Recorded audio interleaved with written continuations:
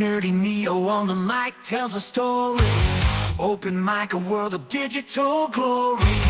Talking quests and pixelated dreams. Gamers journey on the mainstream. Open mic with a gaming twist. Press start and raise your fist. From consoles all to new. Every game a brand new crew. Week by week a new guest appears, sharing love for gaming through the years. Button mashing tales of late night kills. Level up, adrenaline thrill. Open mic with a gaming twist. Press start and raise your fist. From consoles all to new. Every game a brand new crew. From pixel art to high-end screens. Open worlds and cutscenes. These questions deep they go. Discovering every game in tow.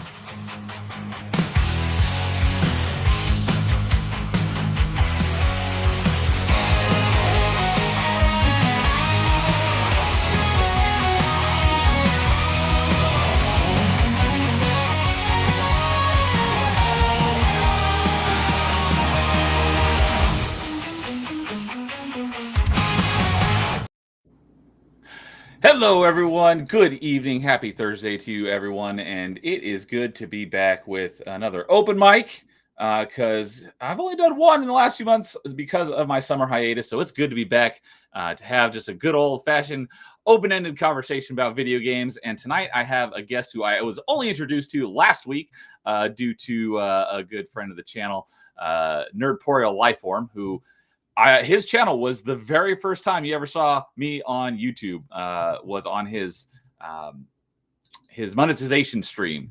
So he's a good longtime friend of the channel. He had this guest on last Friday. I'm like, oh, I really gotta get him on open mic to have a chat. So let's say hi to Jay Bongo. Good evening, sir. Thank you for joining me tonight. Yeah, it's good to be here. I love that opening. Me too. It always gets me hyped. Thanks.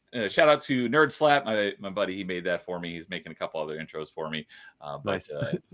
I'm glad you could make it. And we got another friend of Nerdporeal here in the chat already, Angry Canadian. Say, Jay Bongo, keep this man talking as much as you can so he has less time to game. Talking about me because Canadian and Angry and Carl of RNG, the three of us have a year-long gaming challenge. So the more time I'm streaming, talking to people, the less time I'm gaming. So Got it.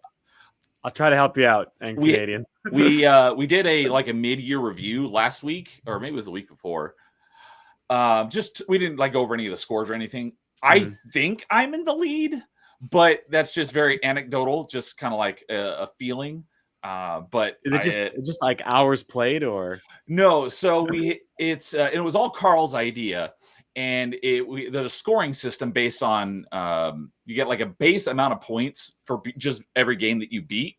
Hey, Carl's here as well. It is. And this is a job interview. He said that before we went live because I was like, man, you're looking pretty sharp. Made me feel underdressed on my own channel, but looking good. So yeah, Carl and Canadian and I were in a challenge. So you get a base amount of points just for beating a game, and then for every how long the game is, you'll also get additional points depending on how long it is. So shorter games are worth less points, and you also get bonus points for beating multiple games in a franchise or in a series, I should say. So there's a lot of different strategies to how to come out on top. And then there was bonus points for mixing it up and playing lots of different genres. Also bonus points for, we each had to pick 5 games we dislike, and we get extra bonus points if we beat one of our disliked games. So a lot of different rules. It's been fun. I feel like I'm in the lead. So Canadian wants you to keep me talking, which that's very easy to do because that's the whole point of why I started my channel, is to talk about video games. So glad you could join me tonight. Yeah. So yeah, you were on Nerdporeal's Chillporeal last Friday, and I was in chat because you guys were talking mainly about it was a Zelda game, right? Yeah, we were mainly about Ocarina of Time, but we were also that's what I thought. We jumped all over around Donkey Kong Country, some of the different Zelda entries, even dipped in a little Resident Evil. Yeah, okay. It was all over the place. So yeah, speaking of Donkey Kong Country, so twofold, both because of this challenge that we're in and something we'll get to later in the stream. I've been playing a lot of older games from my childhood again, because they've been given new life. And that is because of retro achievements, which I mentioned in chat on Friday, and you're like, you'll have to introduce me to I hear about that. That's one thing we're definitely going to be talking about tonight. But one of the things one of the series of games that I've been playing through is the Donkey Kong games, because I played through Donkey Kong Country 1, 2, and 3 within the last couple months. So the next one up is Donkey Kong 64, which I haven't played basically since it was new. Yeah. And then I just recently got Donkey Kong Country Returns and Tropical Freeze on my Switch. I've never played those ones before, so I'm looking forward to playing those ones for the first time. So have you I don't have a Switch 2. If I did, I would play Bonanza after that, but I won't be getting a Switch probably Switch 2 anytime soon. But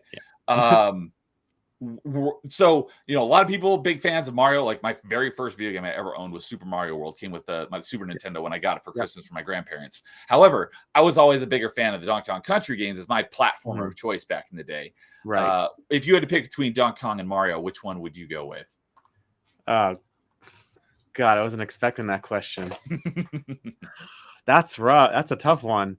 Because I'm not a huge fan of Mario games. The most newest Mario game I've even played was Mario 64. I haven't played anything past that.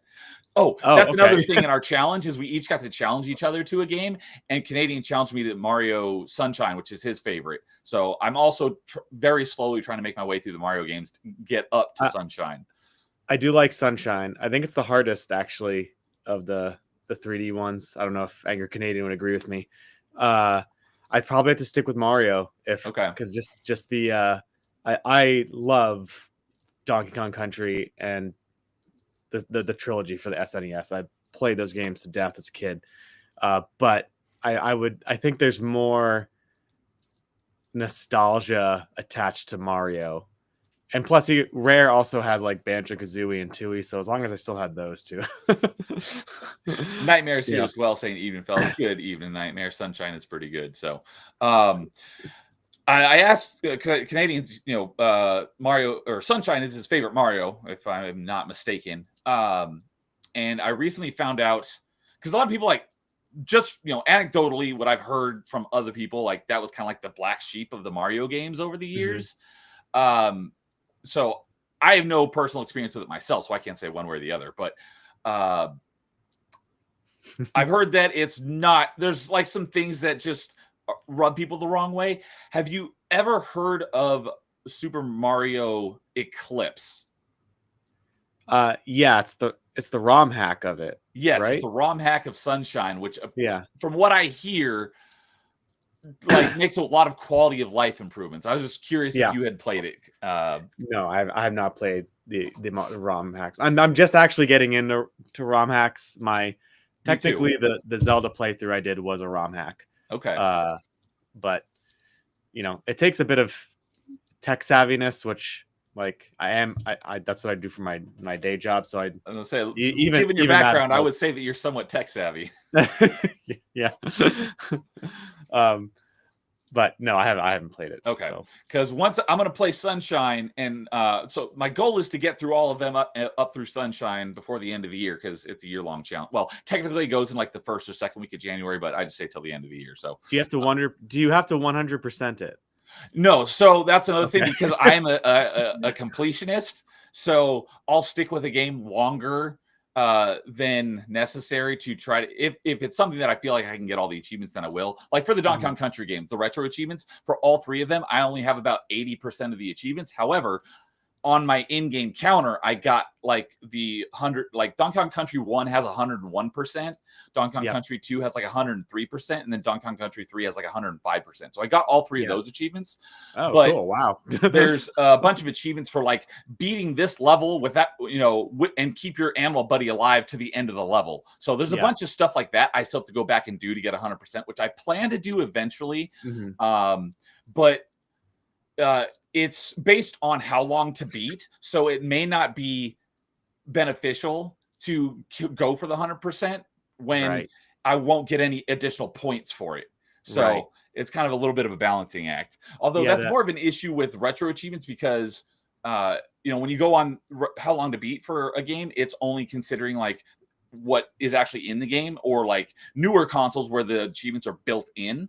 It'll take that into account. But for old Super Nintendo games that didn't have achievements in, you go to how long to beat, it's not going to take into account retro achievements.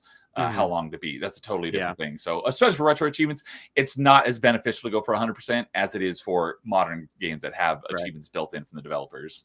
I would just recommend for Sunshine, it has a notorious edition of these blue coins, and there's like no real way to track which ones you collect, and they're different depending on which version of the stage you enter in. Oh, okay. There's actually an app that helps you keep track. So if you're gonna go for it, I don't know if that would be cheating. Sorry. No, that would be. But if you're gonna go for it, I'd highly recommend the app. Or Blue Coin, Mario Sunshine Blue Coin app. Blue coins. All right, I'm glad you let me know about that. I do a show once a month with Dude 1286. He's a bigger achievement hunter than I am. He has way more difficult completions than I do, and we talk about our achievement hunting over the course of every month. And he recently did Sunshine, so he was kind of telling me about we talk about what's difficult about the game and whatnot. So I've learned about Sunshine from him. But once I'm done with Sunshine, I do plan to play Eclipse as well to see the differences, to see if it's better or not. I'm assuming it is, since it's basically a fan made thing where there's quality of life improvement. So, but I heard that. Oh, go ahead. Oh, I was gonna say that the quality of life updates. I did read up on it. One of the really cool things that they did was in the GameCube version of the game, you can see all the different worlds on the map and in the distance and things like that. But what they did was they like put them all together, so like you can actually swim, but you have to go through like the warp points, right? Like in just like 64, you have to go into like the paintings. In Sunshine, they're all like you can just go to them. Yeah.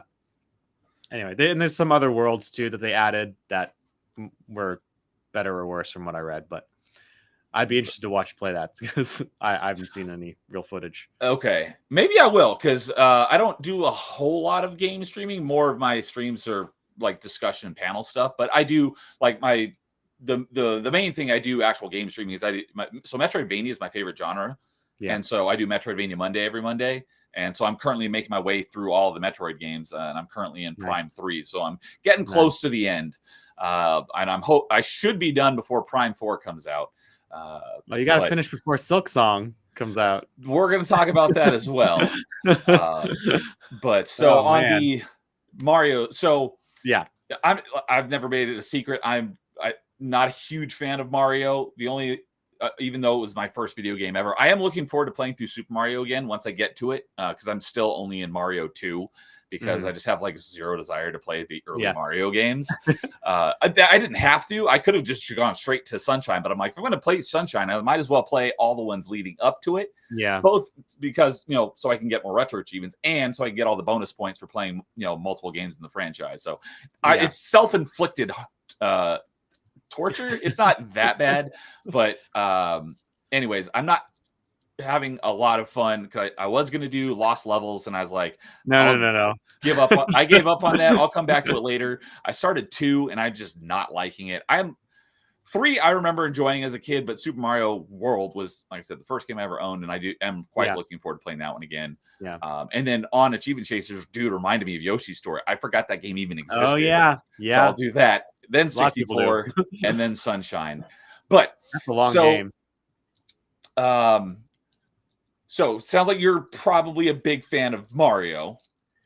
Yeah, franchise, much more so than Mario, myself. Donkey Kong, Zelda, the big three. Okay, so between 2D and 3D Mario's, which one would you pick between the two if you had to go with?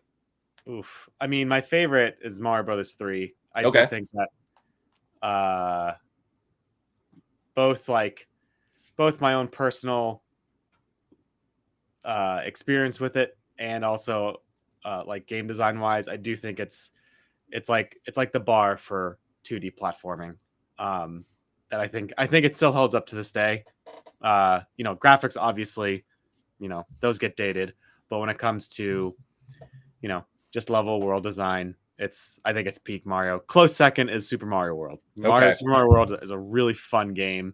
I played that a lot too. But those I think are two of the best 2D platformers of all time. Okay.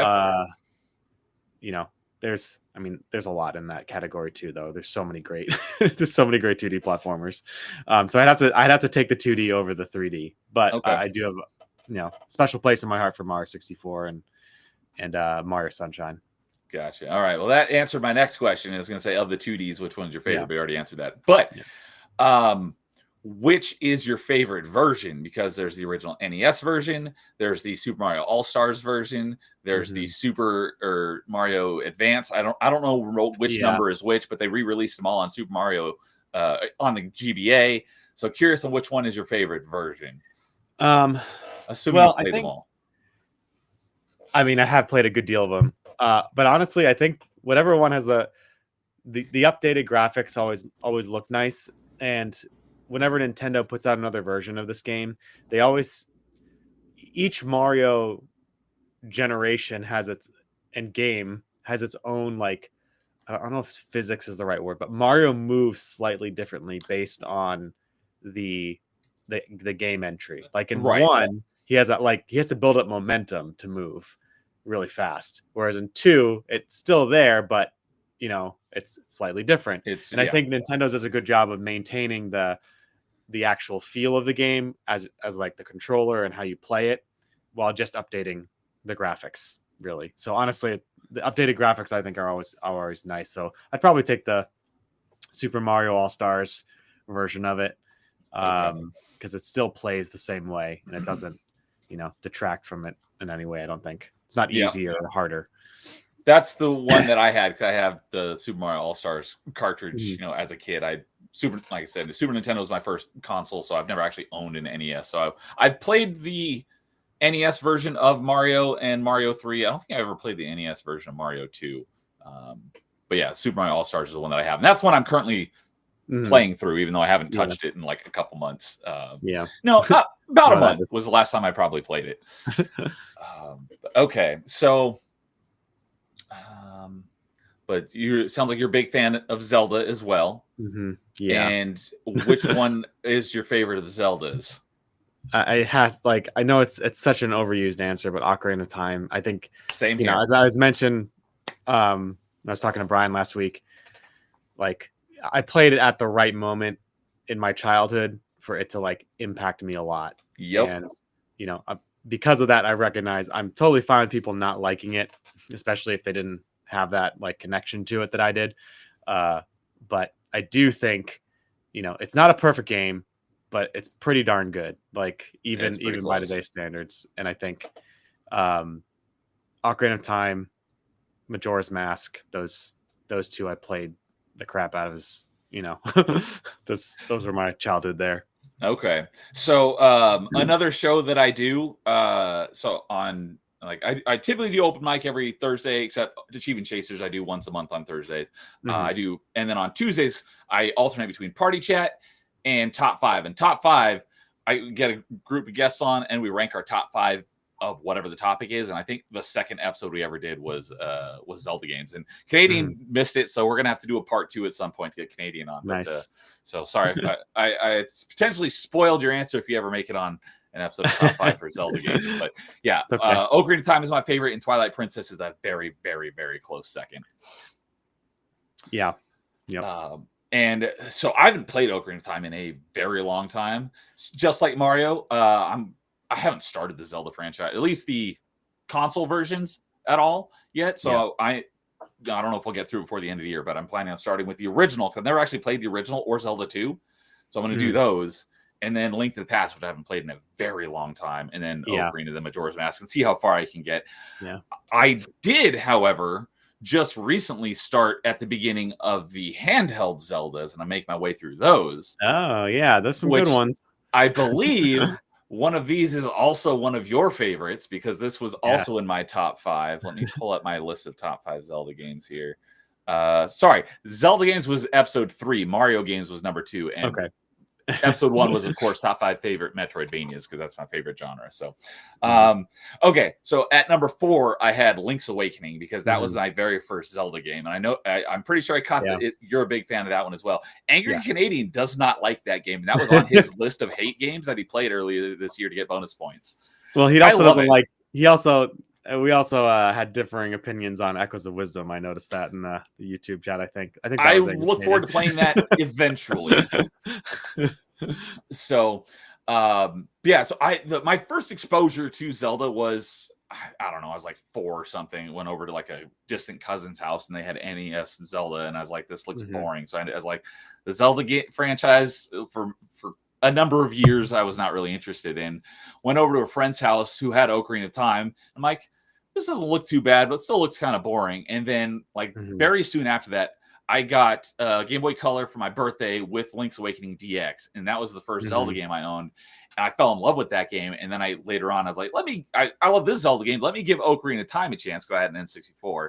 So I got Ocarina of Time and fell in love with it. It became my favorite Zelda game. Yeah. So, what was your introduction to the Zelda franchise? Yeah, so I actually never played the first 2. I did have an NES, but we never had Zelda. I don't know why we never got it. But the first one was I borrowed Link to the Past, and I played it, and I liked it, but it didn't really, for some reason, it just didn't really vibe with me. And then when the N64 came out, that was everybody's introduction to a 3D world. And I heard that a new Zelda was coming out, and my buddy was super excited, and that's all he talked about. And he got it before I did, and I was like adamant, like, I don't want to come over to your house if you're gonna play it because I'm still this way. Like, I don't want any spoilers. I like even 10-year-old me was like, I want to experience it by myself. And so yeah, it was the first one. So the first one's Link to the Past, but the second one that really stuck was OOT. Okay, so that's the one that really got you into the franchise, Ocarina of Time. Yep. Okay. Yeah. So, what is it that you love about Link's? Or well, first of all, which version of Link's Awakening have you played? Both the original and the DX version, or the Switch remaster? Yes. Yeah. What are your feelings on all of them? Feelings of all of them. I think the newest version, the Switch one, is a very great remake. I think the art style kind of fits with like the old pixelated art style, and it stays true to the gameplay of it.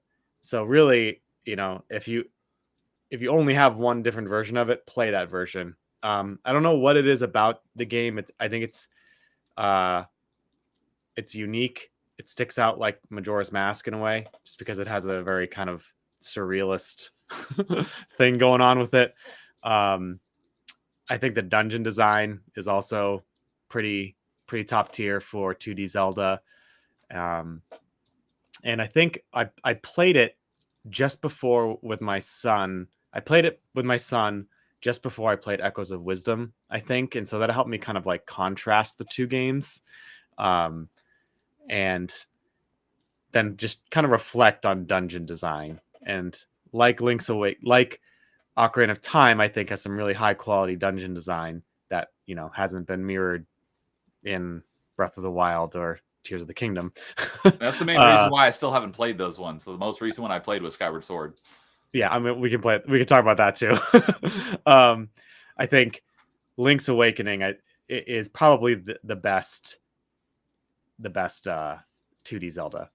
Okay. Minish Cap's also really good. And the Oracle games are good too. Like there's just so many good entries in the 2D Zelda series. It's, I don't know. I feel like Link's Awakening, though, when it comes to the story as well, like just the connection with Marin, all the secret like little clips that you can interact with, and if you take her around, I don't know. There's just so much about it that I feel it has so much charm to it that a lot of newer games don't have, and you can tell that the makers of it really had a lot of fun with it and put a lot of soul into it. And so I think if I had to put it, the game has a lot of soul. It's a lot of character, and I like that. Yep, Link's Awakening is also my favorite of the like handheld Zeldas.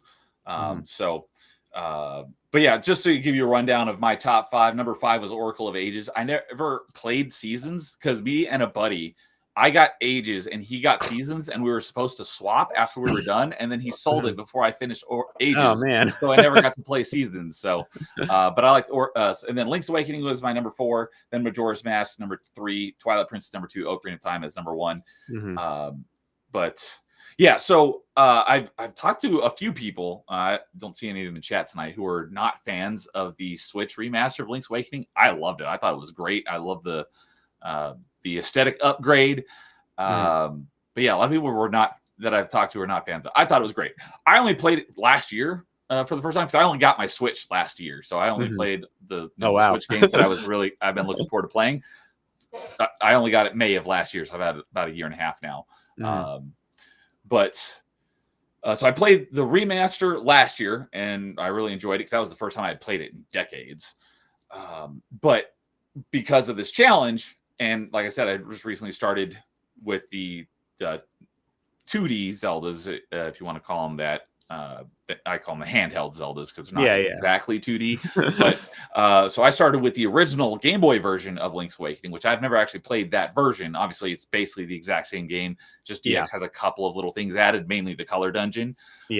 And the retro achievement set for the Game Boy version, not the Game Boy Color version, was written by my dude, by my buddy, Dude 1286. He's written a number of achievement sets for retro achievements, so he wrote that one. I played a couple of his other sets. He also did the sets for Donkey Kong Countries 1, 2, and 3, as well as the original Metroid, and I think Metroid 2 as well. But anyways, so Link's Awakening was the first. So I played that one, and I got all the achievements in it. So that was technically, it was like my 9th mastery, which means I got all the achievements in it on retro achievements. It was the first one of Dude's achievement sets that I have mastered. And I was like, you know what? I'm going to go ahead and do the DX version as well. So the Game Boy version only has like 30 achievements, and it's basically just for getting through the game. Whoever wrote the achievement set for the DX version added tons of additional, because there's like 110 achievements in that one. But I just played it, so it was all pretty fresh in my mind. So I was able to get most of it. There's only like 2 difficult ones. Because there's an achievement for beating each boss without taking damage. There's 1 or 2 bosses that can be a bit of a pain, but they're not too bad, with the exception of the biggest part with difficulty with that was the color dungeon boss, because beating him without taking damage is stupidly difficult. I can see that. And then they added the photographer guy, because originally back in the day you could print those out on your Game Boy printer. I never had the Game Boy printer. Oh man! But there was an achievement for getting all the pictures, so that you could easily miss that because some of those are missable. But the most difficult one is for getting all 26 seashells, because you only need 20 to get the level 2 sword. Once you get the level 2 sword, the remaining seashells disappear from the game. And some of this, I didn't know that either.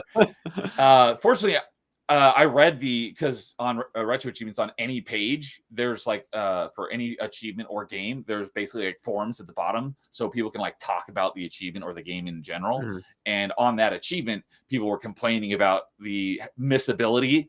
I know it's not technically a word, but the missability of this achievement. People having to play through it all over again because there's a number of missable seashells, and if you miss one, you have to play the whole game over again. Or not the whole game, because I did miss 1 or 2. So I did have to do a playthrough again, but you only have to beat up to the 6th dungeon, I believe it is. Because once you have the hook shot, you have all the equipment you need to get all 26 seashells. So I had to do like a 75% playthrough in order to get that last achievement.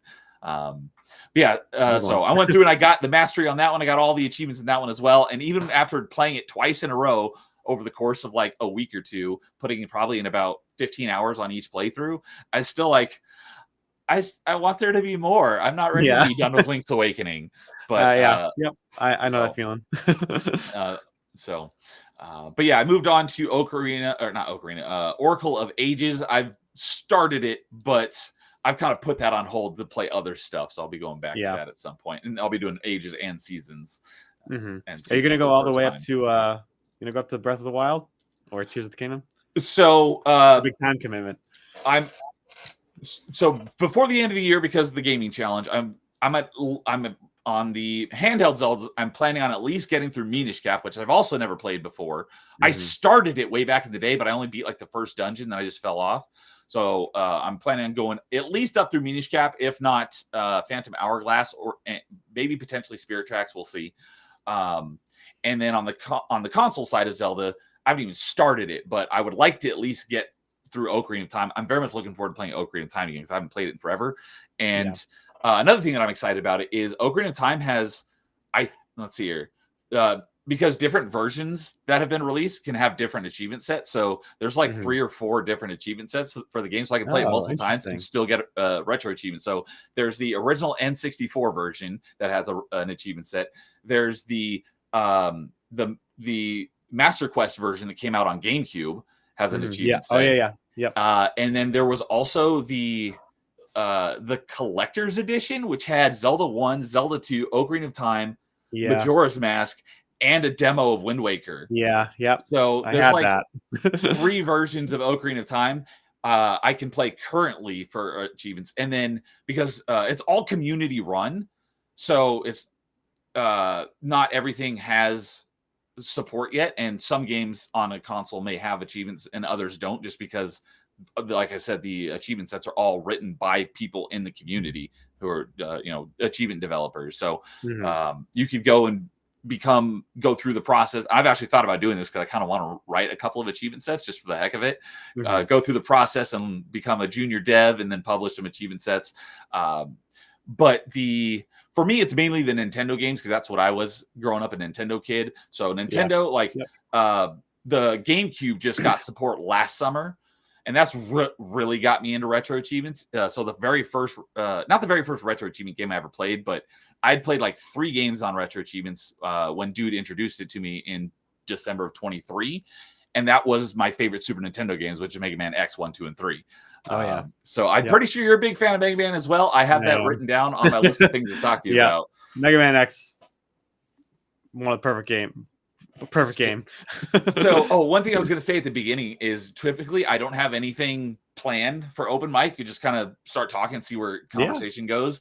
But with you, I have like 5 things written down that I'm like, I want to talk to him about this. So I don't normally, but so I played those like over the course of like a week or two, from like mid-December of 23 to like mid-January of 24, and I basically didn't touch retro achievements again until July of 24 when GameCube got support. The very first game I played, and also my very first mastery where I got all the achievements. Unsurprisingly, my favorite, tied with my favorite GameCube game of all time, Metroid Prime. So, and the other one would be Metroid Prime 2 because they're like about even for me. Where was I going? Oh, so I'm and it's all done through emulation though. So like for GameCube, the only way to get GameCube games, at least for the games that have achievement sets written for them, is to play it through Dolphin. And Dolphin is also used for Wii. What I don't understand is why we don't have Wii support for retro achievements yet. It's the same emulator. It's already got it built in. What's taking so long? Because there's a bunch of Wii games I want to play for retro achievements as well. But about the Wii U, I mean, you could do the that's a different emulator. That's Simu. Eventually, it's all community run, so it can take a while. But it's like we've already got GameCube in Dolphin, and Wii is in Dolphin. Just doesn't have the support, so it's like it should be. What's taking so long? But anyways, eventually, we'll get Wii U support, and then we'll get Switch support. Eventually, somewhere down the line, they'll probably Switch 2 support.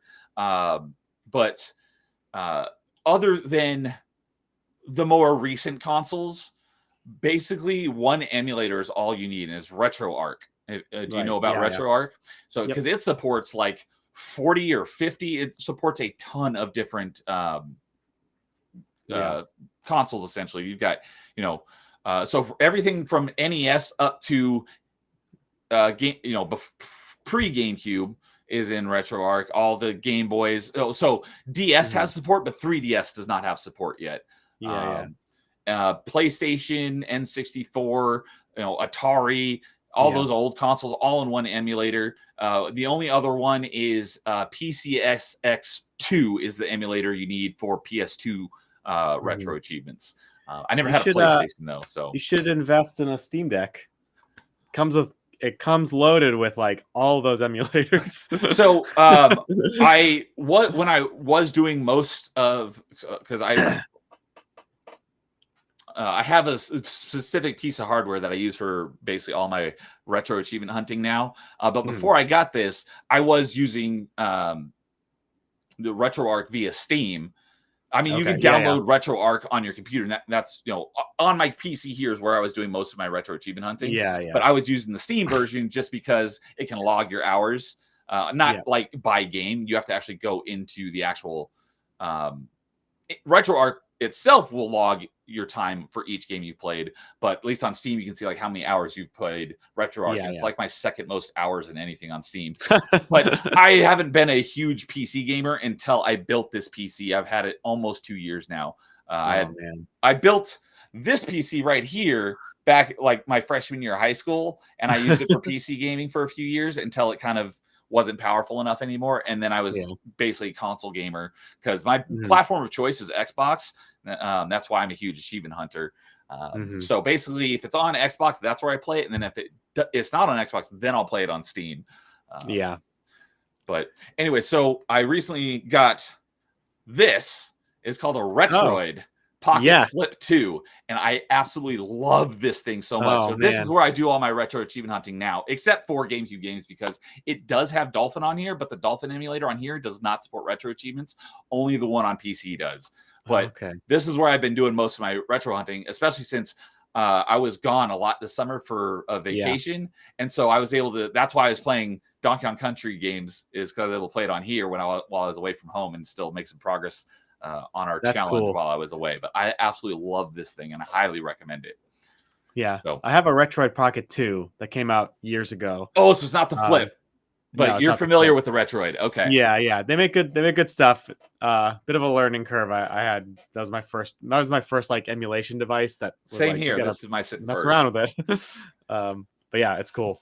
I spent a lot of time like tweaking it and stuff, but I absolutely love this thing so much. So that's where I'm playing almost all of my retro achievement hunting.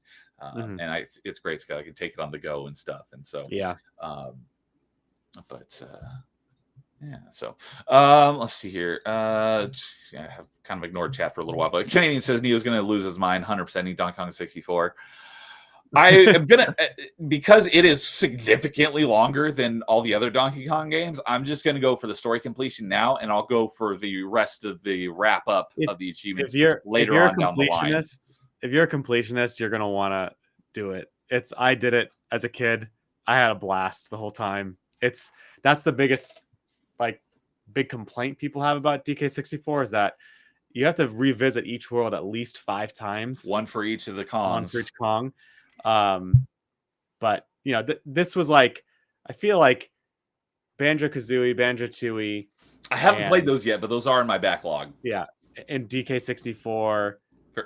Conker's Bad Fur Day, if that was your thing. Never played that one either, but I also going to be playing that as well. Yes, peak rare, or at least for the 3D platforming aspect. Yes. Yep. They made a great game with that. I think you're gonna, as you play, you're like, I want to get all these bananas.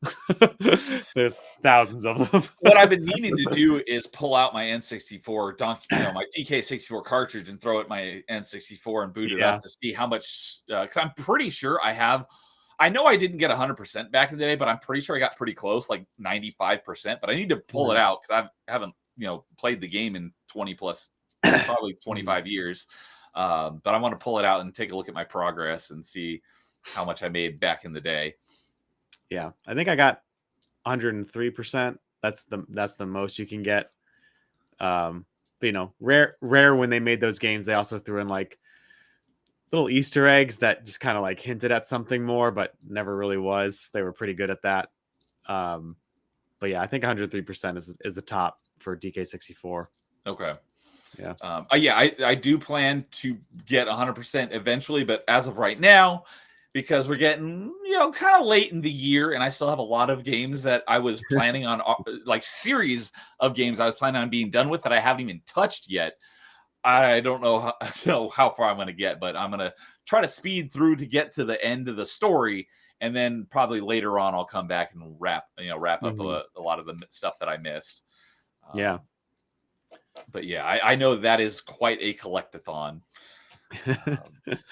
You'll love it. That's great. Canadian. Recently, I discovered another Nintendo sequel game that was better than the original. I'm pretty sure he's talking about Star Fox 2, since I saw him post a whole bunch of stuff on Fuse yesterday. Star Fox. So when I got my N64 for Christmas from my grandparents, it came bundled with Super Mario World, and then I also got Star Fox on Super Nintendo. So those are my first 2 video games ever. I've not played Star Fox 2, but I'm looking forward to playing that one as well, because that's another series I'm planning on playing through. Is start with Star Fox 1, then 2, and then 64. Yeah. Because all those have retro teams. I'm looking forward to playing Star Fox 64 again, because that was a fun game, and I haven't played it in forever. A group recently just finished a PC port of it. PC port, yeah. I watched some footage today. It looks so like crisp, and it's running at 60 frames per second, and it runs natively. It's not emulated. Yep. So unfortunately, that version doesn't have achievements. So I'm going to be playing the N64 version. No, bummer. I mean, I could play it, but because I'm an achievement hunter, if a game has achievements somewhere, I want to play it there, so I at least have something to show for it. But that's kind of a thing that Canadian he's like, achievements suck. And I'm like, well, if it doesn't have achievements, then why are you even playing the game? Very different philosophy on gaming. Oh, man, you must be frustrated Nintendo hasn't done any like official achievements. Yep, that would definitely give a bump up to them in my book if they added some sort of achievement system. But thankfully, we have retro achievements for that. It just sucks that some of these newer games, it's going to be a very, very long time until retro achievements gets around to them. Oh man. So, and he says, if we do top 5 Zelda, I will move mountains to be there. All right. Well, we're definitely going to do a part 2, because I want to get you and Nerdporeal on. And I know there are a couple other people that said they wanted to be on top 5 Zeldas and they weren't able to make it. So we'll do a part 2 with a new panel. So, and he left a comment on Brian's screen. Not real achievements. Issues were not great at the time. I'm not sure exactly which game he's talking about, but he says retro achievements aren't real achievements. Retro achievements are more real than achievements from most modern developers, because a lot of games do have, like Banjo-Kazooie is a perfect example. It was on Xbox Live Arcade, so it has an achievement set. The achievement set on retro achievements are way harder than they are from whoever ported Banjo-Kazooie to the Xbox Live Arcade. So retro achievements are the most realist achievements there are. They're fan made. They're fan made. They are kind of way for just to add an extra drawback, little extra dopamine hit to your gameplay, and that's fine. I always like it when I was like, oh, an achievement popped up. I got it, and it's on my Steam profile. And look at me. Yeah. So a perfect example is because like the developers who make the achievement sets, like they do good jobs on these typically, and they're big fans of it. But it can really irk me sometimes because they'll make achievements for stuff that's like the developers put in the game. They didn't technically have to make an achievement for it, but because the developers put it in the game, they made an achievement for it, and it's super difficult. Like, Metroid is my second favorite franchise, like of all time. And so when I was doing Metroidvania Monday, I started with Zero Mission. And I've been working my way. I did all the 2Ds, and now I'm on the 3D ones. But like Fusion, I got 100% of in the game. So I got the achievement for collecting all 100%. I only have like 46% of the achievements because there's a ton of achievements for like beat the game in under 2 hours, beat the game in under 2 hours and get 100%. It's like, that's never going to happen. Yeah. Beat the game without taking damage. Yeah, there's not an achievement for that, but there's stuff like that. And it's like, I'm never, ever going to be able to do that. Yeah. So you only that see irks that me when I have 100% of the in-game progress, but I only have like 40% of the achievements. Yeah, you only can see that kind of stuff in speed runs. There's like a speed run category for a lot of Metroid games where it's like low percent. You have to beat the game with like as little as possible, and that includes like health. Yes. And they cut it close. Those guys. There's like they got like one health left, and they beat the game. So I'm glad that you mentioned that, because there are those hardcore extremists who they make subsets of achievements for games for stuff specific like that. Yeah. So there are a bunch of Metroid games that have a subset. We have to go out of your way to play the subset, but it's for like beating the game under 3 hours with only like 4% of the items. So you have to like not glitch, but essentially sequence break in order to not get some of the items you're supposed to have in order to keep your percent low. And those people are nuts. So there's a ton of games that have like super difficult subsets. Yeah. So fan made is never official. No, but they're more difficult and better than a lot of official achievement sets. I like fan made stuff, but I never accept it as an official product. Yeah, understandable, but we'll agree to disagree because retro achievement sets are typically much more difficult than the same game that was like ported to a modern console that has an achievement set from either the original devs or somebody who's porting it. The retro achievement sets are almost always more difficult than the ones from the official. I believe that. But so let's see here. So I'll go move on to Mega Man. So Mega Man was actually, when I started my channel just a little over 2 years ago, the first stream I ever did was a Mega Man stream, and DJ Access, you may know, potentially. Maybe. Okay. DJ Access and Geno95 and I got on, we just chatted for about 2 hours just talking about Mega Man in general. But DJ, he is a huge fan of the classic Mega Man. I'm not a huge fan of classic Mega Man, but I love Mega Man X, specifically the Super Nintendo ones, 1, 2, and 3. Those are my favorite Super Nintendo games of all time. Specifically, Mega Man X3 is my single favorite Super Nintendo game. I love that game so much. What about you? Are you more of a classic Mega Man X, Mega Man Zero, Mega Man Battle Network? What's your favorite sub-franchise of Mega Man? Mega Man X, specifically Mega Man X1. I think that's my second. Best in the trilogy, I think, for me. I do think I have like an appreciation for the original Mega Man games, but I think once it became like standard to like you need a dash move.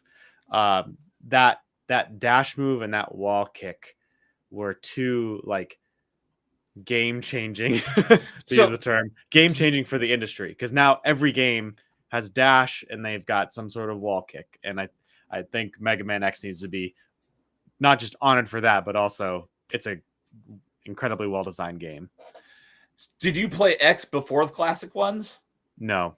Okay, because I played X and then went back and played the classic ones, and I'm like, where's my dash? Why can't I jump up walls? So that was another thing that I was like not a huge fan of the classic ones, because that was the first one where like the mobility that you actually have as like a player character was, it just picked up the pace. And I think it was one of those things where it's like, as a kid as a young kid you play Mega Man, and then as you get older, Mega Man X is like cooler and edgier. That was my introduction to Mega Man. Was Mega Man X. I think I haven't actually played past 4. Okay. Everyone tells me I should play 4, but it's not really necessary to go beyond that. Oh wait, are we talking about X4 or original 4? X4. Okay, so you've only the played originals. X. I would play all. You should play all the originals. They are all great games. Okay, we'll get to that in just a second. So you've done X1, 2, and 3, but you haven't done 4. You've done through 4, but you haven't done X5. I've played 4. I haven't actually beaten it. Oh, okay. But I heard it's really good.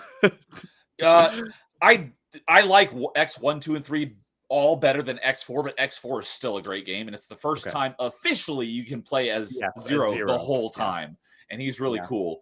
Because I've always thought Zero was freaking awesome. Oh yeah, of course. When he first shows up in Mega Man X, you're just like, I want to be like that guy.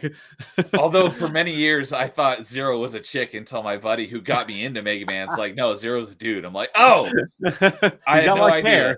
I thought, long hair. I thought it was a chick, and he's like, no, it's a dude. I'm like, oh, okay, well, I don't feel so bad about thinking he's so cool now. Yep. No, I mean he's cool in the Zero games too. Those games are great.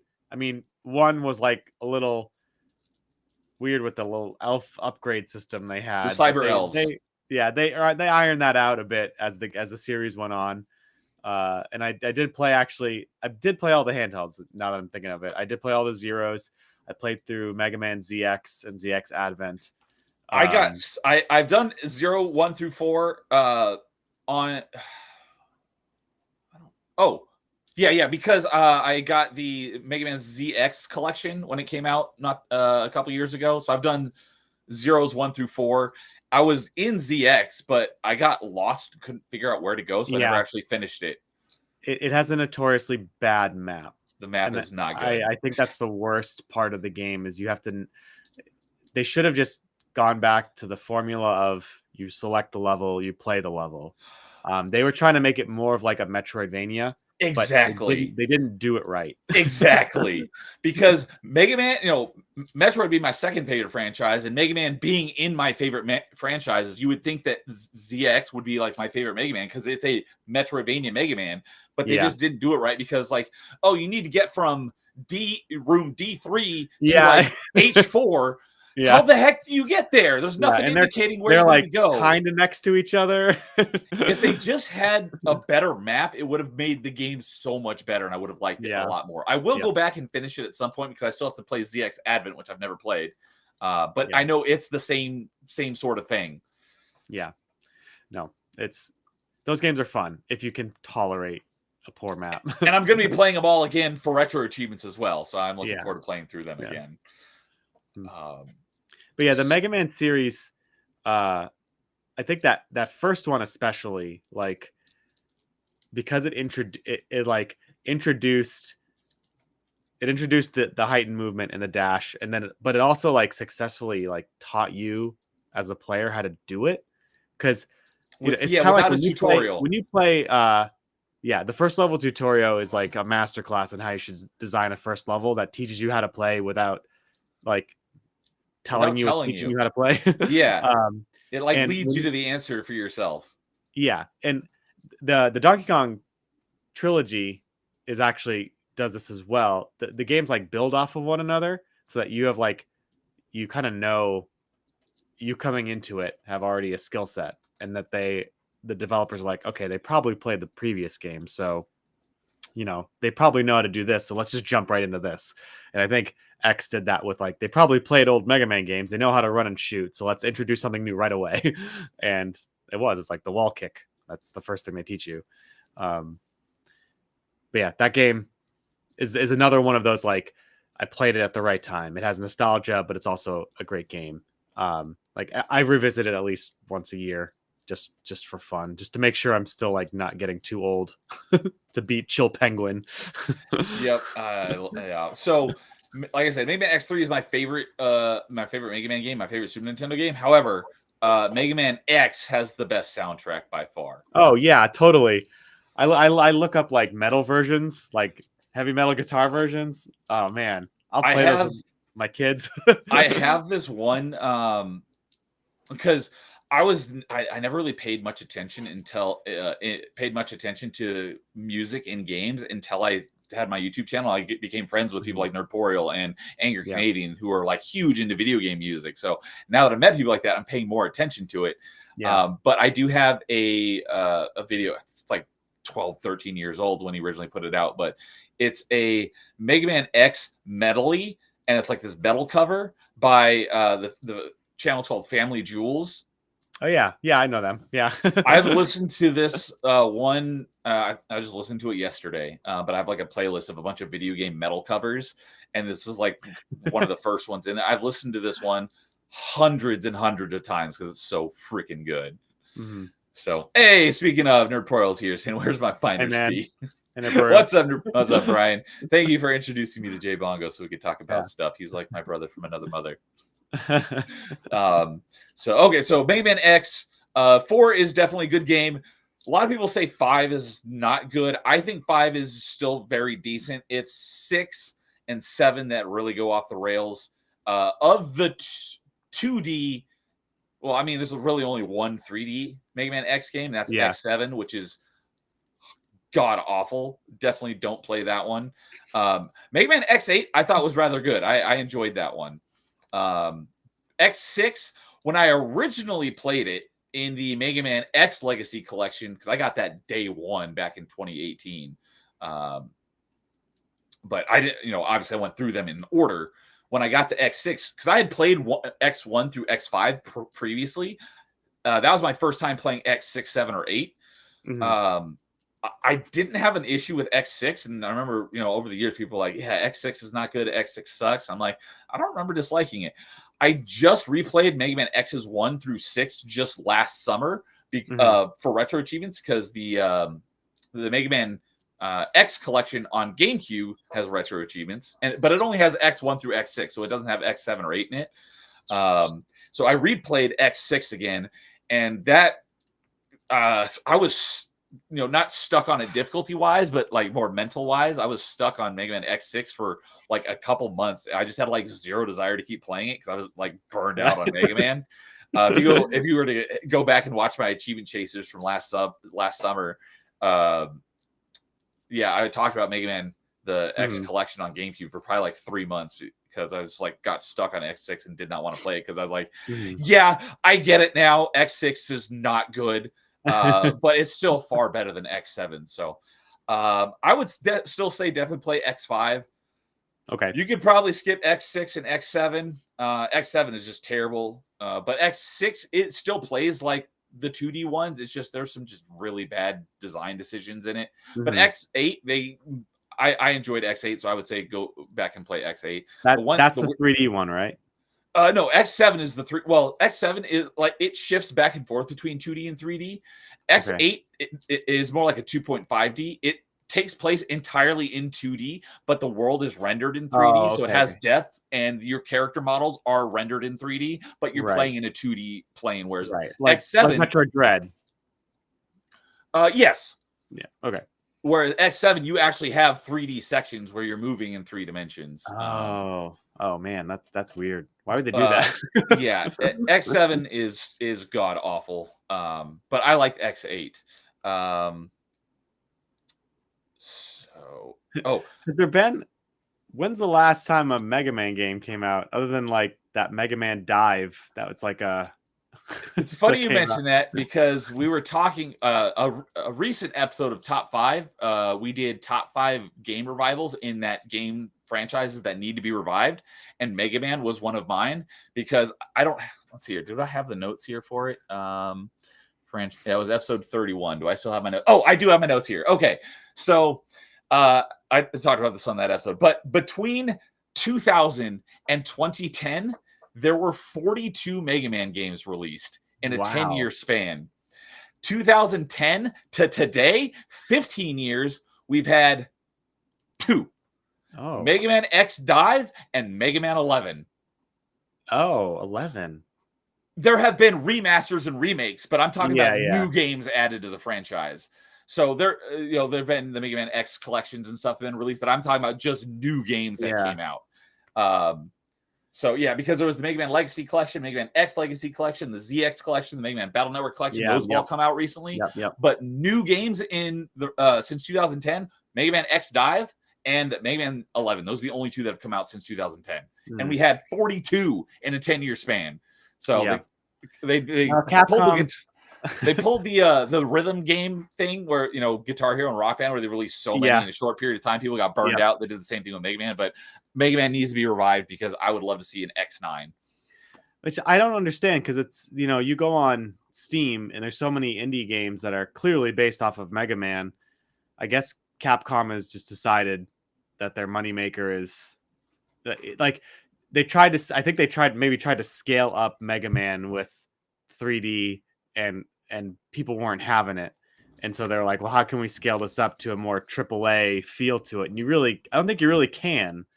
I mean, you'd have to make Mega Man should always. Well, I never played the Mega Man Legacy game. Legend? I know those were popular. Those were really the only true 3D Mega Man games. Yeah, the Legends. Yeah, Mega Man Legends, right? Yeah, there was Legends 1 and 2. Both Yeah. were released on PlayStation, although it might have been PS1 and PS2. I don't remember. But then there was Mega Man 64, which I don't know if it was a combination of the two or whether it was just the first one. Oh, yeah. But I played a few minutes of that one at a friend's house. The same friend who had who got Oracle of Seasons, and we were supposed to trade. Same friend. I went over to his place and played Mega Man 64. Yeah. Well, I mean, Capcom, they've messed with like game formulas before to like kind of switch it up. I mean, they did it with the Resident Evil franchise. Resident Evil spun off. Yeah, DMC, yeah, there are people and Onimusha, and I think there's another one that all spun off because of Resident Evil. Yeah. I mean, they're the hardcorest of hardcore Resident Evil fans will say that only the fixed camera tank control games are true Resident Evil games, and everything else is its own subgenre. I guess you could make the same argument about a Mega Man game. Like, what makes a Mega Man game? Well, it has to be 2D for one thing. Maybe it has to play like a platformer. Putting it in a 3D, Mega Man Legends is probably considered a spin-off. I would consider it a spin-off. It's not a true Mega Man X. Speaking of 3D Mega Man, someone just told me about this like within the last week or two. Do you know about Mega Man? It was like Maverick or Maverick Hunter. Because I know there's a Mega Man Maverick Hunter game on PSP, but there was do you know what I'm talking about though? It was a canceled game. Yeah. I know about Mega Man Maverick Hunters, and I know about a ROM hack that's coming out. It's like Mega Man X Degeneration or something like that. It looks really cool. They basically took all the sprites from X1, 2, and 3. It's the same like graphic style, 16-bit SNES. I think I know what you're talking about. Yeah. We're going to get to that as well. Yeah. But no, this was something that Capcom was going to put out, and then it got scrapped like 90% of the way through development. I didn't even know about this like a week or two ago. I want to say it was called Mega Man Maverick or Maverick Hunters or Maverick Hunter X, something along those lines. It was a first-person shooter Mega Man game. Oh, man. And I saw someone showed this to me. I'm like, that looks freaking awesome. I'm really bummed that it didn't come out because you can go and find clips of it online. It looks really cool. Okay. But yeah, take a look. The Legends Legends were the only official 3D ones that are actually full 3D, other than Mega Man X7, which is sort of 3D. Mm-hmm. So that'd be interesting. A first person. Well, I guess they put Metroid in first person, so maybe. And it worked. They did a great job. Metroid Prime Remastered is my favorite Metroid game and my number 5 favorite game of all time. Yeah. And that's because the modern controls just made an already fantastic game even better. Yes, 100%. That was, I bought that as soon as it was like they shadow dropped it and started playing it. It was awesome. Yeah. Let's see here. Maverick Hunter is what it was called. I just Googled canceled FPS Mega Man game, Maverick Hunter. So look up Maverick Hunter. Okay.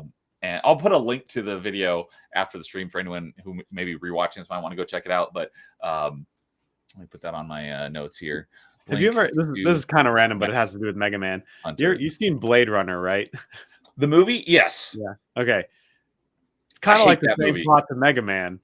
You got rogue androids, and there's other rogue androids hunting other androids hunting them down because they're dangerous. It's like Mega Man, Blade Runner. I hadn't thought about that, but that is quite an apt. I thought of when I started watching Blade Runner. That is quite an apt analogy, but I hate Blade Runner. I hate that movie. I know so many people just love that movie. I hate it.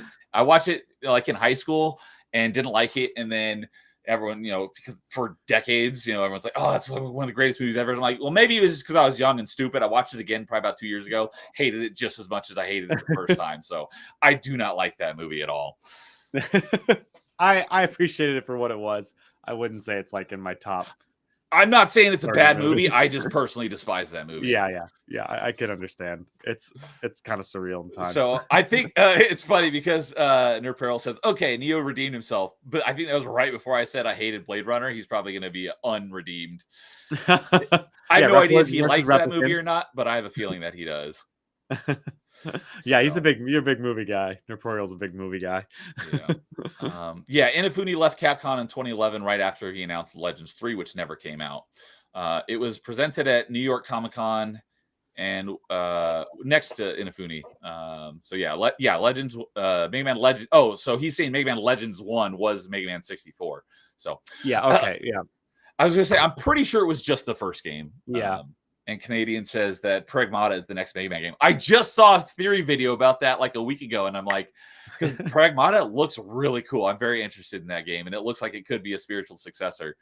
Is that an indie developer making that? Pragmata? I think it's Capcom. Oh, Pragmata. Interesting. Let's see here. Pragmata. Yeah, developed by Capcom. It was announced, I think, last year at not E3 since E3 doesn't exist anymore, but whatever last year's E3 was during all those game conferences. I'm pretty sure it got announced last year, and it looks really interesting. I'm looking forward to seeing more about it. I every now and then when someone brings up on like social media, like we need a new entry for this series, or we need a new entry for that series, part of me says yes, let's do that. I love that series, but also part of me is like, maybe it's okay if we just have like the core games that we like Banjo-Tooie and Banjo-Kazooie, for example. I love those games. I think they're fine the way that they are. Would I play a remaster or remake? Yeah, for sure I would. But when it comes to like adding entries to a new series that's been long dead, you run the risk of like tarnishing it, if that makes sense. If it's bad. Yeah. Does everybody else like feel that way? Or is it just me? Like, no, I totally understand because yeah, I'm a huge fan of Star Wars, before Disney destroyed it. But that's exactly what I was thinking of. I would be more happy because people are like, well, at least you're getting something. It's like, no, I would rather have nothing than the dog crap, horse crap, feces, garbage bowl that Disney has crapped out. I would rather have nothing from Star Wars since 2012 than the crap that they've given us. So I totally get you. Yeah. When I hear that there's going to be a remake or a remaster or of a movie or a game, my first thought it's weird because like when I was a kid, I'd be like, this is great. Exactly. Yeah, exactly. And the new Zelda movie that's coming out, I'm like, I cringe at I think it shouldn't have been live action. It should have been animated, maybe a slightly more mature tone, but it should have looked like the Mario movie. I totally agree. Yeah, or maybe like Studio Ghibli, like an anime style. I'm not huge on anime, so my preference would be a Super Mario look like it looks like that, but a little bit more mature looking. But that's what I would want out of Zelda movie is a CG animated one, not a live action one. Yeah, I mean it's going to be hard to the Lord of the Rings trilogy is a masterpiece and a once in a lifetime achievement. And best movie trilogy of all time. Yeah, it's a fantasy, and fantasy is really hard to pull off well, I think, in live action. It's been done not just in Lord of the Rings, but it's it runs the risk of looking ridiculous if they don't do it right. And I'm like, what are they going to make Ganondorf look like? What about I don't know, all the other fantastical beasts? Is it going to look good? Is it going to look real? Like, real, even though it's fantasy, it has to look real. Is it going to look like they didn't put enough into the CG budget or whatever that they need for the monsters? Yeah. So, okay. So he says, Reploids versus replicants. Blade Runner's fine. Neo doesn't know good stuff. He says, wait, did you see my chat? Which one? Neo knows? Are you talking about Pragmata is the next Mega Man? I saw that. He said, wait, what? But I don't know what he was referring to. Saying you hate Mario. I And you don't even like Zelda or Lord of the Neo Rings. hates Super Mario. I had never said I hate Mario. I just am not a big fan of Mario. He says this all the time. I'm like, no, I don't hate Mario. I'm just not a huge fan of Mario. I don't hate anime either. There's a couple that I've seen and really liked. I just haven't really watched much. Not sure how he even likes Zelda Lord of the Rings. Nerdporeal has a wrench. Oh, does he? I can't see that here in Restream. I have to go over. I used to be a mod on his channel. Then he took my wrench away, but that's because he used to play video games on his channel, and then he stopped playing video games, and then I haven't been on his channel as much. Yeah, Neo loves Star Wars. I feel like he's more of a Trek guy. I know very little about Trek, but okay. Anyways, so back to classic Mega Man, because I don't know which one it was. So I played 1 through 10. I have 11, but I haven't played it yet. Looking forward to getting to it at some point. But I was very glad in whichever of the classic Mega Mans when they added the slide.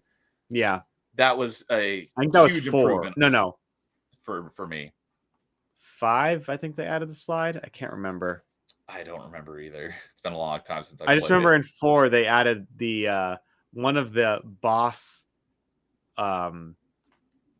powers gave you the ability to slide under things. Oh, okay. Yeah. It was Train Man or something. He was like a locomotive. He looked like kind of like Thomas the Tank Engine, but with arms and legs and like jacked. That's the best I can describe him. Nerdporeal says it was Mega Man 3 that they added. Really? I don't know if he's saying it was 3 they added the slide, but maybe what you're thinking of with the slide from the boss is 4 out of the 3. Oh yeah, 4 out of the 4 out of the charge charge shot. That was also a game changer. It's like, yeah, like I said, I played the Mega Man X games before I played the classics. So going back to them and not having charge shot or slide, I'm like, what even is this? Well, in the first games, at least in 1 and 2, away, that's right. At least in 1 and 2, enemy bosses you did more damage to them. You hit them with one pellet, and it did like 3 or 4 damage, and they actually had a hit effect to them, like that was more than just iframes. Like they like reacted to it, like they got pushed back and they stopped moving, staggered, and so it actually felt like more equal footing. And then somewhere along the line, they like took that out completely. I think it was in 3 or 4, where it's like you hit them with one shot and then it doesn't do as much damage and they're still jumping around the stage. But yeah, the first 2. Oh yeah, and then like if you use their weakness, you could kill them in like 3 hits. Yes, it was like way stacked if you use their weakness. Yeah. So because of the challenge that that I've been mentioning, Mega Man games was another thing. I was like, I'm gonna play through the classic Mega Man games because I've already done basically all the retro achievement sets for X1, 2, and 3. Although there are a bunch of ROM hacks where I played a couple of them, but I'll mention those in a minute. But like a week or 2 ago, I just played through Mega Man 1, and I was playing it on here, so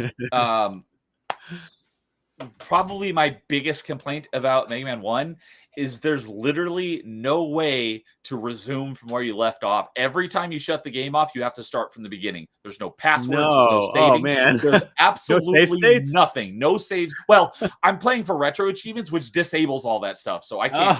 If I wasn't playing for retro achievements, then I could use save states. But for retro achievements, all that stuff is turned off.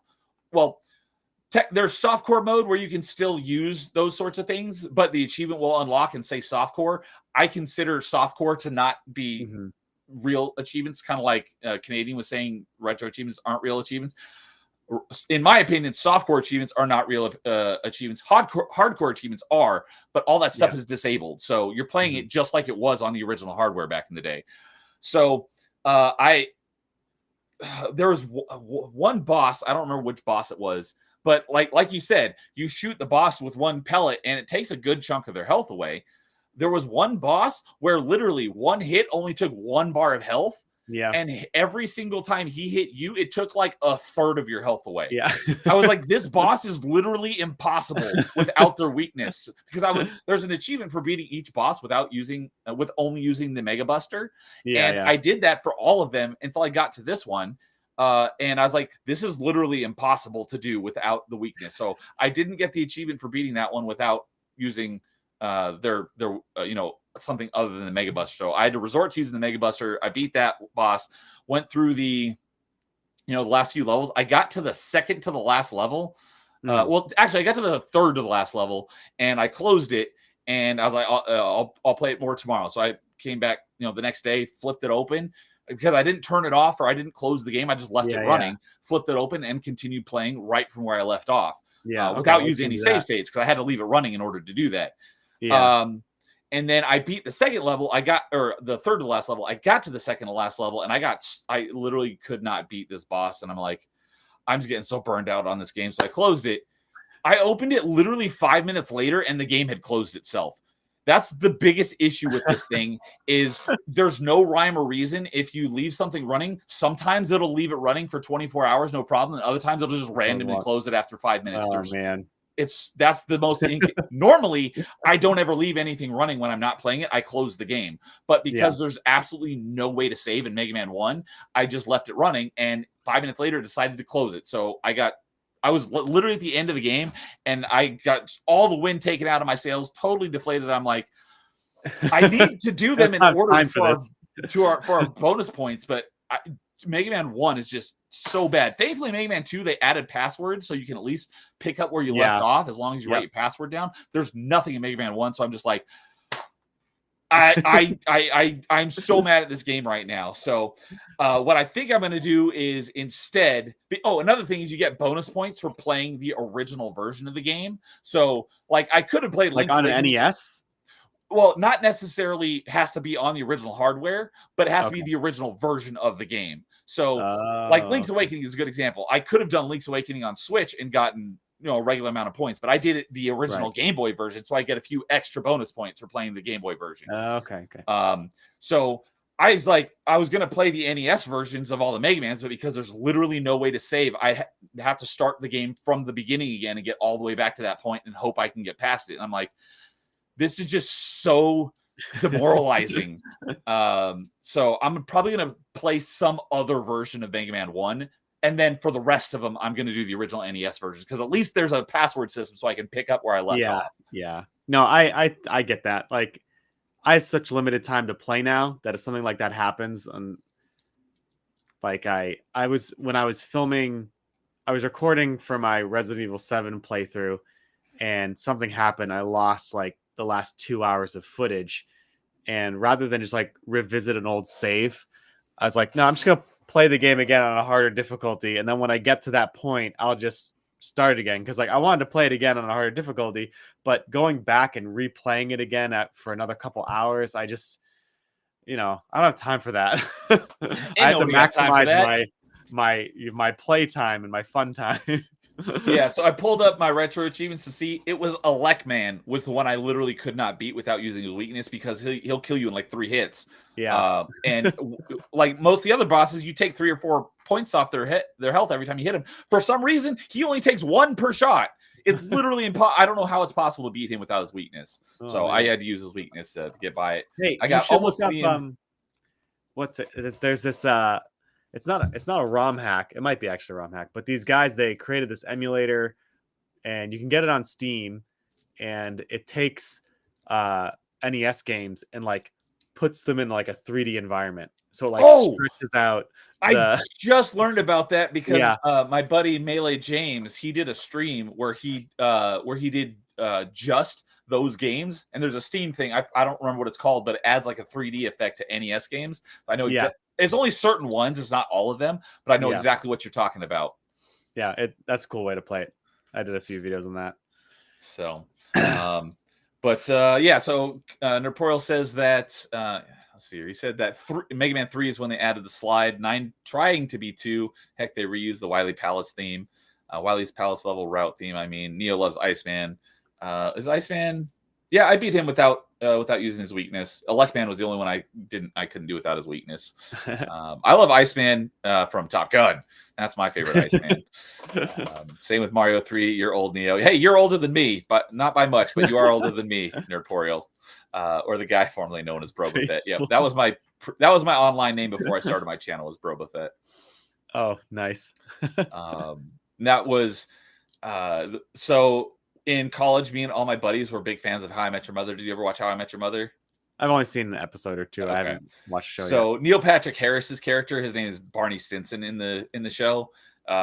He was always like bro this and bro that, and brosifer or brosif and stuff. Yeah. So me and all my buddies, we all had bro names because I was the big Star Wars guy. I was dubbed Broba Fett, so I used that as That's my good. online name for about a decade.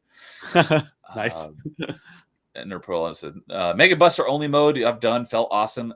That mad props to you if you could beat just Electman, because all the others are not too bad, but Electman, it's like I don't know what they were thinking when he's like totally broken and unbalanced compared to all the other Robot Masters. I'll have to try this too. 11's music was lame. The difficulty caused me to not finish. I haven't played 11 yet, but I'm looking forward to it. I did play the demo. Most recent replay of Mega Man 1. Thank God for Rewind. Yeah, I don't have Rewind. Otherwise, I would have beaten it. Back to boss fights. I always feel guilty using Rewind. Like I'm not a For real me, it gamer. depends on if it's built into the game, because some games have it built in nowadays. But yeah, if using it on an older game, I would agree. But not. It depends, because I am also. If I can, I will save scum to to the moon and back. I have no problem with save scumming. It depends on the game and what I want to get out of it. So, back to the boss fights. Starting the entire game over when you're already in Wily's third level. Ugh, exactly. Oh yeah, yes, yeah. That it was brutal. Kids these days don't realize what it was like back in the day. Game over meant something. Game over, man. Game over. And he says, "What do you use to record your footage?" Jason. Is that? I didn't realize. Yeah. Did he just dox you? No, it's okay. Jason, I introduced myself. Yeah, okay. Jason's the first name. I use my Steam Deck mostly just because it's easier to play when I can never use the TV, and then in here is not very comfortable. I do sometimes use my computer, but it's not the best computer. And the Steam Deck I don't know. It's just really convenient. It has a terrible mic though. Like I can record and speak and it will record me, but it's awful audio. So I only did that once for like a demo feedback. I was playing for some guy, but I'd never use it for like a video. But, okay. Yeah, it's handy for like I need to record something. I set the record button to a back button, and I just play. One of the paddles. Yeah. Oh, I love paddles. It's been a game changer since I got. Since it was weird when I first got an Xbox Elite controller and had paddles. It was weird getting used to it, but now it's like I hate not having paddles. It's so great. So he says, "Electman doesn't mess around. His theme is basically a Journey song. He introduced himself on Chillpora. Now I really want to play it. Well, I missed the beginning of your Chillpora last week. I came in about probably like halfway through. So, anyways, last couple things on Mega Man. What I think you were talking about when it comes to Mega Man X, because I've talked about this on a few of my streams, is. Like I said, me being a fan of Mega Man and Metroidvanias, you think that Mega Man ZX would be my favorite. A couple of quality of life improvements would make it a much better game. But like I said, the X 1, 2, and 3 are my favorite Mega Man games. They're also my favorite aesthetically as well. Obviously, the Mega Man X 4 and 5 were on a newer generation. They were on PlayStation, so they had better graphics. I prefer the NES art style to the newer art style. So when many years ago, I stumbled across someone making a fan-made game, and it is the epitome of a Mega Man Metroidvania, and it is in the art style and gameplay style of Mega Man X 1, 2, and 3. And I'm pretty sure that's what you're talking about. It's called Mega Man X Corrupted. Oh, yes. Yeah, Mega Man X Corrupted. That's it, not Degenerated. Well, I've mentioned it many times on Party Chat. We've talked about like favorite, like, or not necessarily favorite fan games, because he's got plenty of videos on his YouTube channels, like JKB or something. You can go to his YouTube channel, and it looks like it's done, but he's been working on it for probably like 15 years. Yeah, I've been following it for I feel like over a decade. Yeah. What I found out recently is at some time in the last couple of years, he lost everything. His like hard drive got corrupted or something happened, and he lost everything and had to start from scratch. No. So that's why it's also taking so long, is because he basically had to start from scratch. Oh man. But I've watched a bunch of these videos, and if this game ever came out, it might be one of my favorite games of all time because it's everything I love about Mega Man and everything I love about Metroid combined into one. It will be amazing. Oh, okay. Hopefully, he doesn't get like a cease and desist. Capcom's not as vicious as Nintendo, but exactly. He's been working on it for over a decade. If they were going to cease and desist him, I assume it probably would have happened by now. Yeah, that's true. So, but yeah, so Mega Man X Corrupted would be one of my favorite games of all time. I'm sure if it ever comes out. But speaking of ROM hacks, because of retro achievements, I also got I knew ROM hacks existed, but I didn't really. I wouldn't even say I've dived into them that deep yet. But I've a lot of ROM hacks also have their own retro achievement set. So I've been looking through like ROM hacks for games that I love, and I've been I have them on here, and I plan to play them.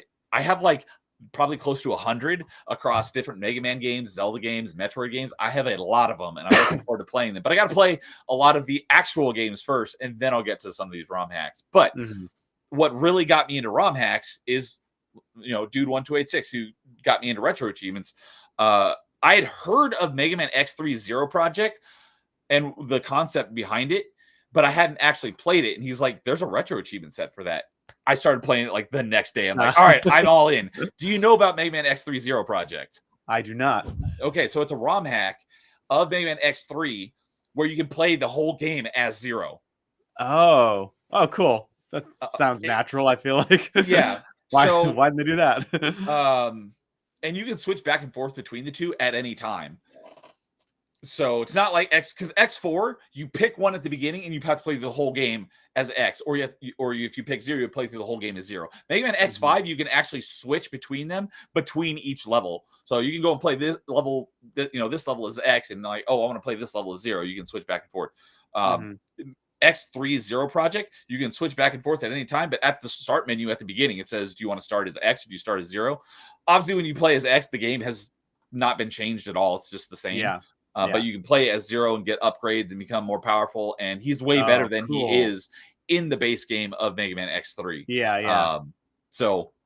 And the other thing that they changed is it doesn't use passwords. It uses save states, which is good and bad. The only bad part about it is for retro achievements, at least, because there's some achievements where it's a lot easier to, if you this specific achievement, you have to do like beat this level with beat this boss without taking damage. So it's easier to go into it with no health upgrade. So if you get hit, you can die quicker and restart the fight.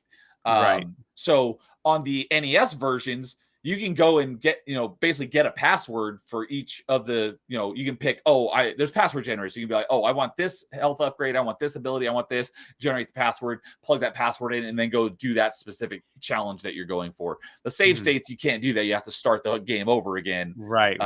And specifically not collect the certain things you don't want. So for achievement hunting, it makes it a little bit more of a hassle. But if you're just playing through it for enjoyment, the save states are fantastic. So, and there's a retro achievement set for it too, and so that's why because I had known about it, I didn't know how to get it working, and it was because of Zero Project.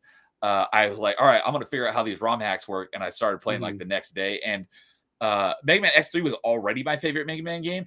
Zero Project is now my favorite Mega Man game because it's everything X3 was, but better.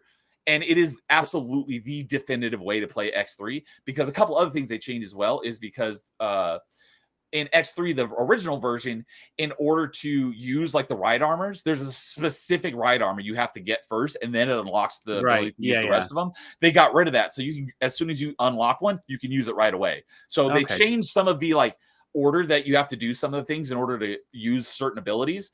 So there's not as much like replaying of levels, because some of the, like one of the upgrades, you need another upgrade, and in order to get that upgrade, you need to beat this one boss because you need his ability to get this and they got rid of most of that, so you can almost get all of them at any time. So it's a much better way to play X3. So if you haven't played X3 Zero Project, I highly, highly, highly recommend it. It's the best way to play X3. Okay, I'll actually have to check that out. On the topic of ROM hacks and more difficulty, Nerdporeal and Mike like this. there is a ROM hack of Super Mario RPG. I think it's called Inferno or something like that, but it is like a really hard game. I'm gonna see if I can find. Let's see here. So I'm pulling up on retro achievements. It obviously has a retro achievement set. Let me see if I can find Super Mario. I saw it just a second ago. Difficult. I saw something called like Armageddon. Is it? Yes, that's it. Super Mario RPG Armageddon. Like the first, you have to.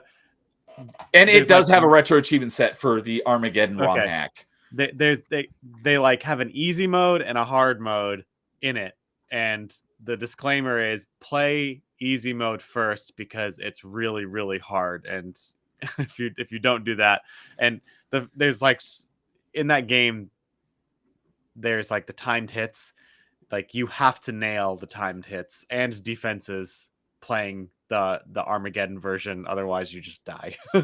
So I'll have to. I've been meaning to try to boot that one up and play that. So, and like I said, it has a retro achievement set. So if you want to play it, you can play the ROM hack with retro achievement. So, okay, one of my show me how to set that up. Yeah, I can definitely kind of give you the lowdown on how to get retro achievements running. But I'll have to let my buddy Gino. He's a huge fan of Mario RPG. It's like one of his favorite games ever. I'll have to let him know about. He probably already knows about it, but I'll have to ask him about it. See if he knows about it. But yeah, so Mega Man X3 Zero Project, fantastic. We talked about Corrupted. I feel like there was one. Oh, ROM hacks. There was one other thing I was going to mention because I was like, you know what? I want another excuse to play Mega Man X, but I don't have all the achievements, but I have all of them with the exception of like beating the game without dying and beating the game without any upgrades. I did it on the Mega Man, the GameCube version of the X collection, but I haven't done it on the Super Nintendo. Or actually, I might have that backwards, but there's also an achievement for beating each of the bosses without taking damage. Easily the hardest boss of the Mavericks, not the bosses, in the ends, the end game, but of the main 8 Mavericks. Easily the one that's the hardest to beat without taking damage is Launch Octopus. Yeah. I've done it on the Super Nintendo version. I have not yet done it on the GameCube version, so I'll have to get back to that at some point. It literally took me like 100 tries to beat that one without taking damage. When I got that achievement, I was like, yes, finally. I think he's the hardest boss to do without his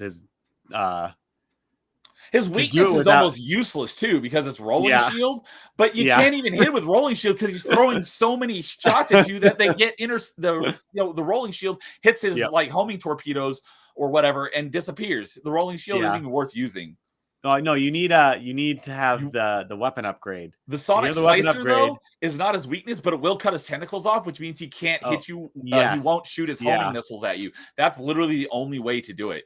Yeah. I loved how they put that stuff in there. Like you cut his tentacles off, you can cut off the mammoth's trunk, nose, trunk. Yeah, that was another cool thing with X is that when you beat certain levels, it affected other levels. Like once you beat Flame Mammoth, once you beat Chill Penguin, then Flame Mammoth, instead of lava, it's all ice, and that's how you get to one of the health upgrades. Yeah. But yeah, so I was like, let me try one of these ROM hacks for Mega Man X. So I played Mega Man X Proto Edition, and the game is exactly the same. There's no difference at all. Everything's exactly the same, except you play as Proto Man. And the only difference is Proto Man takes like 2 to 3 times more damage. Oh. So I mean, I guess he's Proto.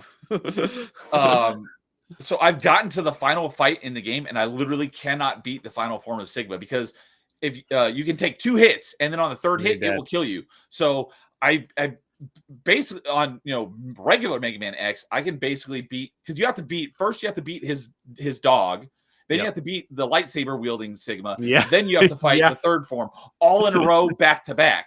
Yeah. On original version where you're playing as X, I've done it probably using 2 energy tanks. Yeah. This one, I've not been able to beat it despite using all 4 of my energy tanks. You have to, because you just take 2 hits, and if you don't use an energy tank, your third hit will kill you. So I've gotten this close to beating it, but I just cannot beat that final version of Sigma on this Proto Man ROM hack because you just take so much damage. Do you know he's a speedrunner? He does Metroid runs, Oats and Goats. I don't really know anybody in speedrunning. His channel on YouTube, he does primarily Super Metroid speedruns, but he does other games too. But he also does like ROM hacks. People just send him ROM hacks of Super Metroid, and it's some of the craziest versions of the game you'll ever see.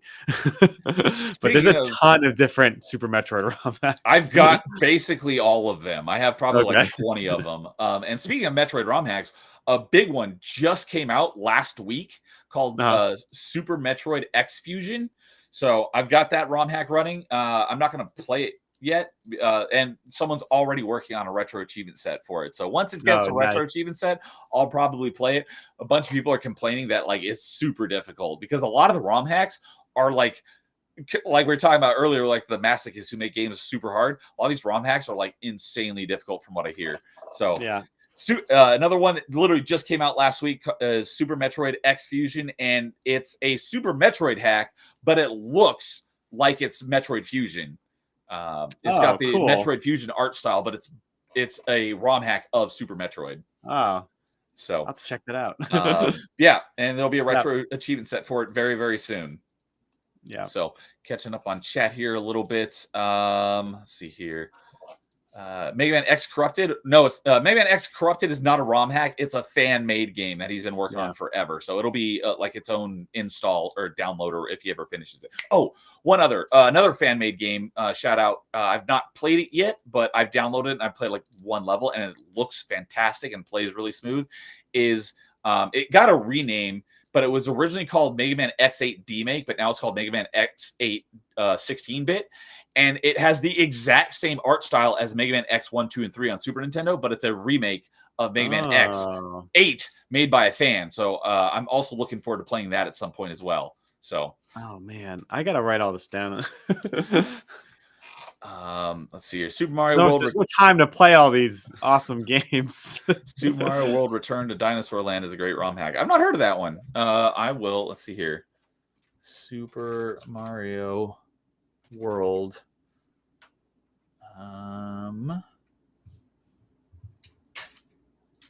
Return. Yeah, I always forget to check the ROM hacks because there's just so many. Like I've been wanting to play Ocarina of Time ROM hacks, and there's a few of them that there's a ton. I recommend.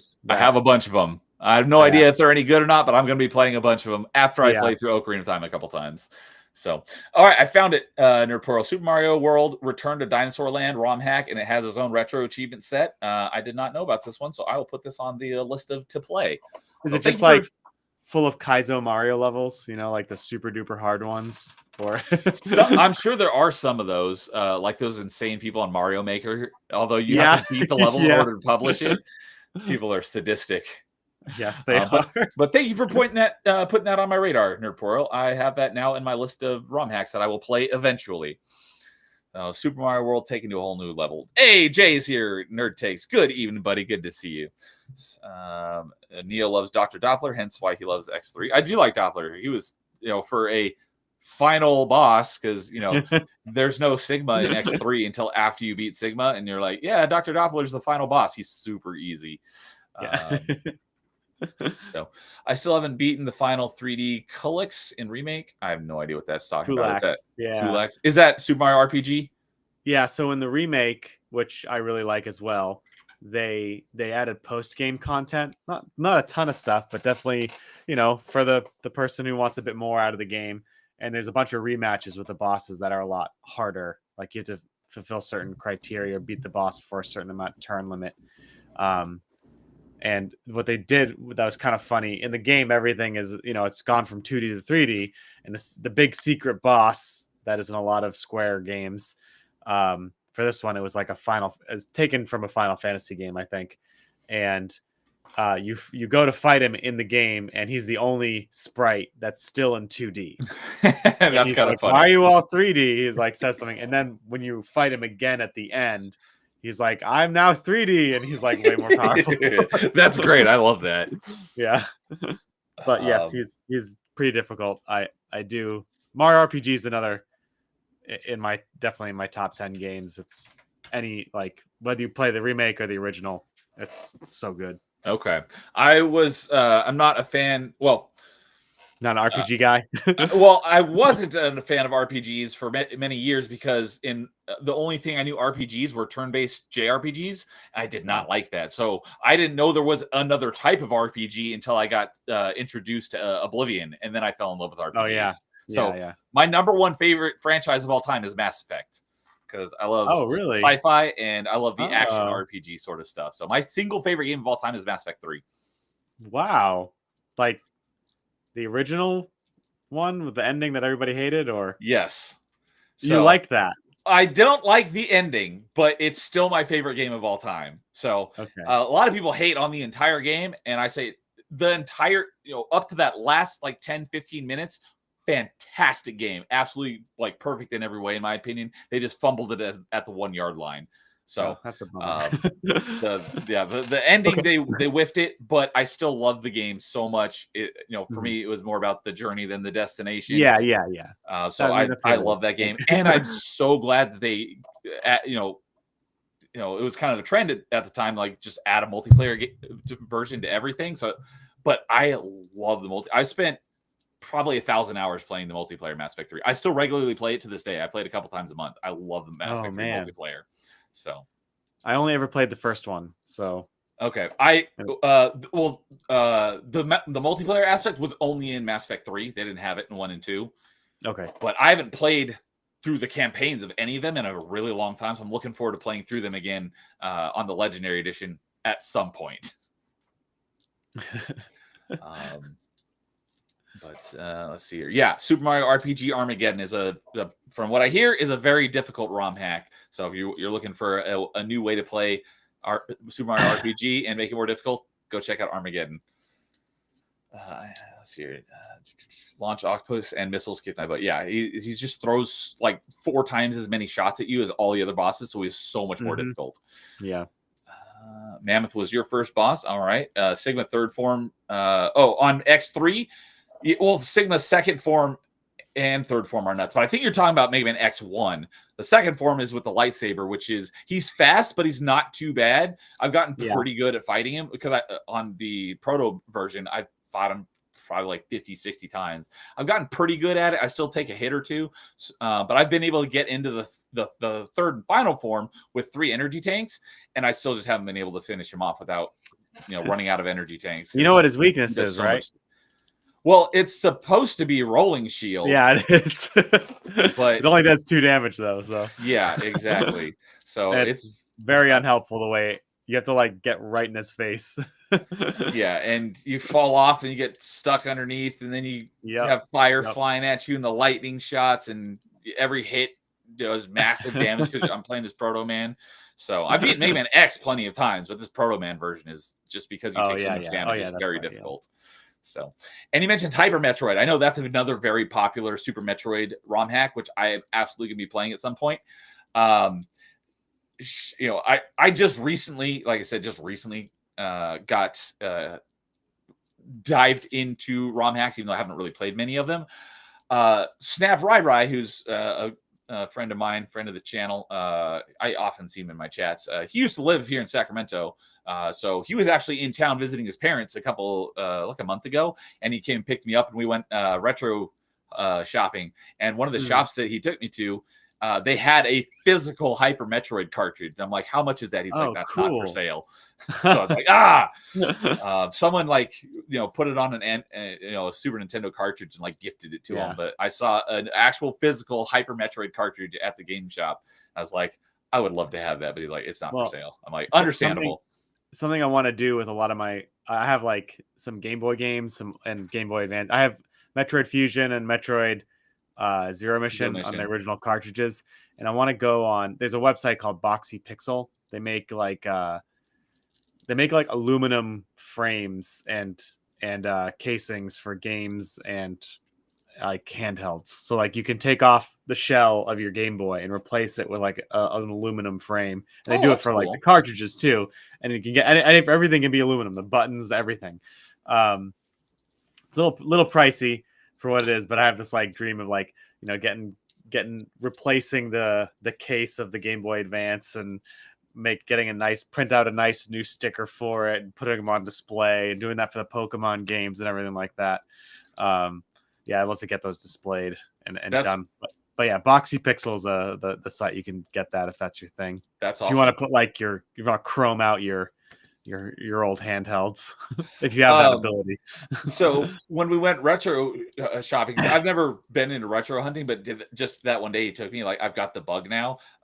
So I'm currently unemployed, but I'm not looking for work because I'm looking to start my own business. So once I got income again, I'm absolutely going to start building my physical collection up and rebuying all the old games that I used to had that either I lost or sold. But one of the shops he took me to, the second shop he took me to, they do tons of actual like hardware modding, and you can take like your Game Boy and you can have them put in like a rechargeable lithium battery. You can have them put in a backlit screen for like an original Game Boy or GBA or whatever. My favorite handle of all time was the Game Boy Advance SP. I hated when mine got stolen. I never ended up getting another one. I do have my DS, which plays GBA games, but I was a huge fan of the GBA SP. But yeah, you can go and get your old handheld consoles like modded and put lights and LEDs and get different cases and stuff. I'm like, that's good to know. So have you do you still have your 3DS, a new 3DS? I've never had a 3DS. I only have the standard DS or the DS Lite technically. The 3DS, if you still have your new 3DS, I'd highly recommend modding it and getting homebrew on it, because that community, they've just done work for it. Like, they pretty much, once Nintendo abandoned the online eShop for it, they just like, we're doing whatever we want. They like remade their own Nintendo Online, so you can still like play against other players. That's awesome. They made it so that there's a you can basically download the catalog because there's no way to get it, there's no way to get it. Exactly. And so it's like their own like iTunes store, like their own app store, but everything pops up. I did and not there's know tons about of different that. there's tons of different there are some ROM hacks on there and other programs that people just messed around with in their own like program selection place that you can go to, and you can get different themes. So you boot it up and there's like a Zelda theme and all the icons are unique, and there's different music playing, and then you turn it off and you turn it on again, and there's like your Metroid theme is up. It like changes there's so much you can do with it. If you have a 3DS or a new 3DS, definitely look into that. Okay, that is awesome. I didn't know about that, but I created a list of like all this once I start retro collecting what I want to get. 3DS is definitely on the list. So yeah, once I do, I will absolutely do that. So that is awesome. Well, thank you for bringing that to my attention, putting that on my radar. So, Nerdporeal says those Cerberus guys are bastards talking about Mass Effect 3, or just Mass Effects in general, since technically they're in all three of them, but in the first one, they're only mentioned in like a codex log like once or twice, and then they become the main, like really to the forefront there of Mass Effect 2, and then they become like one of the main enemy factions of Mass Effect 3. No final fight against Harbinger, despite it being set up in the Mass Effect 2 DLC. Yeah, 3 was rushed.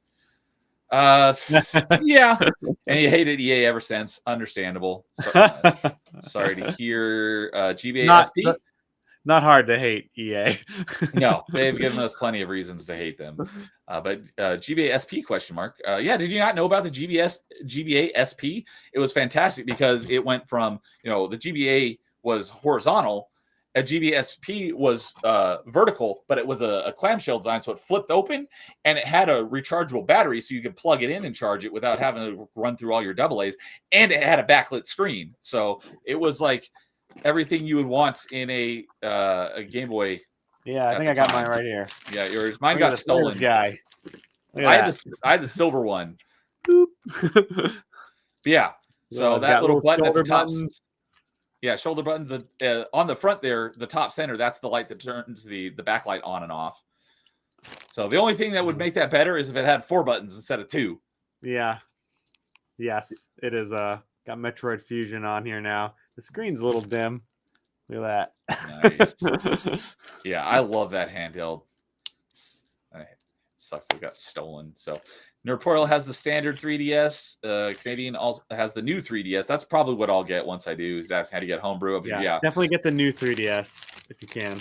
Yeah, Angry Canadian says, yeah, do a YouTube video. Yeah, I'm sure there's that.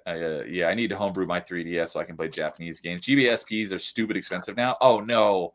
I don't want to hear that. Every retro handheld, every retro thing is stupid expensive now. Everybody, it's like, it's weird. It's like there's so much demand for them, but there's also no scarcity in it. Like you can get it, but people aren't lowering the prices. Like even broken stuff, you have to pay money to buy broken Game Boys now. Yeah, when I was out at those retro shops, they had GBA SPs. I don't remember what the prices were, but I saw them. He says you're better off buying an analog pocket. I wouldn't buy an analog pocket because I got my Retroid and I can play retro achievements on here. You can't do retro achievements on the analog pocket, so I'm happy with this. But you should get the oh yeah, I was thinking Retroid. Another what's the other? There's another. It's not Retroid. It's Ambernick. You know, I've heard of that name, but I haven't looked into those at all. They have one. I have one of theirs. They're older models. It's like the same power as a Retroid Pocket 2, so it only does like maybe PS1 games and some N64, but it's like metal. I've seen people get Switch running on this. It has a Switch emulator. Oh, really? And I was going to do that, and that way I could play basically all my handheld games on here. I wouldn't even need to take my Switch with me. The thing is, so for RetroArch, it runs, like I said, it's got an emulator for all those different platforms, all the old ones, and all you need are the ROMs, which, because emulation itself, there's nothing, sketchy legally with emulating the emulators themselves. It's all the ROMs, which there's perfectly legal ways to acquire your ROMs. Yeah. So it depends on how you acquire those ROMs is where you get into the legal gray area. Yeah. But some of the more recent emulators, like the Switch emulator, which so the Retroid, this thing runs on Android. And Android has a Switch emulator called Citron. However, you can't just download Citron and start playing and, put your Switch ROMs on here and start playing. You have to actually import data from your actual Switch device. And the thing is, the only way to do that is you have to load it onto an SD card on your Switch, plug that SD card into your computer, and then transfer that information to either your PC or, in my case, my Retroid, wherever you're using that emulator. The SD card reader on my Switch is broken and doesn't work, so I have no way of transferring that data from my Switch to any other devices. So I have the Citron emulator, but I can't do anything with it because I can't get the information off my Switch. So wait, I could take the SD card out of my Switch, put it in my computer. There's a certain process you have to do. I feel like Nintendo probably put some safeguards to prevent that from happening. And it depends on how the emulator is built, which is why that I don't know much about it, but there was that Switch emulator like within the last year or so that got shut down called Yuzu. Yeah. I don't know the details of it, but something having to do with they took proprietary software from the Switch and incorporated it into their emulator. But there are emulators that are out there that are built from scratch, and Nintendo has no legal right to shut those down because legally there's nothing they can do about it. But I mean, there was that guy who made like a hardware attachment for the Switch, and Nintendo came after him hard. Like he's got to pay money to them for the rest of his life. Nintendo they're brutal. They make great games. Their artistic department is top notch, but their business department is. Yeah, so some of these emulators, the Citron emulator on Android, which is a Switch emulator, you have to go on your Switch, you have to do something specific to transfer this data, some specific bit of data onto your SD card, and then plug that in your computer and then transfer that to the emulator. But my SD card on my Switch doesn't work, so I have no way of doing that. But there's the exact same thing, which I just found out a couple days ago with the PCSX2 PS2 emulator has the exact same thing. You have to actually have a PS2 and transfer data from your PS2 to the emulator in order to be able to play your PS2 ROMs.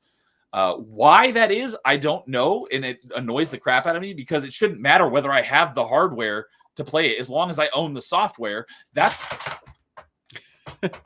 the only thing that should matter. But no, in order to play the software, you have to have an actual physical version of the hardware. But I have something that it shouldn't matter what I play it on, as long as the hardware, I have some hardware, in my case, like a computer that can play the software. Why should I have to also have the actual, first party hardware?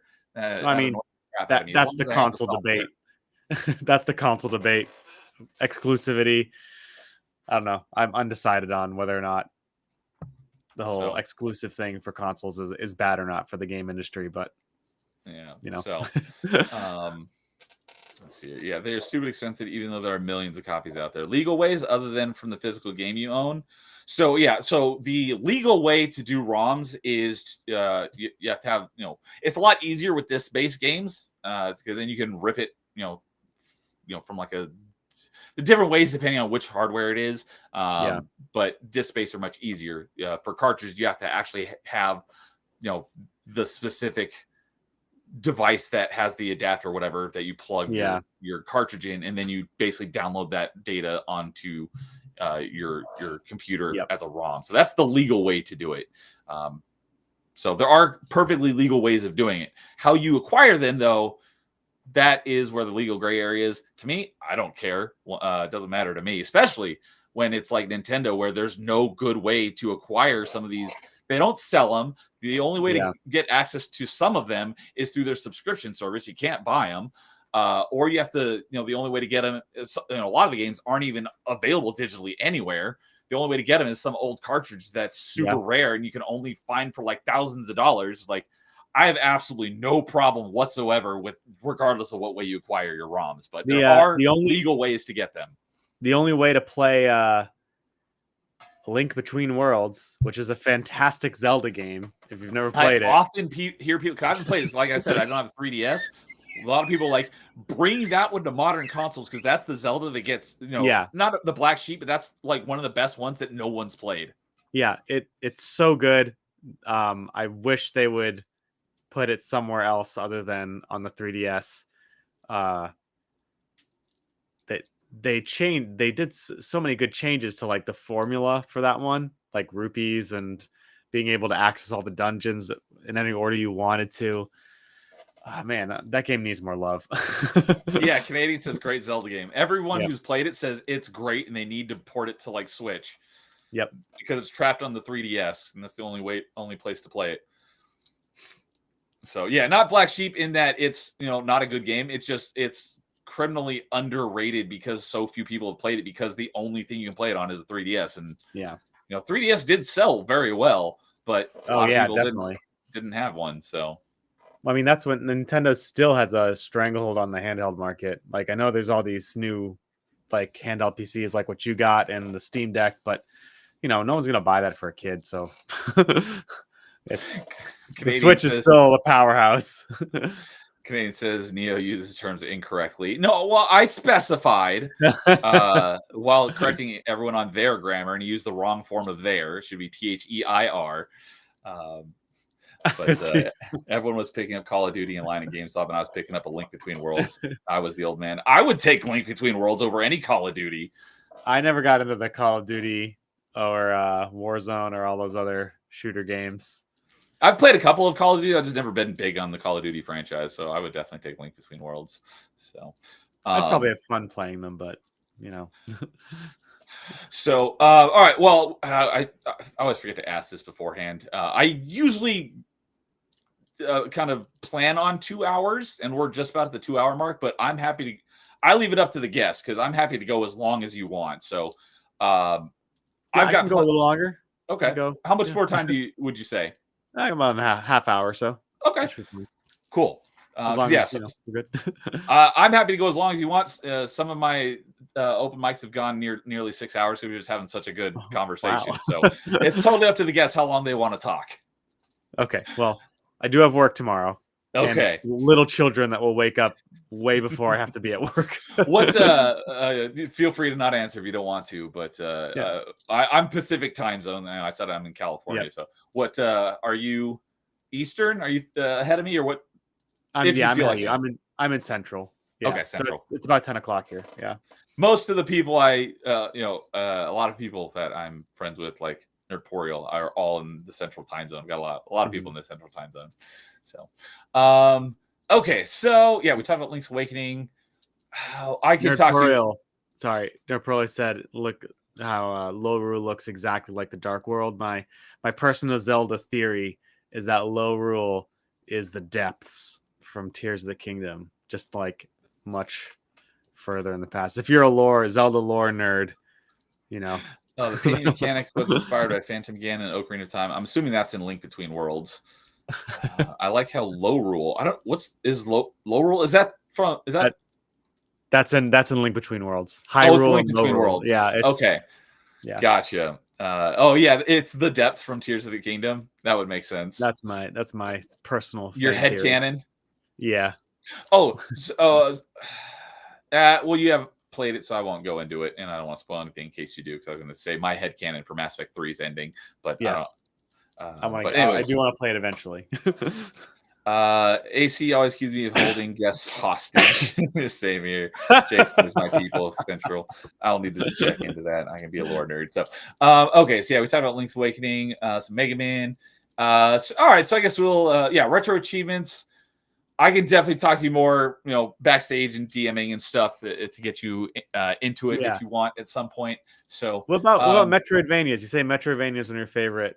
That's my next thing on here. I was like, okay, we could go into the details of retro achievements, but that's more interesting off stream. So we'll go into Metroidvanias. So it sounds like you're at least a decent fan of Metroidvanias, or is it one of for me, it's my favorite genre. Is it your favorite genre or close to it? It's definitely close to it. My first Metroid game was Metroid 2. Okay. I got it before I was like old enough to beat it. Like I had it for years before I beat it. Because I just couldn't figure it out. And as far as, there's like you're on the game, you have a Game Boy, the old Game Boy. There's no map, the screen's really small, and you just kind of have to, all the rooms look the same. But that was my first experience with a Metroidvania, or at the time that didn't exist.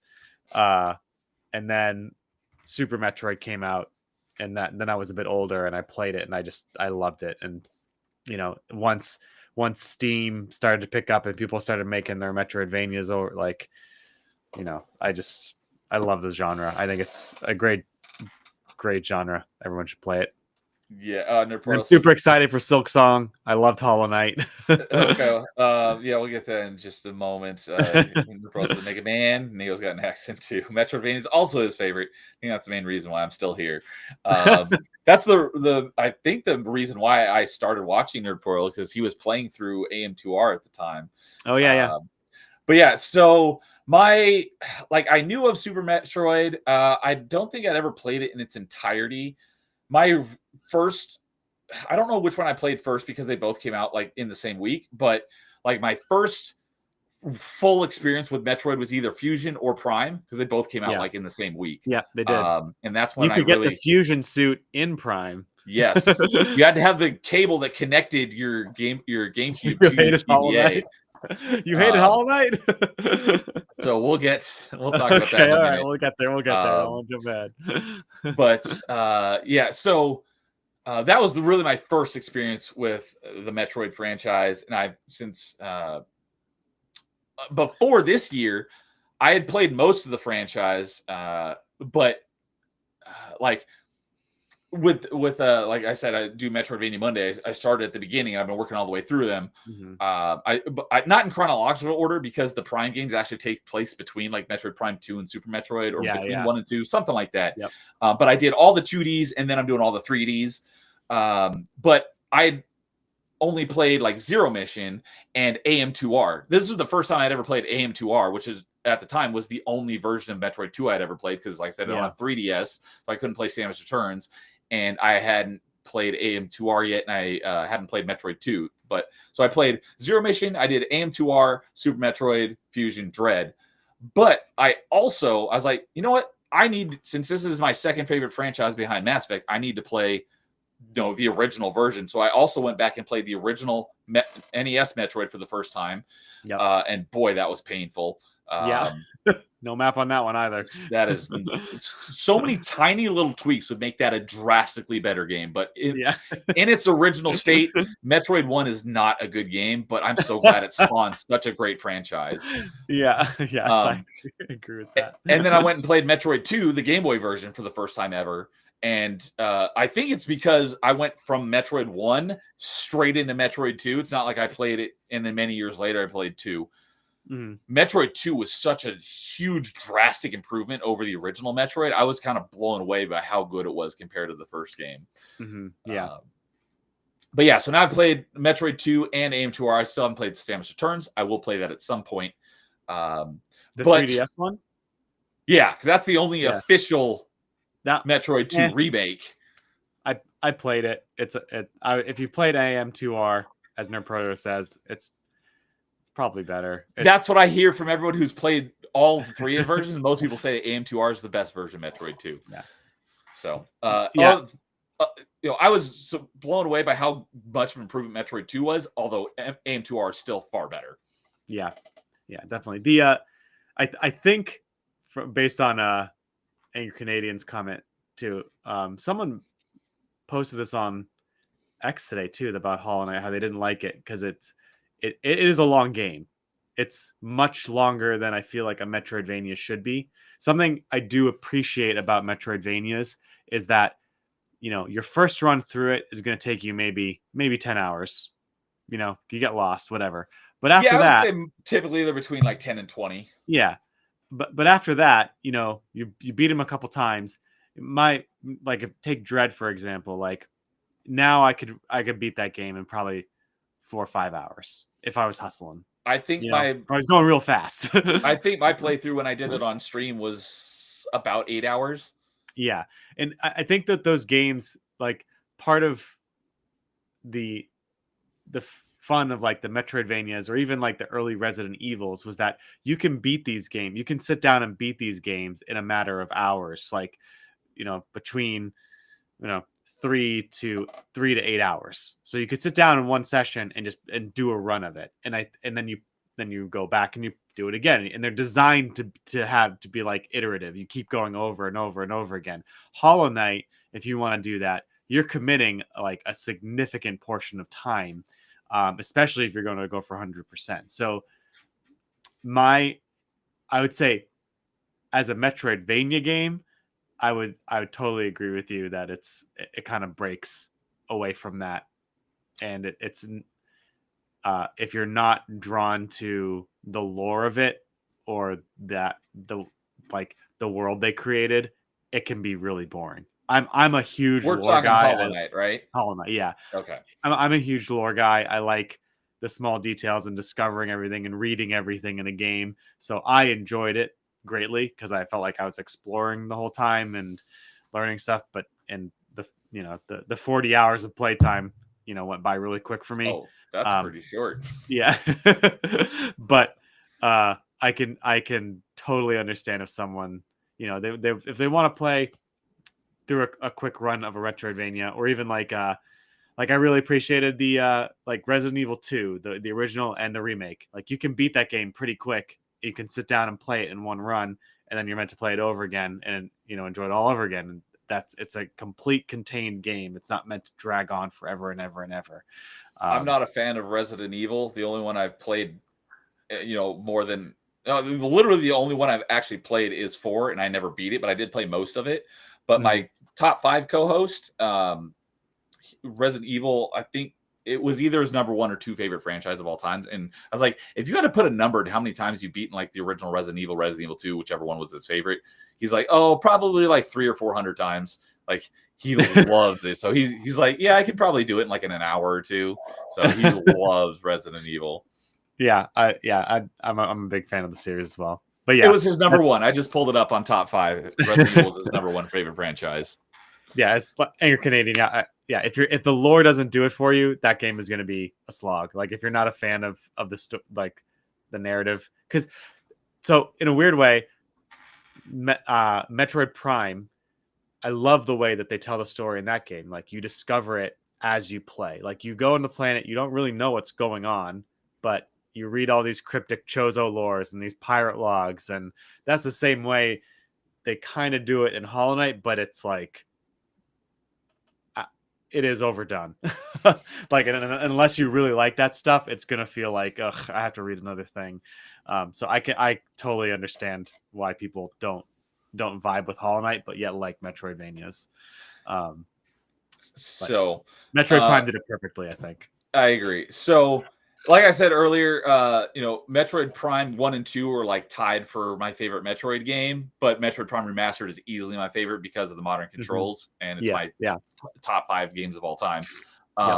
Which is your favorite Metroid game? I have to go with Metroid Prime, but I really like Dread. I think it is one of the best games on the Switch. Would you say Dread is your favorite of the 2D Metroids? Yes. Okay. I think so. I think it's an extremely polished game. The only downside is it doesn't have a great soundtrack, which really isn't that big of a deal, but I think it's a phenomenal game. Okay. And when I say that it's my favorite of the 2D, it's like that's me saying that I also love Metroid Fusion. I also love Zero Mission. I love all these games, but Dread is a great game. I think if someone were to be like, I need a modern Metroidvania to jump into, play Dread. It's so good. What about you? What's yours? Well, yeah, Metroid Prime is obviously my favorite of the Metroid games, Prime Remastered. But I was thinking about it on Metroidvania Monday one night, and I was like, obviously that's my favorite. But I'm like, what's my favorite of the 2D Metroids? And I was thinking about it, and I came to the conclusion that Zero Mission's my favorite of the 2D Metroids because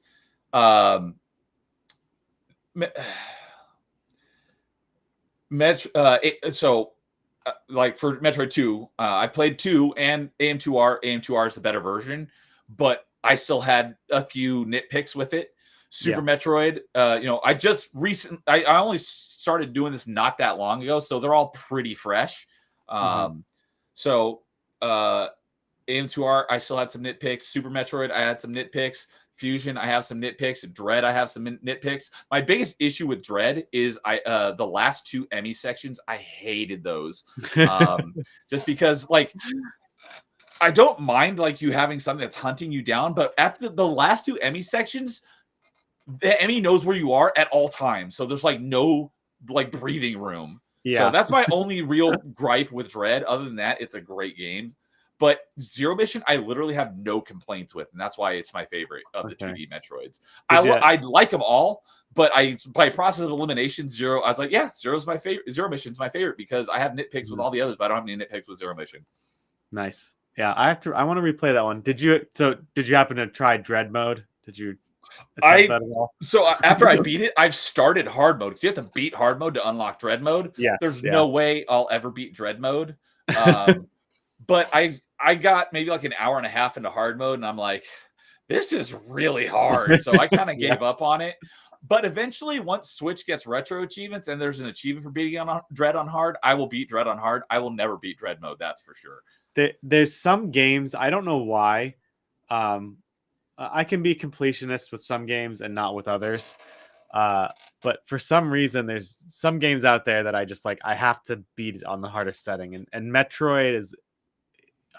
if there's an achievement for it, I'll at least give it a try. Yeah, I was like, I'm going to do this. And I did it. And I died 600 times in my first run through it. But there are just some games like the Ninja Gaiden series.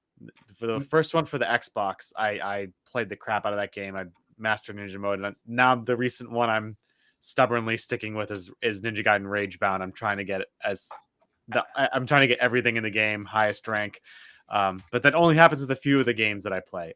I do love it when there's more difficulty, but I didn't feel the need to do that for RE7 or RE8 or other things. But I don't know why, but some Metroidvanias for some reason they bring like if there's a hardest setting, I want to beat it on that. Yeah, so Metroidvania Monday, I'm currently in Prime 3, and I was saying, back in the day, because most Metroid games don't have a difficulty setting. Yeah. Yep. I think Prime was the first one that had a hard mode, and it's not even really that hard. Same with Prime 2. Yeah, it's not. Prime 3, I think, was the first one that had 3 difficulty. It had normal, hard, and then I forget what the third one was called, extreme or something. I beat the entire game on Metroid Prime 3 except for the final boss fight. I could never beat the final boss fight on the hardest difficulty.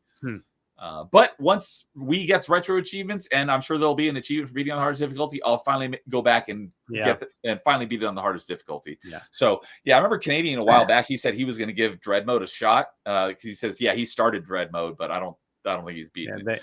I don't plan to ever beat it, but I do plan to beat hard mode once it has retro achievements. Yeah, it's basically you go into that boss and you just play it and you die and you die and you die and then eventually one hit kill. Yeah, you have to sort of that's the biggest barrier. Like getting through the stages is relatively simple. It's the bosses. It's the bosses because you have to memorize. The hardest boss is actually not Ravenbeak. It's the I forget the name of it. It's like a water one.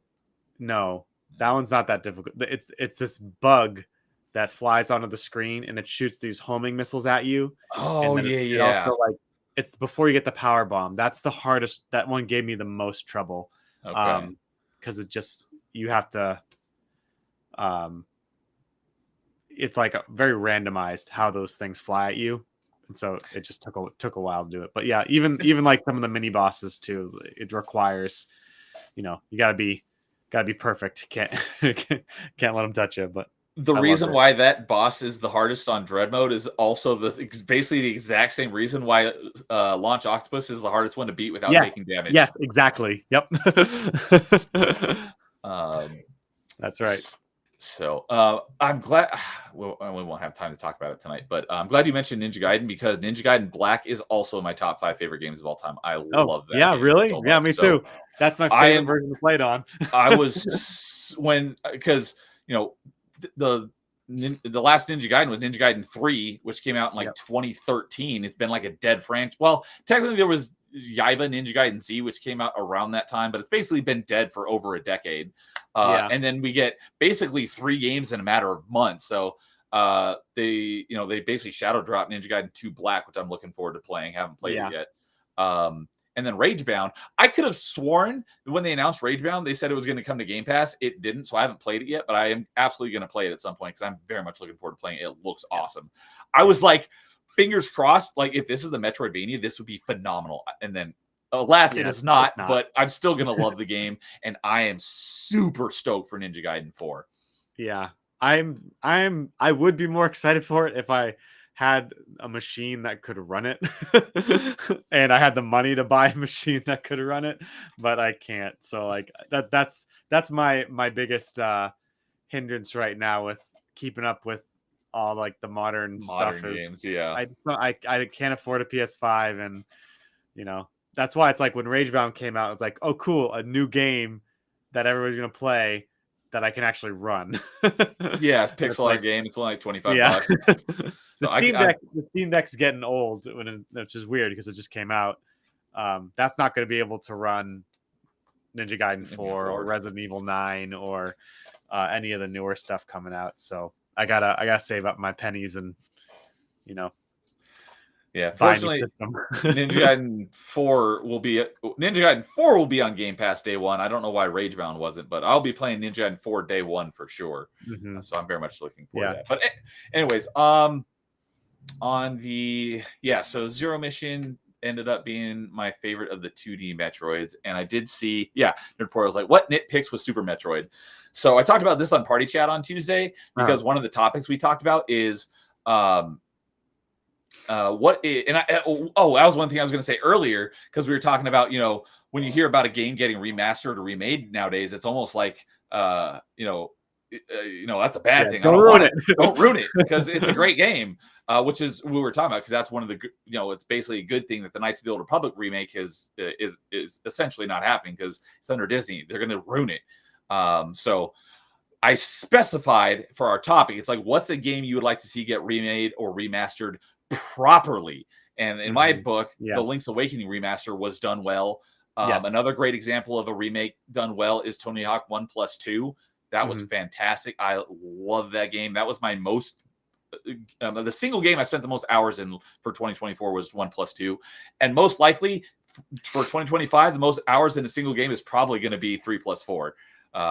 Because there's just so much to do. I basically have it in my quick resume, and I'll play it a few minutes here and there, and I'll be basically playing it for the rest of the year, if not into next year, to get all the achievements. But anyways, the topic was, what's a game you want to see get remastered done well? And my answer is Super Metroid.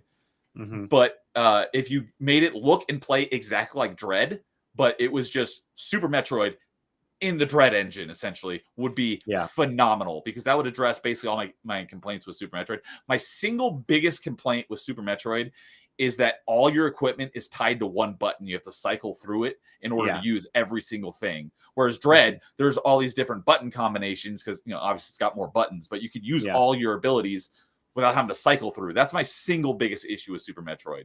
So if you could just change that one thing, like with a ROM hack, how exactly you would do that, I'm not exactly sure. But if there was a ROM hack for that, that one would probably take my spot as my favorite 2D Metroid. But that's my biggest issue with Super Metroid, is having everything tied to one button. Yeah, I mean, the older games, you have to recognize that the limitations of the hardware that they're working with, and, you know, honor it for what it is.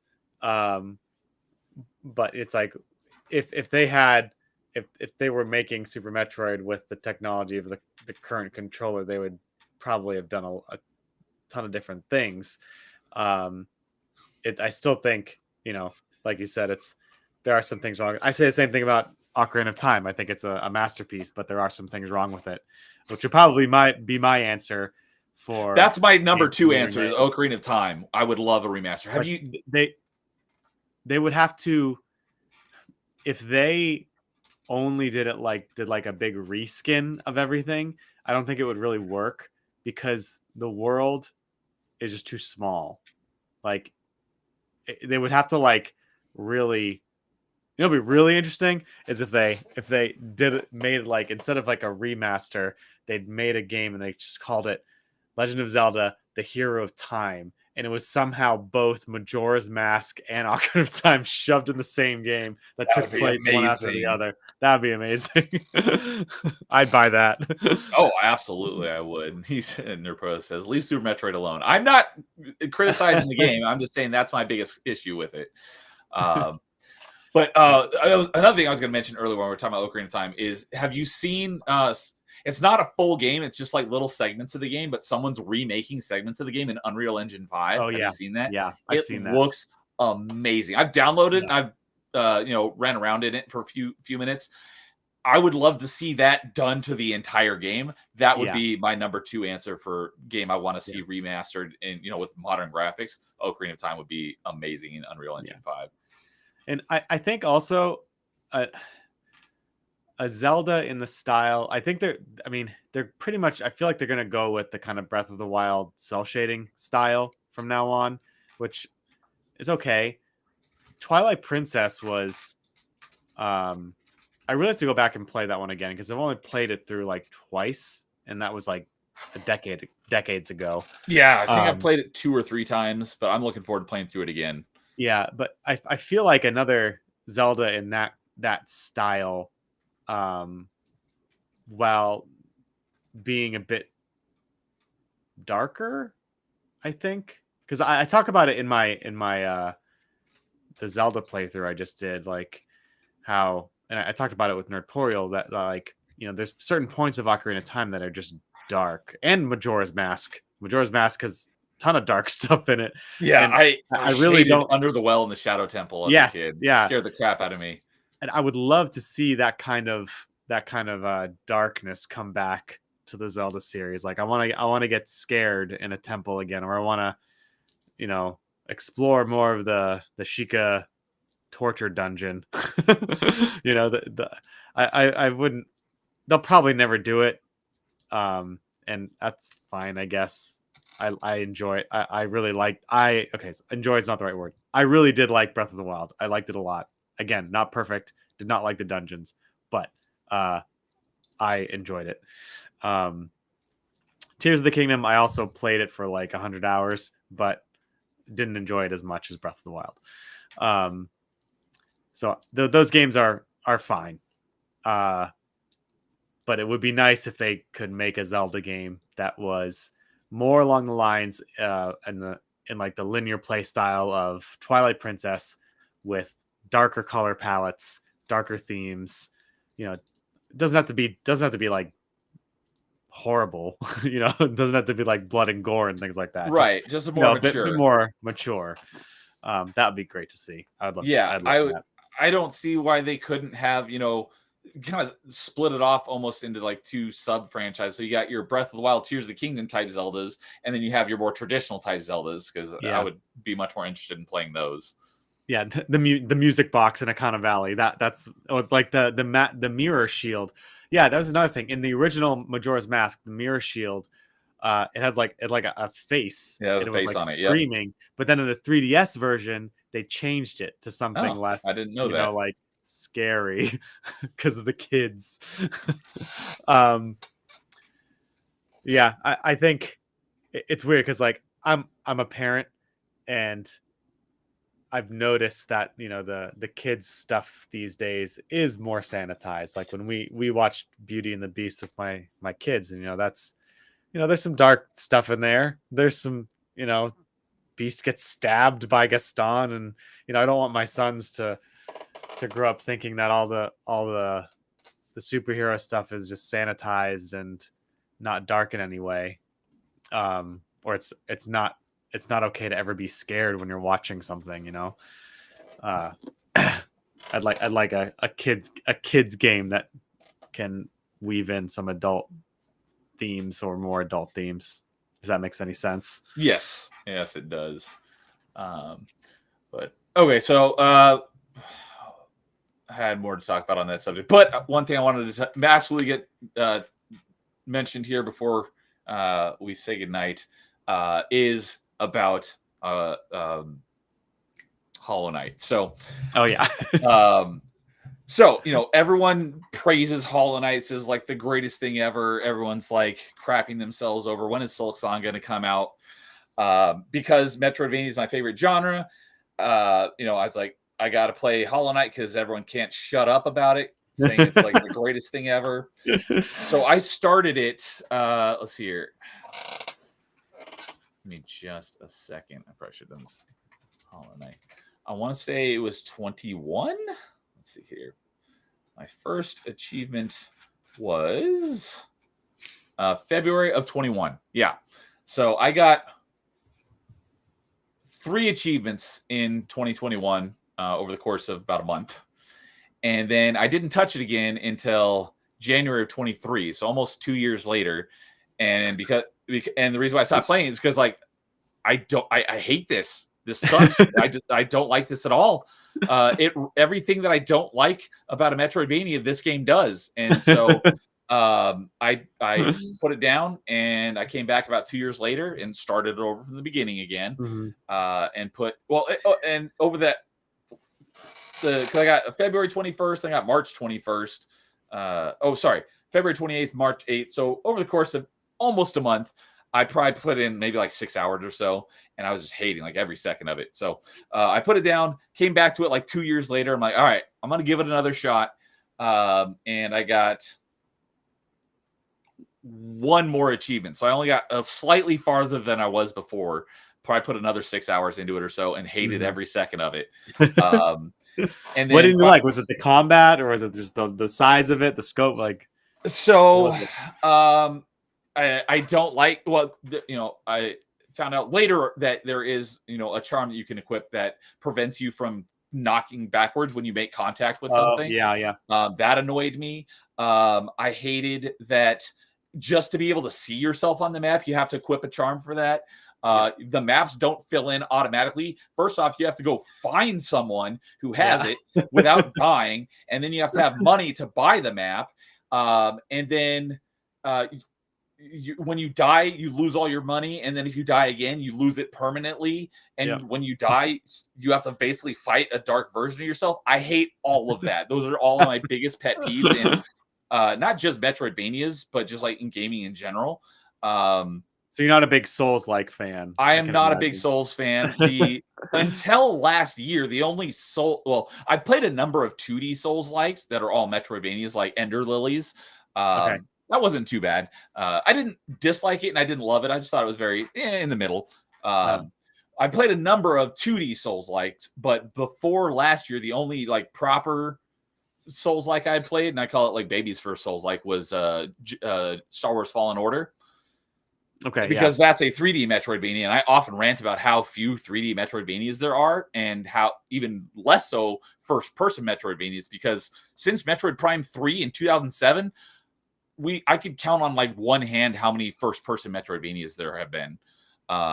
Yeah, so we're very popular. We desperately need more first-person Metroidvanias, but I rant about that all the time. And we can talk about this some other time. So I played Fallen Order, and but I actually played through the entirety of Dark Souls Remastered on stream. Oh wow! And my buddy Dude, who I've been mentioning, he's a huge fan of Dark Souls. So we did what I call Dude Souls, where he was basically coaching me through it. So I was streaming it, but he was in my ear watching me play and giving me tips and telling me like where to go and what to do. Which made it better, but I still hated it through my first playthrough. My second playthrough, where I wrapped up a bunch of the achievements I didn't get, I did that off stream, but I enjoyed that a lot better. But I still have zero desire to go back and ever play that game again. So, however, there are some other Souls-likes that I will be playing. One that even though I know it's very difficult, I'm looking forward to playing it because I think it's going to be more Ninja Gaiden-like. Because that's another thing is, basically since Souls-likes became a thing, it's co-opted the hack and slash genre. We've had basically zero hack and slash games. Give us proper hack and slash games back. So that's another thing I'm salty about Souls-like games, is they basically co-opted the genre. But the one that I'm looking forward to playing is Sekiro. I think despite it being very difficult, I think I'm going to like Sekiro. I am also going to be playing Elden Ring. I have started it and I've gotten the first achievement. I've gotten the first achievement in Sekiro as well. Elden Ring's great. I love it.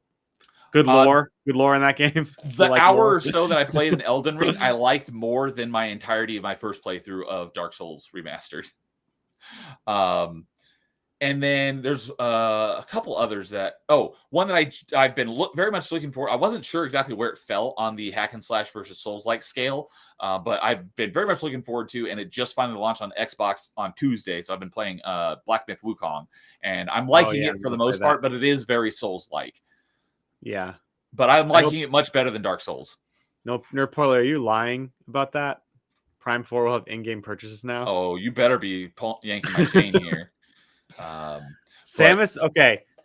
Prime 4, that's another thing.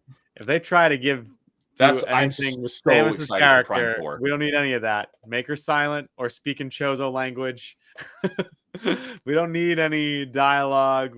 I just need a good mystery exploration game with we don't need another other M. We just need another Metroid Prime.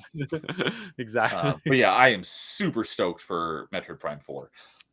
But anyway, so I've only played one proper Souls-like. I have got 100% of the achievements in Dark Souls Remastered. I have zero desire to play Dark Souls 2 or 3, but I have left it up because people like my buddy Paul, he enjoyed watching me suffer through it.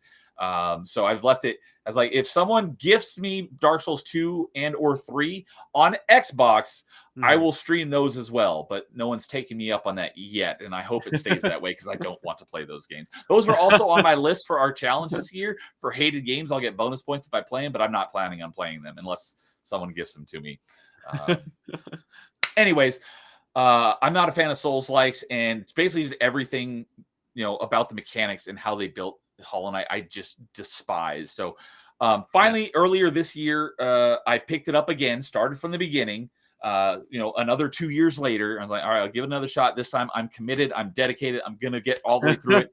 I have done it now. I have 56 out of 63 achievements. I did get the Wow, congrats. 112% achievement, so I've done basically everything. The only achievements I have left are for like beating Steel Soul mode, which is beating without dying. Never going to happen. Yeah, nope. And I there's did not also an try that. achievement. There's an achievement for beating it on Steel Soul mode and getting 100%. Never going to happen. Yep. I do plan to go back and get the speedrun achievements for beating it in under 20 hours, 10 hours, and 5 hours. And then there's an achievement for beating the 5th Pantheon. Never going to happen. Yeah, never going to happen for me.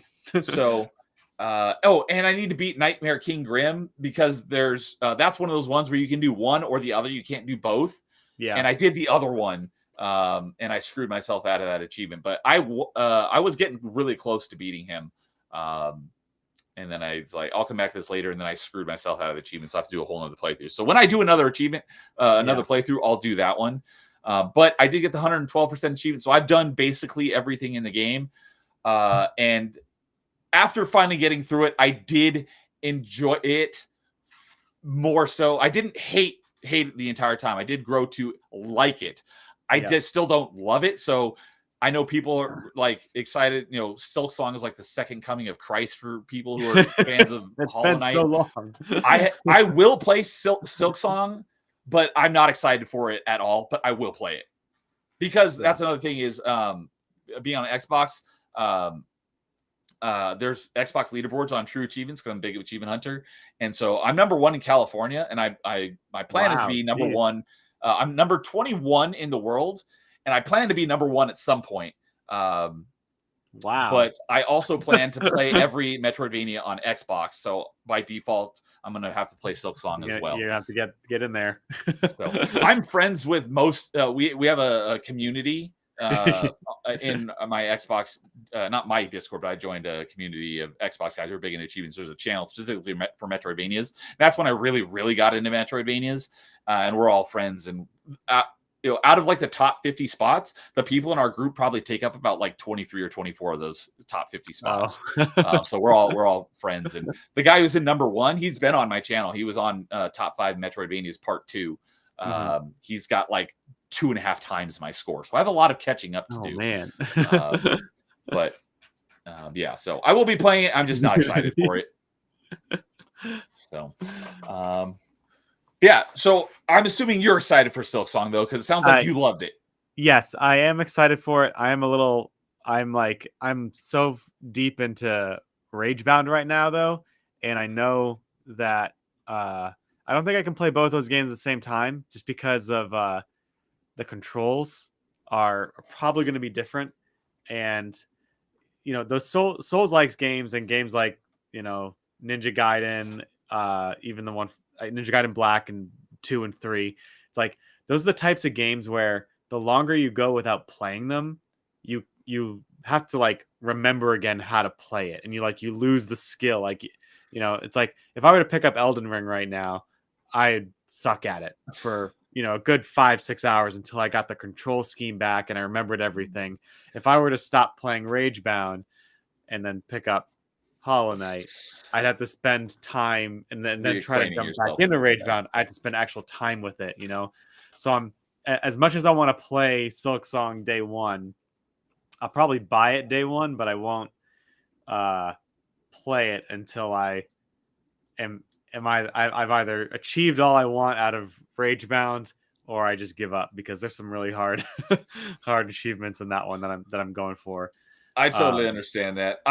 For me, I disagree with the Ninja Gaiden. Like when I went, I just recently streamed Ninja Gaiden Black again because so after I beat Dark Souls, you know, Ninja Gaiden being one of my favorites, I'm like, I need a palate cleanser. So I went and played Ninja Gaiden and I streamed Ninja Gaiden Black, and I was like, you know, I went back and did it on hard because I'm like, normal's too easy, even though I haven't played it in a really long time.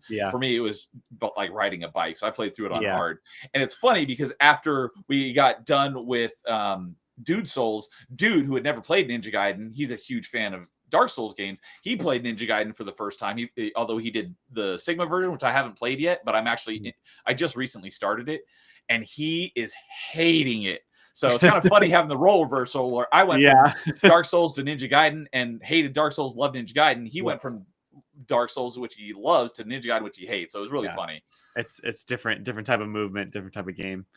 So you can get I have the Switch Ninja Gaiden trilogy. I have it on the Switch. The Master Collection, that's what I have as well. It doesn't run the best. Although I do have the originals as well. Ninja Gaiden Black, Ninja Gaiden 2 are there, and I have 3 digitally.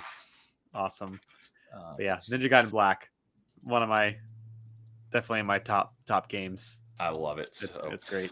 Last question here, since we talked about, with the exception of Hollow Knight, we talked about Metroid, but we didn't talk about any other Metroidvanias. My single favorite Metroidvania of all time is not a Metroid game. It is Ori and the Will of the Wisps, which does the opposite of everything that I hated about Hollow Knight. Have you played the Ori games? I played the first one. Okay, because they took Will of the Wisps is like Blind Force is a fantastic game, and they took it and made it even better. Okay. So Will of the Wisps is my single favorite Metroidvania of all time. I love that game so much. So okay, well now I'll have to try it then, because I've heard it's one of the it's great. So is your favorite Metroidvania a Metroid game, or is there one that you like, a Metroidvania that you like more than a Metroid game? Yeah, no, it's a Metroid game. It's Metroid Prime, Metroid Dread. Hollow Knight is. I was gonna say, is Hollow Knight your favorite Metroidvania? Yeah, I'd probably have to say so. Okay. Like, and honestly, like now that I think about it, I wonder if what Metroid. I don't know. I have so many Steam games that I've played over the years that I'm like, was that a Metroidvania? I got to think about that and go get back to it. One more I wanted to ask you about, because we were talking about something tangentially related. Have you played The Messenger? No, I have not. Okay, well, I won't say anything else about it. Okay. Should I add it to my backlog of millions of games? A lot of people love it. I liked it. I didn't love it, but I would recommend it. Okay. All right. It had something to do with something you mentioned earlier about League Between Worlds. I think it was when you were talking about High Rule and Low Rule. Reminded me of a feature that it plays a major part of The Messenger. Mm-hmm. To my shame, I have not played Symphony of the Night. Oh, interesting. That one and Chrono Trigger are ones I feel like they're like iconic for their genres that I feel like I need to play them before I die. Otherwise, I can't call myself a true gamer. I have no desire to play Chrono Trigger because it is a JRPG, which I'm not a fan of, but I may play it eventually just because of how high the reverence for that game is. I have played Symphony of the Night, but Angry Canadian and I are in the same boat. We think it's highly overrated. Not bad, just not as good as everyone claims it to be. Okay. Well, I'll play it again with fresh eyes, and I'll take any Metroid game over Symphony of the Night, but I'm not a big fan of Castlevania in general. Yeah, I mean, I played the first two. So I did want to catch up on a bunch of chat, but I'll want to let you go if you need to. Yeah, I got to run. I got to get to bed, but all right. Well, thank you very much for joining me. I've got more stuff I would love to talk to you if you ever want to come back on again. Yeah, that's the whole point of open mic, is just talk about video games. So if you ever want to, let me know. I had a great time chatting with you. I'm going to stay on here for a few more minutes and catch up with the chat. So, Jay Bongo, what do you got going on? Anything you want to plug? Yeah, just follow me on Twitter or X. Sorry, that's my. I still call it both. My main platform right now, but I'm also on Rumble and YouTube. That's where I kind of log most of my gameplay footage. I am branching out into actually speaking game reviews. I did one on Ragebound, and I'm trying to get one done on my recent playthrough of Ocarina of Time. It's more of just a reflection than it is of a review, because there's a million reviews on that game. Nerdporeal's 5.5 hours. Yeah, exactly. Can't top that. Mine's gonna be 15 minutes, maybe. But next up, I am trying to figure out the next game I want to play. I'm thinking it's gonna be the PC port of Majora's Mask. Nice. But I'm gonna keep on posting about game design and reading my game design books. That's another thing I wanted to talk to you about tonight, but we'll have to talk about that some other time. Next time. There's always another time. But yeah, I just trying to get into deeper discussion on games and what they mean and how they can affect us as people and our culture and things like that. So that's what I do and where I'm going with it. So Anyway, this was a ton of fun. Thank you for joining me. That's the whole reason I started my channel, is just to talk about video games. So yeah, you're always welcome back here. And for anyone who's listening, his link to his channel is both. I just learned you could do this. I didn't know this until like a week ago, that you can actually tag their channel in the stream title. So cool. I've always been putting it in the stream description. I didn't know you could put it in the stream title. So it's both in the stream title and the stream description if you want to go check out his channel. Thank you. So thank you very much for joining me. I had a great time chatting with you, and I look forward to chatting with you again, and we will see you later. Have a good night. All right. Good night.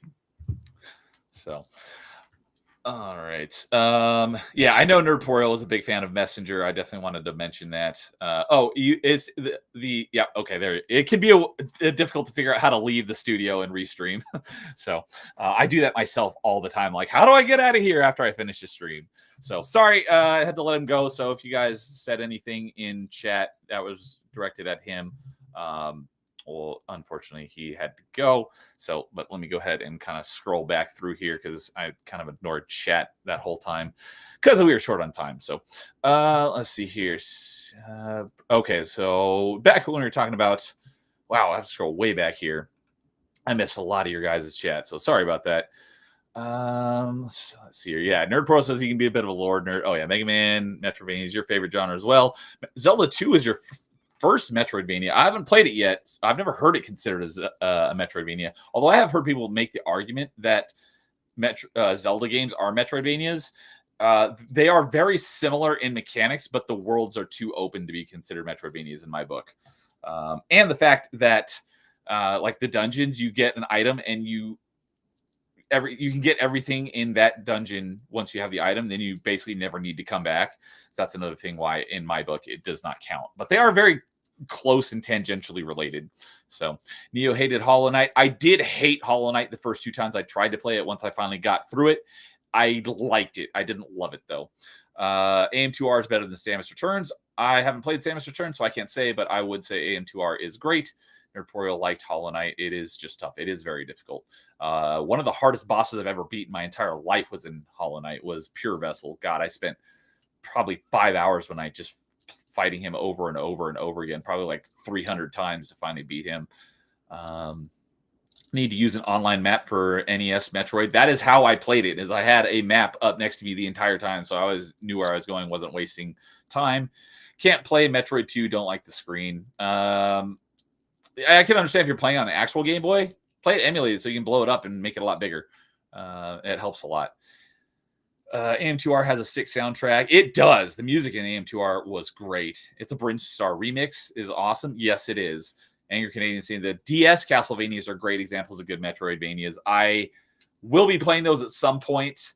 I don't have the Dominus collection yet because it hasn't gone on a big enough sale for me, but I will be picking that up and playing it at some point. I do own the Castlevania Advance collection, which are the advanced Metroidvanias. I haven't played those yet either, but I will be starting with those, and then I'll be playing the DS ones. Let's see here. You were okay with the length of Hollow Knight? Didn't bother you at all? Fair enough. Yeah, let's see. I still have it up here. I put 72 hours in total.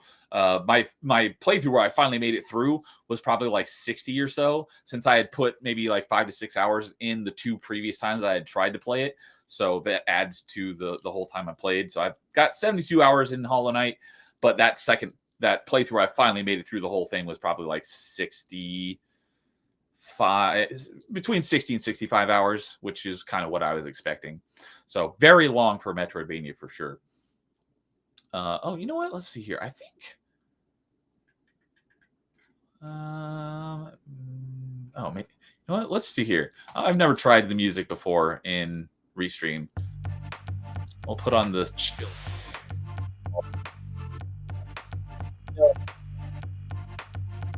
Powering. I don't think it should be too loud, but if that's too loud, let me know and I'll turn it down. I think I streamed Super Metroid 100% in 10 hours. Nice. I did get 100%. I got the achievement for 100%ing it.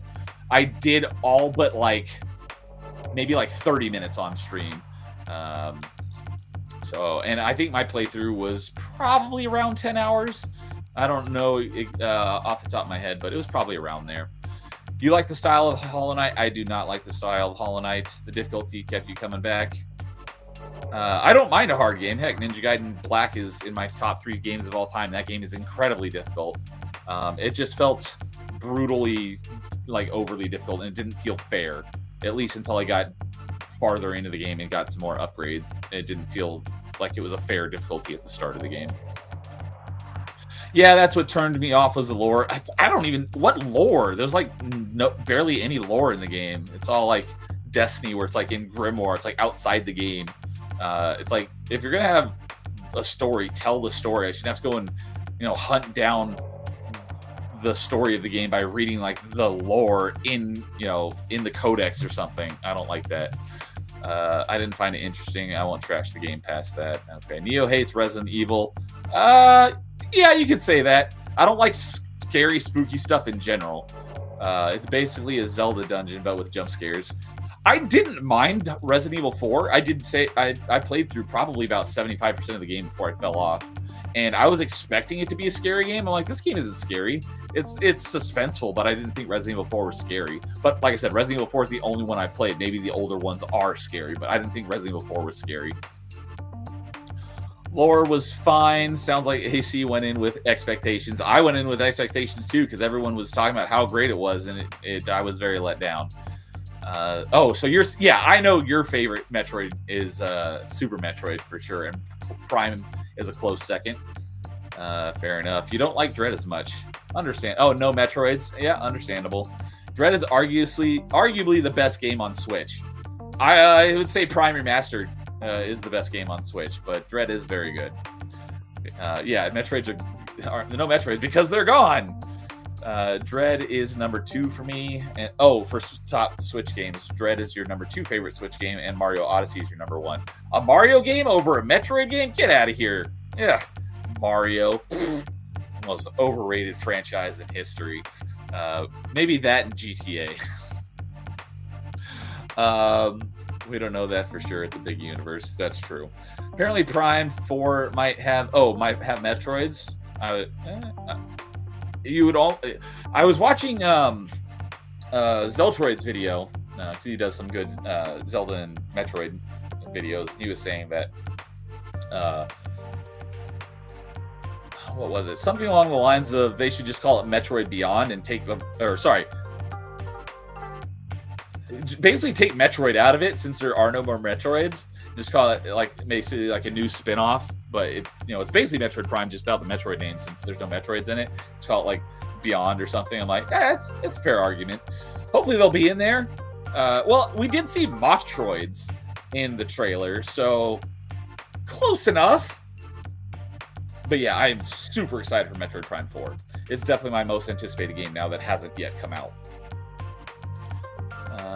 Prime 4 is still an interquel. Oh, because it takes place after Prime 3, but it's still like before Super Metroid or Fusion, something like that. I'm tired of fighting the same monsters. It's the Halo Flood fatigue for you. I'm not sure which game you're referring to. So, I'm assuming you're still talking about Hollow Knight? There's a wide variety of enemies in Hollow Knight, if that's what you're talking about. But maybe you're talking about just fighting Metroids over and over again in Metroid. Maybe that's what you're talking about. What nitpicks with Super Metroid? I did touch on that. Give me a different threat. Understandable. To quote you, the stakes need to be higher. I don't know what you're referring to in that. But yeah, Canadian started Dread mode. How far did you get in Dread mode? I've only gotten like an hour and a half into hard mode. But I will beat it once I have retro achievements for it. But I probably won't beat hard mode until then. Yeah, the boss fights are brutal in Dread mode. Yeah, Nerdporeal started hard mode. It's kicking your butt. Yeah. Wait. So if you're lost in Dread, not Dread mode, but in Dread, not sure where to go. Is that what you're saying? I did get a little lost in my first playthrough as well. Having different monsters doesn't necessarily raise the stakes. X-Parasite doesn't do it for me. Fair enough. Yeah, it does. If the older monsters have become absolute, the Federation is a counter to the Metroids now. Chozo being alive was like, why now? Yeah, I was wondering, Was there ever anything that established that the Chozo were gone? It's like, why don't we ever see them? And then they show up at the beginning of Dread, and it's like he's trying to kill you. It's like, wait, I thought these were, good people that liked you. Yeah, Nerdporeal saying Ninja Gaiden 3 came out in 92. Yes, the original on NES. I've not played the NES Ninja Gaidens. I've only played the modern ones. So Ninja Gaiden 3 on Xbox 360 came out in let me pull it up here. Ninja Gaiden 3. I want to say it was 2012 or 2013. March of 2012. So I was very, very close. You barely played your PS5. 4, a sequel to the Ancient Ship of Doom. I don't know what you're talking about.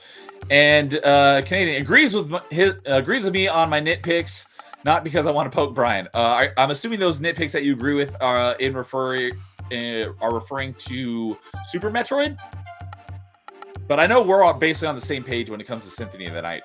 But we hadn't talked about it yet when we were talking about in the chat. So I think that's what you're talking about, is Super Metroid. Absolutely not. Leave Super Metroid alone. Not bad. Those are just my nitpicks. The cycling doesn't bother you. Fair enough. It annoys the crap out of me. But it can be annoying. At least you admit it. It can be annoying. I like Canadian, like Jason's point about Ocarina of Time's combat. It's way too slow. I don't think he mentioned anything about the Ocarina of Time combat tonight. Maybe previously. Maybe on Nerdporeal last on Friday. I don't mind. I thought it was. I love Ocarina of Time's combat, but I haven't played Ocarina of Time in a very long time. So maybe I'll change my mind when I get to playing it again. I don't think so though. I love it. Running out of super missiles and going to missiles. Yeah. Ocarina of Time HD. I want that too. Yeah, an actual HD, because 3DS, that doesn't count. A mobile game only. No, give us a proper one that we can play on our TVs. I agree. Yeah, Canadian saying Ocarina of Time 3D. Seeing videos of people emulating the 3DS and upscaling it, and it looks great. Well, that's cool. But yeah, Nerdporeal and I are on the same boat there. It says get rid of the 3D and put it in HD. Agreed. The music box in Icona Valley was very creepy. Yes, it was. When AG and Enuma said the traditional style was the thing of the past, it killed me. Agreed. Same here. I'm not very inclined to play Breath of the Wild and Tears of the Kingdom. I will at some point. They're not really high on the priority list. If there was a proper, an actual sequel to Skyward Sword, then I would absolutely play that immediately. You didn't like Superman. You did love Spider-Man No Way Home. Okay, I don't remember us ever talking about movies, but I like No Way Home. I haven't seen Superman. I don't know if or when, much less if I'm ever going to watch it. You want a sequel to Spirit Tracks, but set in the modern era. Okay. I heard that Spirit Tracks was not great. Played Phantom Hourglass, but I never got around to playing Spirit Tracks. I will play it, though, because it's got retro achievements. I don't think it's the greatest thing ever, but I liked it for what it was. It was enough to get me to keep playing. I have no idea what game you're referring to right there. What does it do? You'll have to explain, catch me up on when you say, what does it do? What did you mean by that? Modern era GTA Zelda? No, I don't think he meant like a GTA Zelda. I think he meant, a more modern looking Zelda made in the current day rather than the older ones. Dark Souls inspired. Shovel Knight did that too. Not sure exactly what you meant by did that too, but I know Shovel Knight's popular. But that's just a straight up platformer. I don't think that's a Metroidvania. I haven't played it though. Keeps you on your toes. Metroid Prime 4 will have in-game purchases now. I sure hope not. You told Jason why you didn't finish Elden Ring. Understandable. Imagine finding a piece of heart, but the game doesn't allow you to expand your health on any further. That was one of my big issues with one of my many issues with the original Metroid. It's like you have 6 energy tanks. Oh, I picked up another one. Oh, but it does nothing because you can only hold 6, even though there's 8 in the game. It's like WTF. So, and you put a link that the rating has in-game purchases mentioned. Oh, I hope it's just. It better only be cosmetics, like skins or something. It better not be more than that. Other than that, Elden Ring grew on me thanks to my buddy Dread Roberts. Oh, I know Dread Roberts is a huge fan of Elden Ring. We talked about that when he was on Party Chat last year. Silk Song managed to come out before Wins a Winner. Yep, that is true. Community in air quotes, or in quotes, not air quotes. I don't know what you mean by that. Like Community, the TV show? I've only seen like one episode. But yeah, I've got an Xbox community, and we're all big into Metroidvanias. Oh, I forgot to mention with him that I run a Metroidvania contest on the Xbox side of things. I hear Rage Round takes place during the NES Ninja Gaiden, so you're not Ryu Hayabusa. I haven't played the classic one, so I don't know, but I was just looking at the timeline, I think just yesterday, and found out that chronologically, the modern Ninja Gaidens do take place before the NES one, so they're actually prequels to that, which I literally did not know until like yesterday. I hate that. That's part of the reason I didn't go back to games I did not finish. Sorry, I don't know what you're referring to in that context. Xbox Ninja Gaiden looked hard. It is very, very difficult. The original release of Ninja Gaiden on Xbox only had 3 difficulties: normal, hard, and very hard. Ninja Gaiden Black added a Master Ninja, and that is I beat very hard. I was not able to beat Master Ninja. Master Ninja is one of the most difficult things like ever. It is a very, very difficult game. But they also, because people were complaining about the original Xbox release of Ninja Gaiden was too difficult, that in Ninja Gaiden Black they released a easier difficulty called Ninja Dog. It's not available by default. You have to die like 3 times in the first level, and it'll ask you, hey, do you want to make the game easier? And then you'll get Ninja Dog difficulty, and you have this giant pink ribbon on your wrist for the rest of the game, basically taking the coward's way out. Have you played Axiom Verge? Yes, I have beaten Axiom Verge. I don't have 100% of the achievements.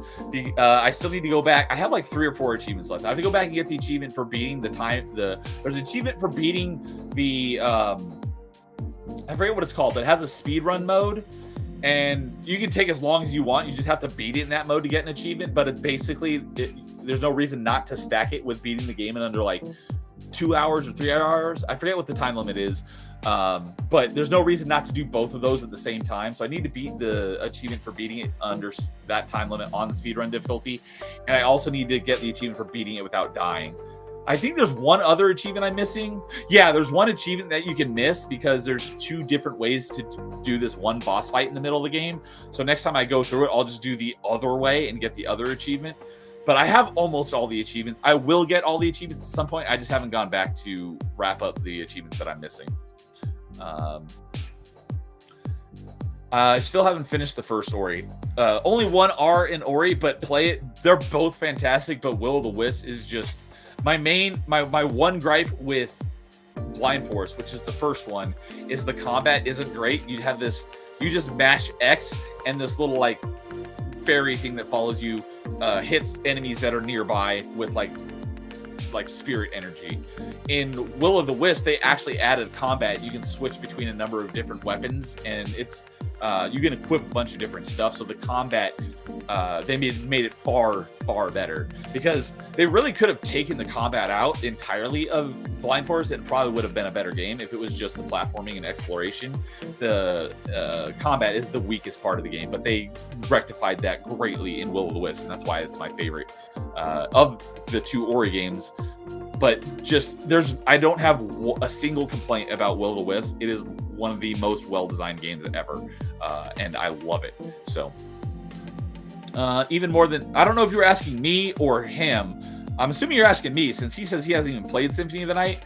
I have played Symphony of the Night, but it's highly overrated, in my opinion. I'm not huge on the Castlevania franchise. The only ones I've played are Symphony of the Night, and for a long time, my first Castlevania game I ever played in its entirety was Lords of Shadow.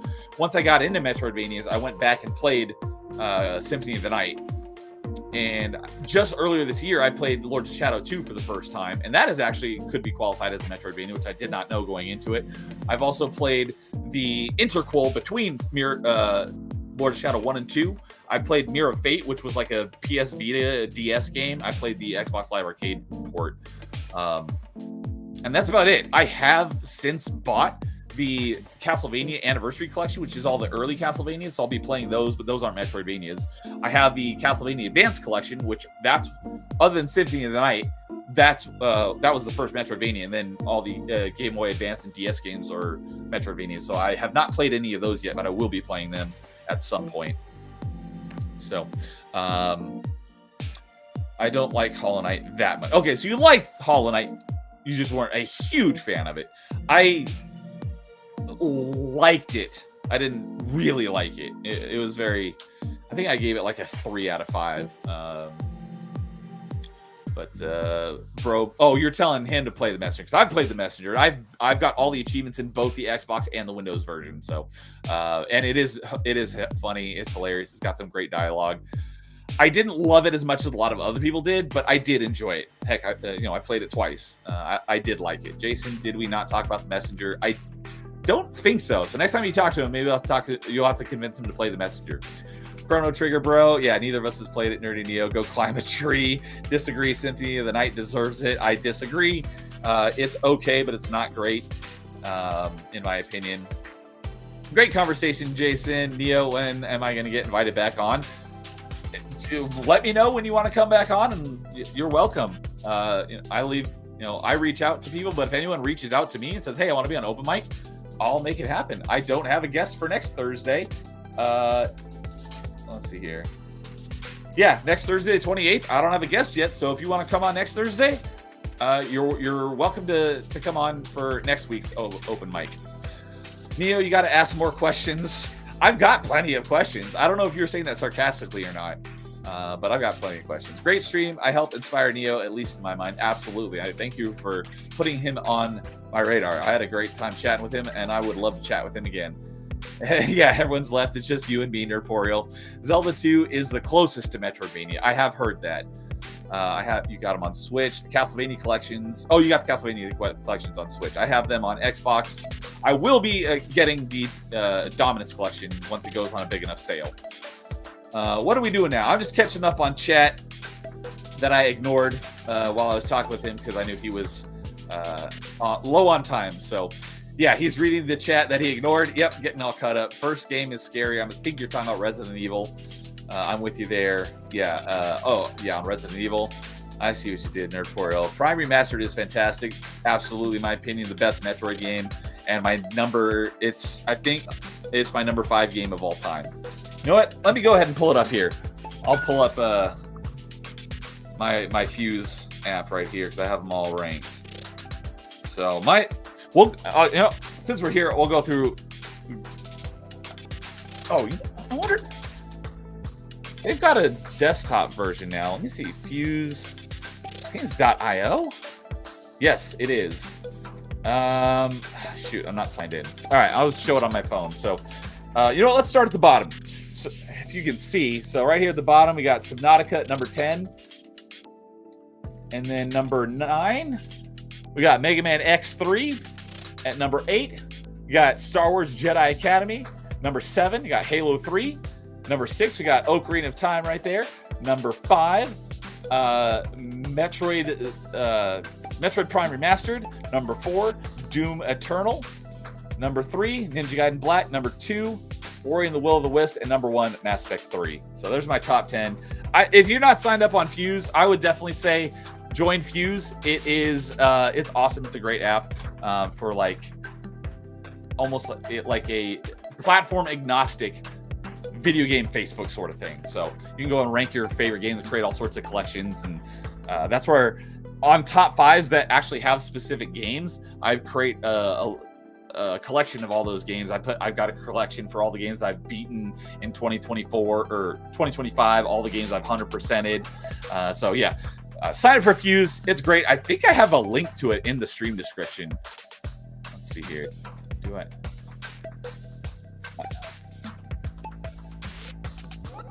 I do.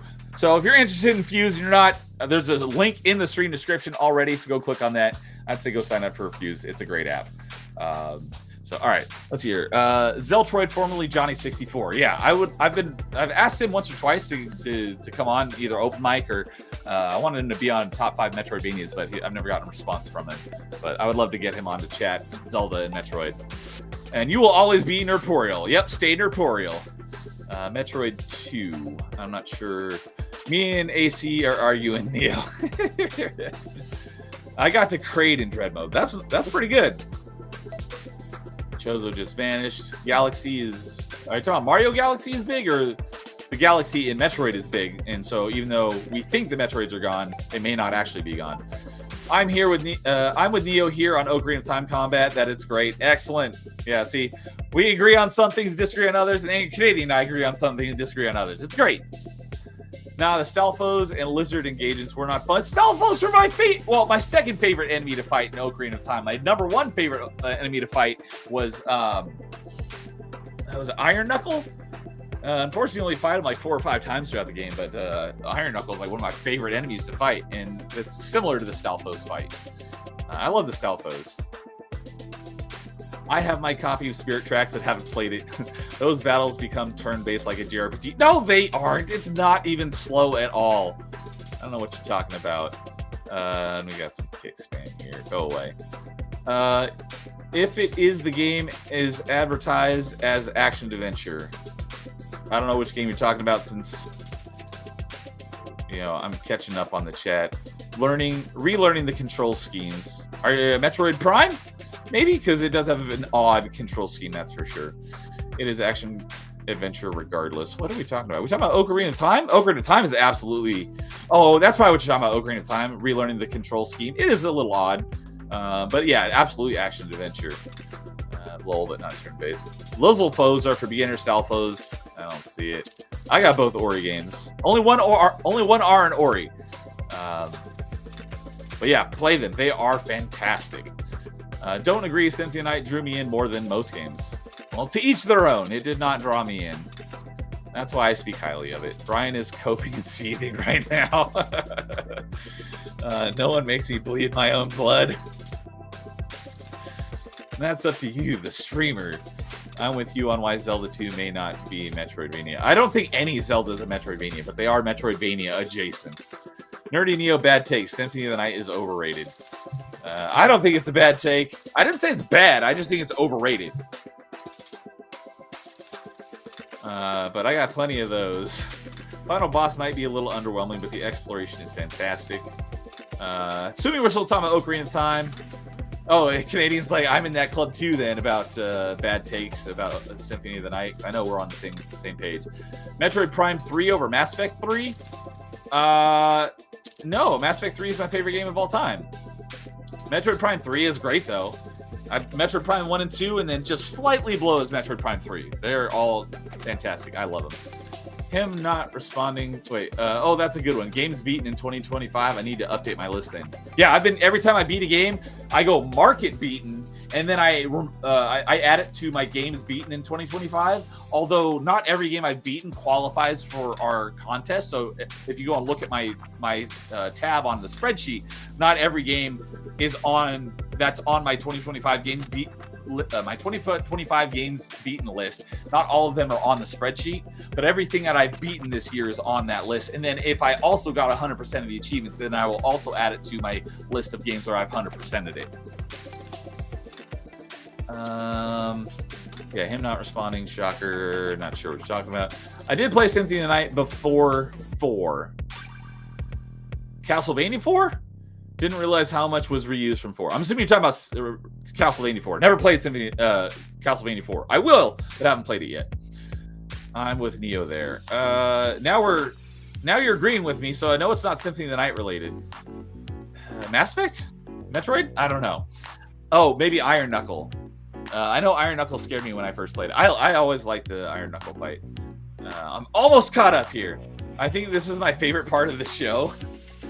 I love talking about video games, so if you want me to talk, I was going to wrap it up here once I get all caught up on chat. But, Zeltroid not responding to you either. Yeah, I messaged him like a couple years ago and then like another year ago, and I messaged him like a week ago. I've never gotten a response from him. I would love to chat with him, but I haven't gotten a response from him. But if you guys want me to talk about more stuff, you can mention it and I'll keep chatting. Heck, if either of you want to hop on right now and just chat with me, I'll send you the link. I don't normally I go and eat right now, but I'm not really that hungry right now, so I'm not in any rush to end the stream. So if either of you guys want to hop on and just chat with me for a little bit, I'll send you the link. We can argue about stuff. I love just talking, as long as I got something to talk about, I have no problem just talking to myself as well. I don't often do solo streams. I've done probably like 3 or 4 of them, as long as I got something to talk about. But if I just go live with nothing to talk about, then I'll be, reliant on the chat to give me something to talk about. So, Symphony of the Night. No, that's my take. I'm denying Mass Effect 3.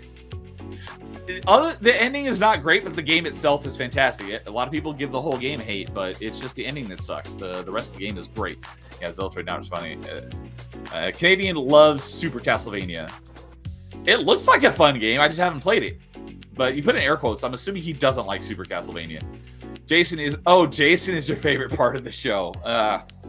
Fair enough. I see how it is, Nerdporeal. Zeltrate showed up in my chat with Jason. He did. I was chatting with him, and I messaged in chat. I was like, "Hey, I would love to get you on to chat sometime." And then I think he stopped responding in chat. I think I scared him away. You made potato and leek soup. All right. I don't know what I'm gonna have for dinner tonight. We'll see. I'll figure it out after I'm done here. I gotta put a shirt on. Send me the link. All right. I would love to argue. All right. You guys want to hop on? Let me give you the link here. I gotta go pull up the link again. By the way, I'm at work like a proper citizen of society. Hey, although I am unemployed, I'm not. I've gotten more work done in the last 2 weeks than the entire rest of the year put together.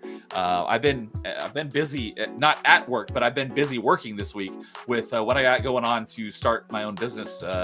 We're making a lot of progress, and Nightmare and I are working together, and we're both really excited. And I don't know how long it's going to be until we get what we're working on out to the public. But I know you're all really going to like it. I'm hoping we can get it out before the end of the year, but we've gotten a lot of great work done in the last 2 weeks, and we're almost done with the design phase. We're almost ready to move into the building phase. So I haven't got as much gaming done in the last 2 weeks because of that. So, but I'm not just sitting on my butt not doing anything. All right, let's see here. Invite guests. Copy link. All right, let's see here. Where are you guys on my... I haven't DM'd you guys in a while. There's Canadian. All right, there's the link, Canadian. When was the last time I DM'd with Nerdporeal? How far do I have to scroll down this list? It's been a while. All right, I can't find it. I'm just going to go to the search at the top.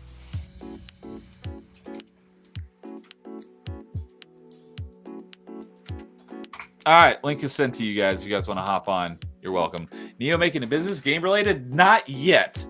I will say that it is content creator related, but it's not video game related. However, we're both hoping that this will become big because my end goal, more than anything, what I want to do is I want to open a game studio because I got lots of ideas for what I think would be really awesome games. So hopefully we'll be able, what we're working on here will be big, and we'll be able to use the money that we generate from it to put our other, a bunch of other ideas into the market and build and be able to eventually open a video game studio, because that is like my number one bucket list item. I want to make games. I don't know programming, so I can't make them myself. So I have to have money to hire the people to do it. But I got great ideas for games. So, well, that's a relief. Neo making it. Oh yeah, when I missed your stream, haha.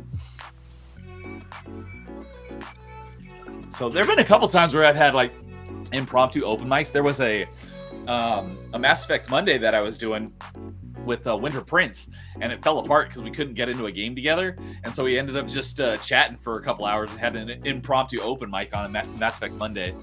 That was great. So speaking of Mass Effect Monday, he's the only one that's responded to me, but I would because I typically do Mass Effect Monday on the final Monday of the month, but I want to do more Metroid Prime 3.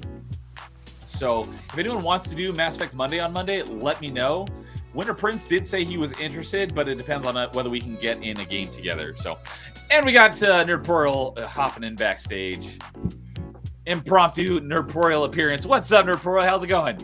Oh, good. Yeah, great stream, by the way. Thank you. Where's that finder's fee I want? Oh, Come on. Will this qualify bringing you on impromptu? No, not really. No. All right.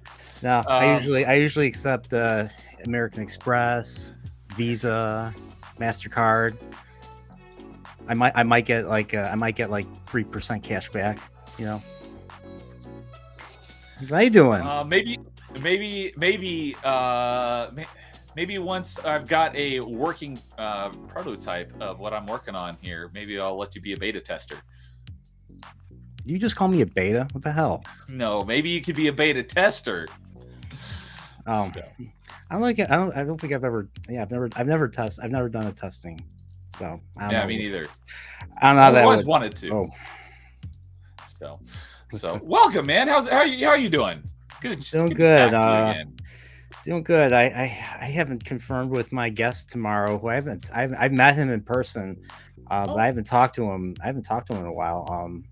For my guest for Nerdporeal tomorrow.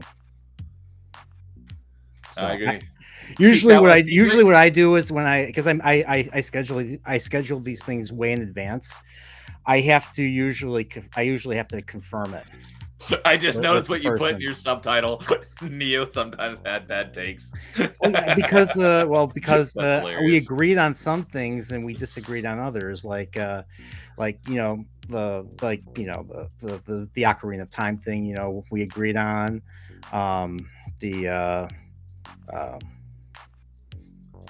what else did we agree on? Oh, the Zelda 2 thing. You know, not being a Metroidvania. Oh, okay. I can see where that. I can see that too. I haven't played it yet, so I don't know. The Symphony of the Night thing, though, dude. I don't say this lightly. I played a bunch of games back in what was it, 2012, 2013 on the Xbox and the PS3, and Symphony of the Night did something. It pulled me in more than any other game I played that entire year. That's why I am very, very, very strongly feel the way I do about Symphony. Okay. It's an older game. PS1. You know what? And maybe it's because I'm a boomer. I am going to be playing it again for retro achievements. Symphony. Let me see. It came out in 97. 97. Yep. It has 105. The PS1 version has 105 achievements, so it's got a lot. But I'm gonna be playing it again. And then, of course, there is the Saturn version, which I think you streamed the Saturn version, didn't you? I did. I didn't even know about it. I think AC told me about it. Actually, it was AC that told me about it. So I guess I'm not a true Symphony of the Night fan. Right, AC. I should have mentioned this to Jay Bongo, but something that you may, I don't know if you know about this, but something that might be right up your alley. Like I said, I haven't played very many of the Castlevania games, but speaking of fan games earlier, do you know of Castlevania Revamped? No. Okay, so there's a fan game. I have it. I haven't played it yet, but someone made a fan game where they remade the original Castlevania as a Metroidvania, and it's called Castlevania Revamped. So that might be right up your alley. Awesome. And it's a free fan game, so go check out Castlevania Revamped. I wonder if they made. If they included that section right before the penultimate level, right before you get to Dracula's, throne room and all that. I wonder if they made that just as hard, because you only get 4 hits in that level. Okay. In level 5, and then you die, and you have the sinusoidal, wavy, Medusa heads coming at you. Then you have the knights throwing axes at you, and then you have to fight frickin' Death. And Death's got like multiple sides spinning right at you from multiple directions, including underneath you, if I remember correctly. So, that was a tough level, but nothing compared to Ninja Gaiden's final few levels. I watched the boss fight. I rewatched the boss fight for the original Ninja Gaiden. Are we talking NES or Xbox? Okay. NES. Xbox. So I haven't played the NES one, so I don't know. I watched a buddy, my friend's brother, who got me into Halo. We were watching him play Ninja Gaiden on the Xbox, and that game looked hard as hell. I was like, okay, I'm probably not going to play this one. But yeah, I will say I have only played Symphony of the Night once, the Xbox Live Arcade version, and I played that back in 2016. So it's a while ago. I played the one that the one that came out on PS3. I think that's how I first got it. And then I went on my way to I love the game so much that I went and found a way to get a PS1 copy of it. And I wish I kept it. Oh, you don't have it anymore? Like the only 2 games. Yeah, I got rid of all my PS1 copies except for I only have 2 games on PS1 that I have right now. I'm sure you can guess because you talked about it initially when I first logged in and was listening to the stream. So you guys were talking a certain Mega Man. I have Legends 1 and 2. Those are the last PS1 games, hard copies that I got. So Legends 1 and 2 were both PS1? Okay, I wasn't sure if one was PS1 and the other was PS2. They're both PS1 then. Okay. Yeah. And I said in the chat, I was at New York Comic Con in 2010 when Inafune was there representing Capcom, and he made the announcement. I sat right next to Inafune awesome. in the front row. There was nobody there.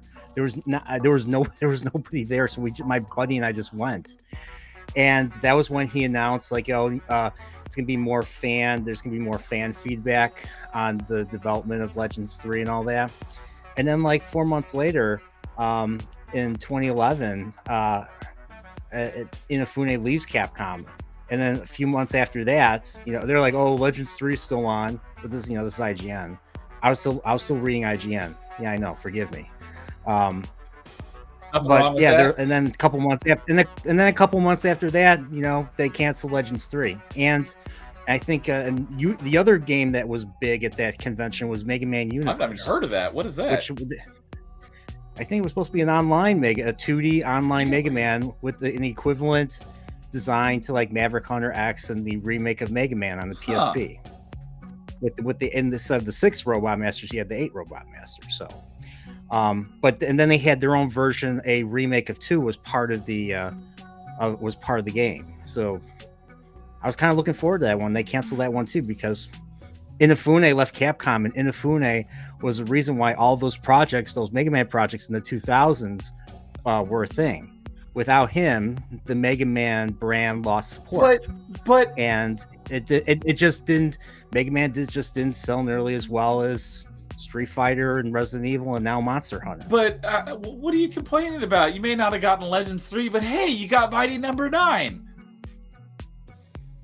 I funded that. I helped fund Mighty Number 9. Did you play it? And I played it, and it was awful. I haven't played it yet, but I will be playing it at some point. I don't get what's so bad about it. It looks good. It wasn't the same. Maybe it's because I went in with AC's wild expectations. Yeah, me and him were arguing over DMs about the nature of expectations going into new things, and so I feel like we need to have expectations because it adds to the excitement. And yes, disappointment. Yeah, there's going to be disappointment. Disappointment's part of life. Just got to navigate around it. So. Canadian says, Neo, did I tell you what I bought recently? No, I don't think so. Yeah, I don't think I saw anything. But he says, Boomer Brian has a great ring to it. I think it's got a good ring to it, too. Yeah, well, yeah, he bullies me and calls me that all the time. So, okay, so I know you're huge. So, I know Super Metroid's your favorite Metroid, and you're a huge fan of Symphony of the Night. Do you like Super Metroid more than Symphony of the Night? Yeah, Super Metroid's number one. Is Symphony of the Night your number 2 favorite Metroidvania? That's true. Okay. That's correct. Is Super Metroid your favorite game of all time? It's my favorite Super Nintendo game of all. It's my favorite Super Nintendo game of all time. Okay. Originally, when I was a kid, it was A Link to the Past. A Link to the Past is not my number 2 Super Nintendo game. Super Metroid kind of overshot that. I played that game more than anything the last few years. Okay, so I think a favorite game of all time. I always credit Ocarina because of how I initially I don't think a game captured me as much as that game did when I first played it. I mean, like think of how I felt about Symphony of the Night, but like take it like 10 degrees higher. Yeah. one of the early episodes of Party Chat, we were talking about what games you've beaten the most times, and Ocarina of Time is up there. I've beaten that game a lot of times. I just haven't beaten it in a very long time. So I'm looking forward to playing it again. Yeah, I've not. The thing is, had the Master Quest came out like right after that, I would have played the hell out of it. I would have played the hell out of Master Quest, but Master Quest didn't come out for like several years. Like, when did it come out? 2002. On the GameCube, right before. The only reason why I pre-ordered Wind Waker was to get Master Quest. Yeah, I still have not completed Master Quest. I beat it a long time ago, but I haven't. I think I only did it like once. But looking forward to doing it again for retro achievements. Yeah, and the 3D version, and I say this in the retrospective, the 3D version on 3DS Master Quest is different than even. I didn't realize there was a Master Quest on 3DS. Yeah, so when you beat the game, you unlock Master Quest. I didn't know that. And the difference between that and the original GameCube one is everything. It's kind of like the GameCube and Wii version of Twilight Princess. I guess I guess. Yeah. So I haven't played the game. I have not played the GameCube version. I haven't played it yet either. I've only played the Wii version. Because with the Wii with the motion controls, they switched them to right-handed because most people are right-handed, so they're going to be playing it with their right hand. So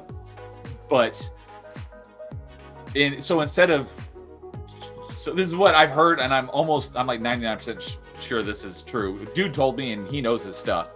But instead of just like flipping Link for the GameCube version of Twilight Princess, they mirrored the entire world. So where you would normally go right, you would have to go left instead. Yep, that's what they did with Master Quest, pretty much. So, and then of course they changed. Of course they kept the difference in dungeon design too. So, like, I forgot, like they're like I couldn't navigate through the second dungeon of Dodongo's Cavern. And I was just like, okay, and then I kind of put it down. I didn't go back to it. So okay. So Canadian says, "Did you change your setup, Brian?" No, I just cleaned up my room. Okay. So like I bought like a Dyson vacuum because I have I have a Rakuten account now, so I was able to get like several. I was able to get 10% cash back. So I just started cleaning up my floor, and I started getting rid of all the dust. And I put back up my Mario 2 right there. My Mario 2 thing that I bought at a convention.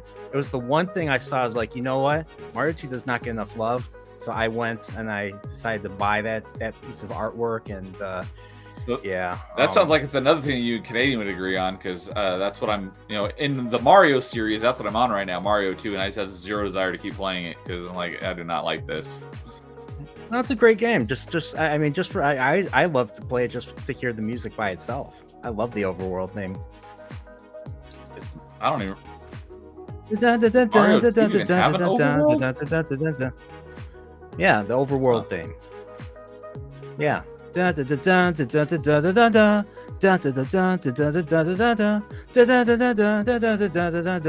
recognize that. That's the overworld. That's the overworld. Okay. Didn't realize that.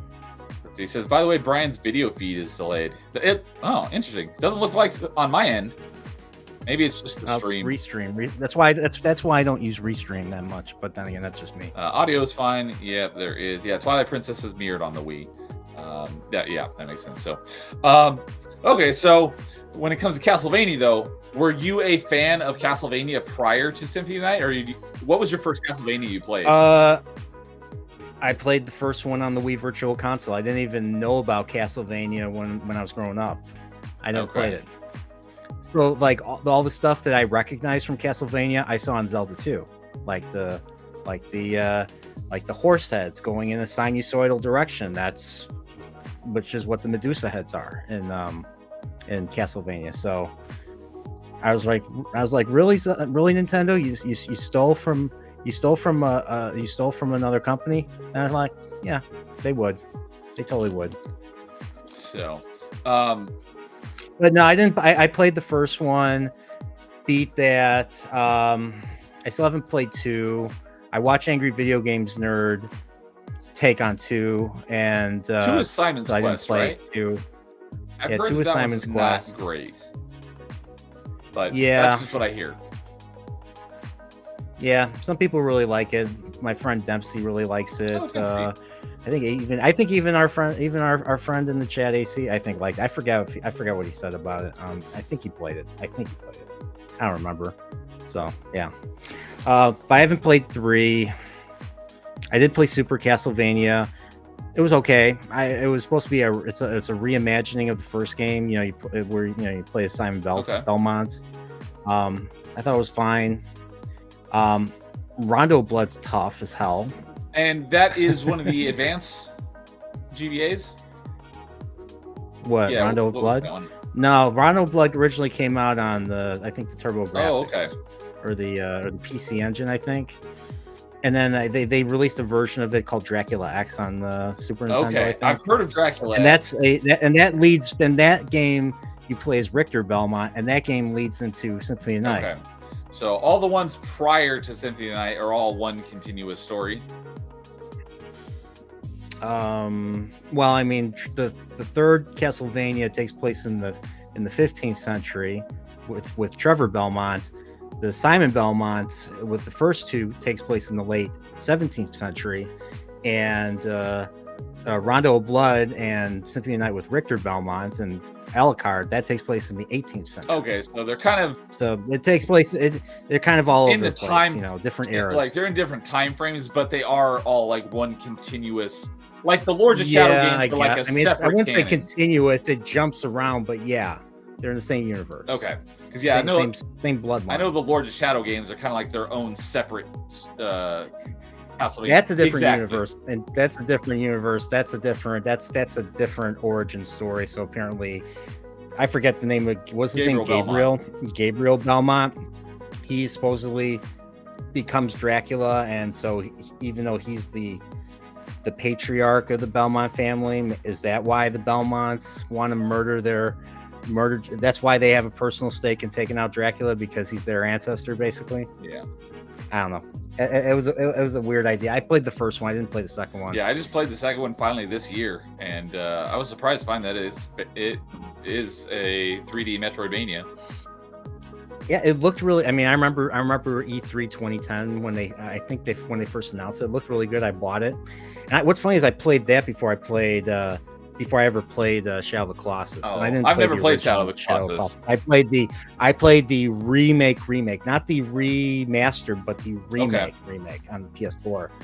And a lot of the controls that I had issues with were not issues anymore. I was actually able to ride the horse and jump on that flying creature and fight the flying boss, basically. Okay.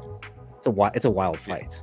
And you have to hold on. You have to press a button to hold on so you don't fall off, because the bird boss will try to flip, or I forget what they call it, bank all the way, like a barrel roll, 360 degrees. Barrel roll, like a barrel roll type of thing. So you have to hold on, so you don't fall off. Yeah, there was a similar boss fight like that in Lords of Shadow, because I haven't played Colossus, but I did 100% Lords of Shadow back in the day. And the only reason why I played it is because it was a hack and slash, and I like hack and slash games. So that's why it was my first Castlevania.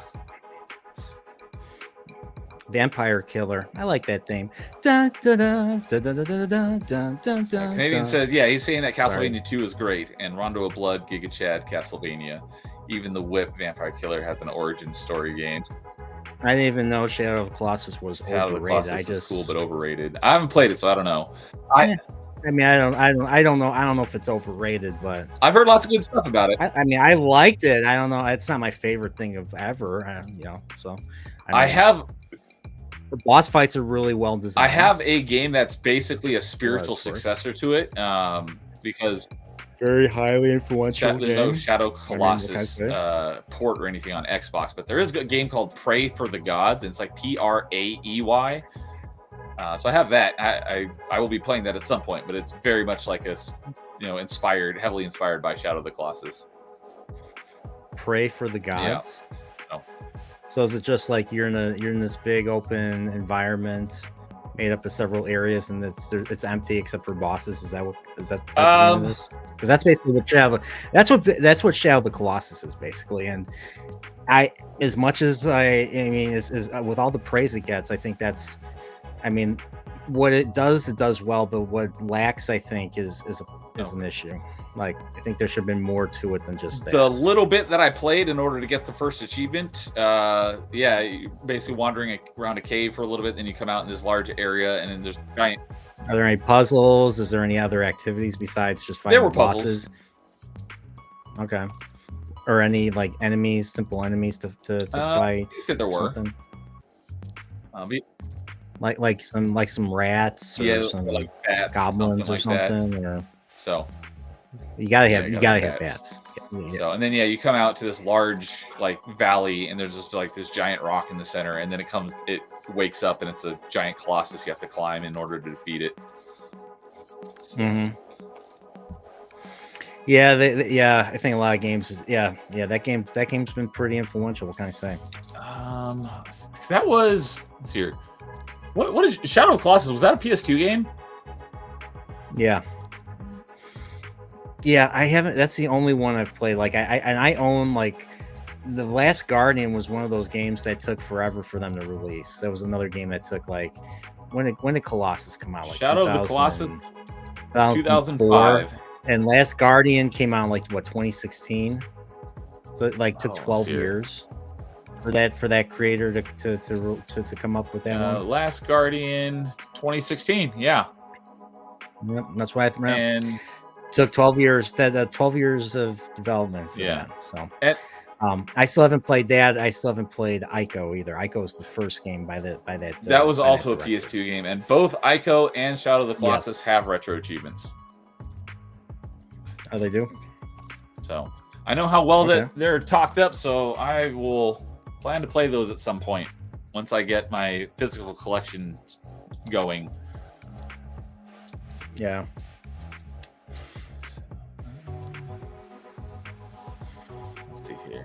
Yeah, so when we did top 5 franchises that need to be revived, I'm not huge on the Castlevania franchise, but that's definitely one that could, use a revival, since the last game was Lords of Shadow 2 in like 2013.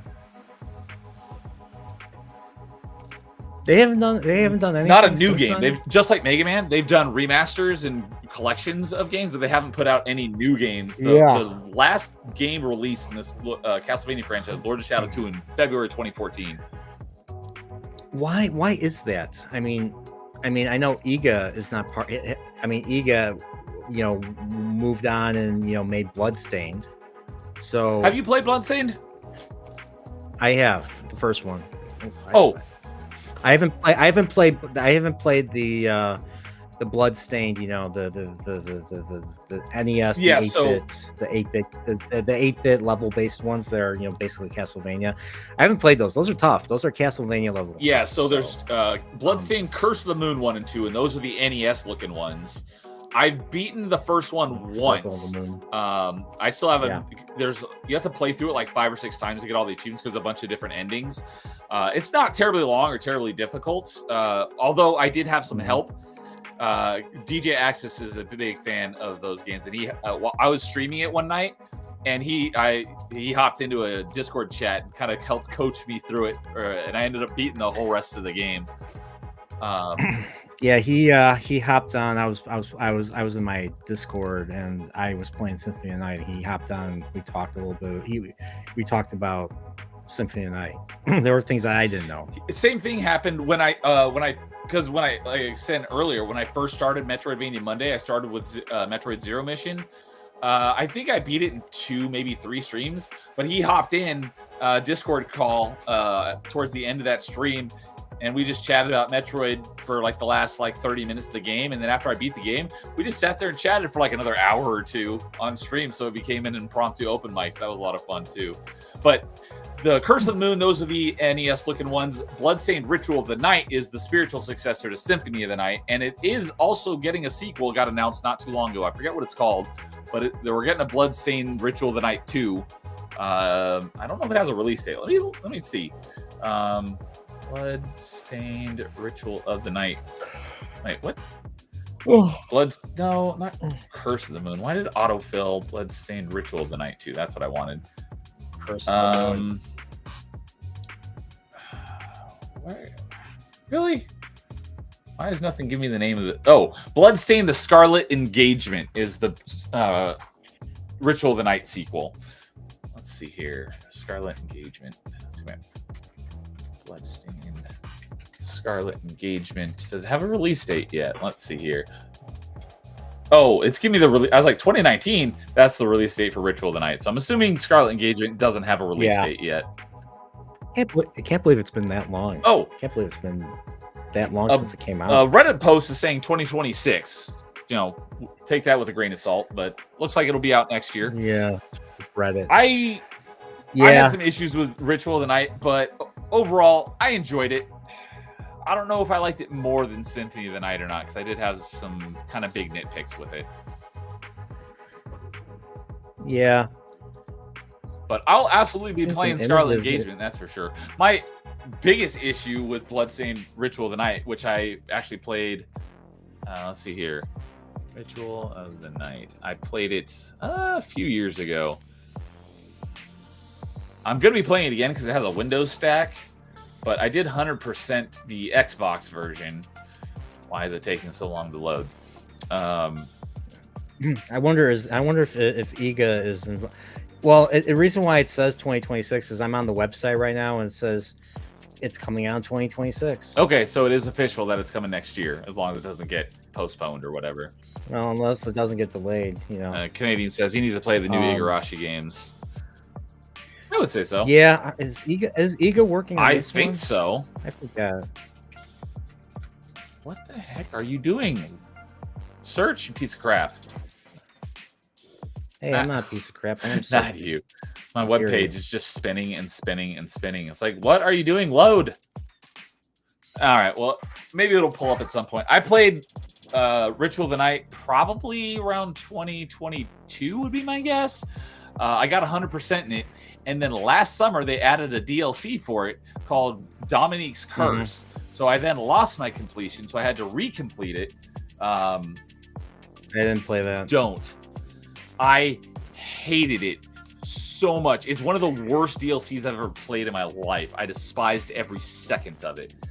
And I still have to do it again for the Windows version. I haven't really, unless it's a game I liked Bloodstained for the most part, but the last like 2 to 3 years, like I will not return to a game if they come out with DLC. It's just something I don't do. Yeah, fair enough. Anymore. I do because I want to, especially with something I've already completed. I want to get that completion back. I didn't even know what a DLC was until I learned I didn't even know what a video game expansion was until I played Morrowind for the first time. So on there Xbox, was expansion for Morrowind. Well, yeah. Mournhold and Blood Moon. I haven't played Morrowind, so my introduction was Oblivion. Oh yeah, because it's an RPG and you hate all RPGs. Oblivion is what got me into RPGs. Hate RPGs. I fell in love with the RPGs because of Oblivion, but I did just play Morrowind for the first time on one of my roulette streams a few months ago, and I was not a fan of it. Morrowind slaps. I did not like fun. the half hour I played or whatever it was. Oh no, AC agrees with me. That's not good. By the way, coming to an end. Spiritual Successor is releasing hopefully this year. I agree with Brian. I hate returning to a game with DLC after it's been years. Oh, I don't like. I hate that sound. We don't agree. We're not supposed to agree on stuff. He's my. For me, it depends. Like this one, not only did the DLC suck horribly, I hated the way it played. It was a complete departure from the main game. It had literally nothing to do with it. So you're not missing anything by not playing it. When it's like an actual continuation of the game, then I'm more okay with it. Yeah. But when it has like nothing to do with it or is very different from the base game, that pisses me off. Like, one of the worst examples of this was Azur's Wrath. Do you ever play Azur's Wrath? So it's basically like an on-rails beat-em-up, 3D beat-em-up game. And then they added a DLC that is a 2D fighting game because it's also published by Capcom. And so they added in what was that? Like the main bad guy from like the early on in the Street Fighter. He's got the red hair. He's like a Super Saiyan Ryu. He's got like red hair, dark skin. He wears the black karate gi. Is it Azuma, oh no, okay. Or the blue skin. Yeah, it's got like it's like guy? blue or black skin. It's like I don't Azuma or remember. something like that. I forget his name. I don't know Street Fighter I know very well. I think I know who you're talking about. Yeah, yeah. He was always on like on the part of the he was always part of the what do you call it, when they try to the promotion of the game. I remember back in the day. Akuma. I used to always see like Akuma's his name. They yeah. added him in to the DLC, and it became a 2D fighter. It's like I hate 2D or I just hate fighting games. I suck at them. So I had to get good at this 2D fighting game in order to get the completion in the game. That I want to. Yeah. When I beat that game, I went on a rant on a podcast, not on mine, but on a podcast about how bad the achievements in that game are.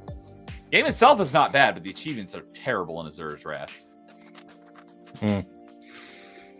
Yeah, I've never really cared about achievements. The only achievements I care about are the achievements that are important to me, like X Buster or not or Mega Buster by itself, in a Mega Man game, because that just I'll beat the game with just the Mega Buster. Well, except for Sigma, that final Sigma and X in particular, you can't beat it.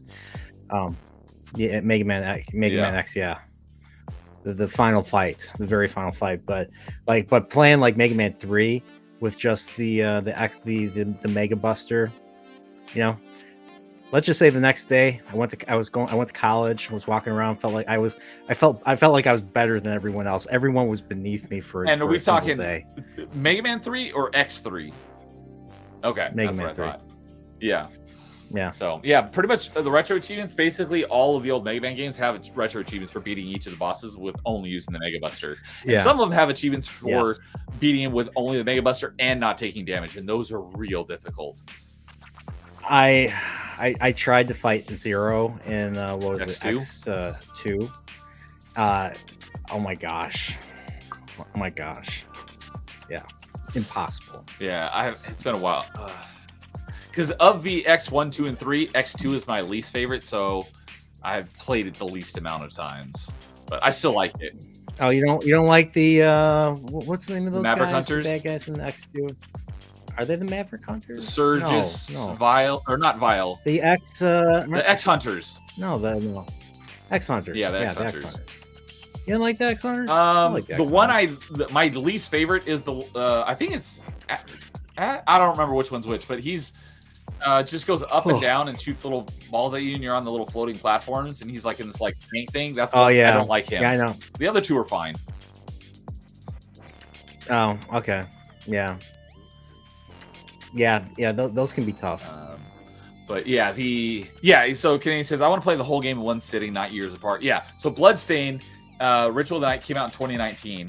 I played it in, let's see here. I finished getting 100% of the achievements in August of 2020. And I played it over the course of a month or so. And then it got a DLC in February of 2020, or no, it got June of 2024, like 5 years later, and the DLC was terrible. I think I played that, and I played Hollow Knight like during the pandemic. I think it was 2020 when I played those. I remember because after I started my channel in 2021, I didn't have the time. I didn't have nearly as much time to play games because I was working on videos mainly. That's what I was spending all my time doing. And if I did play anything, I streamed it usually. Yeah, I remember the first day I worked from home after COVID sent us to work from home. Not a bad timing, because both Doom Eternal, which is my favorite shooter, and my favorite Metroidvania, Ori the Will of the Wisps, both came out in the same week. So, oh wow, that was a good week. It's like having to choose. It's like having to choose your mom or your dad. Well, it was great because I was working from home. Sounds Most awful. of our customers were closed, so I didn't have a whole lot of work to do.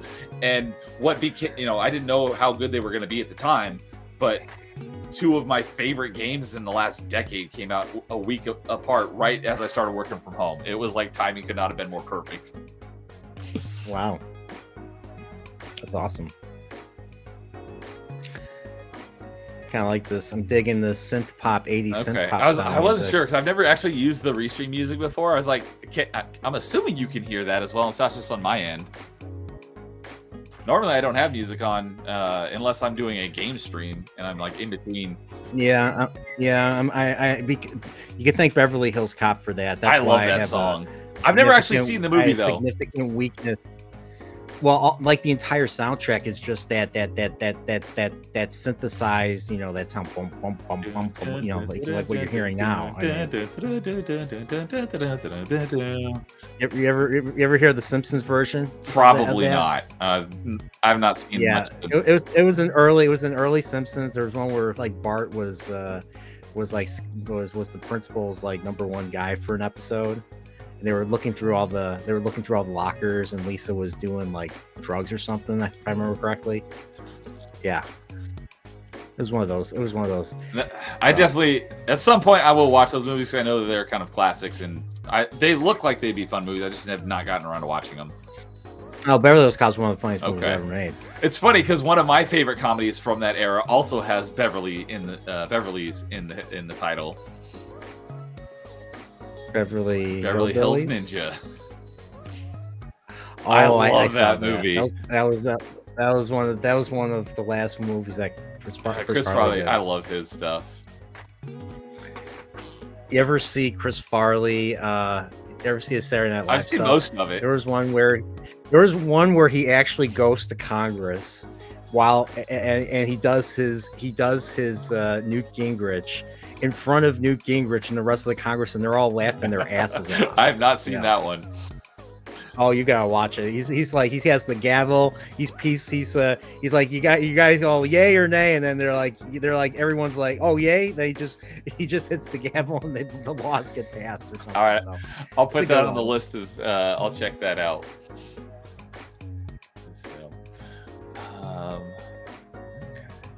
So. Yeah, that was one SNL was fun. Yep. I'm Matt Foley, and I'm a motivational speaker. I live in a van down by the river. I quote that quite often. The best part of that skit was when he falls on the coffee table and smashes it, and like Phil Hartman and David Spade and all of them were like in shock. Like you look at their faces because they did not see that it wasn't coming. Supposed to happen.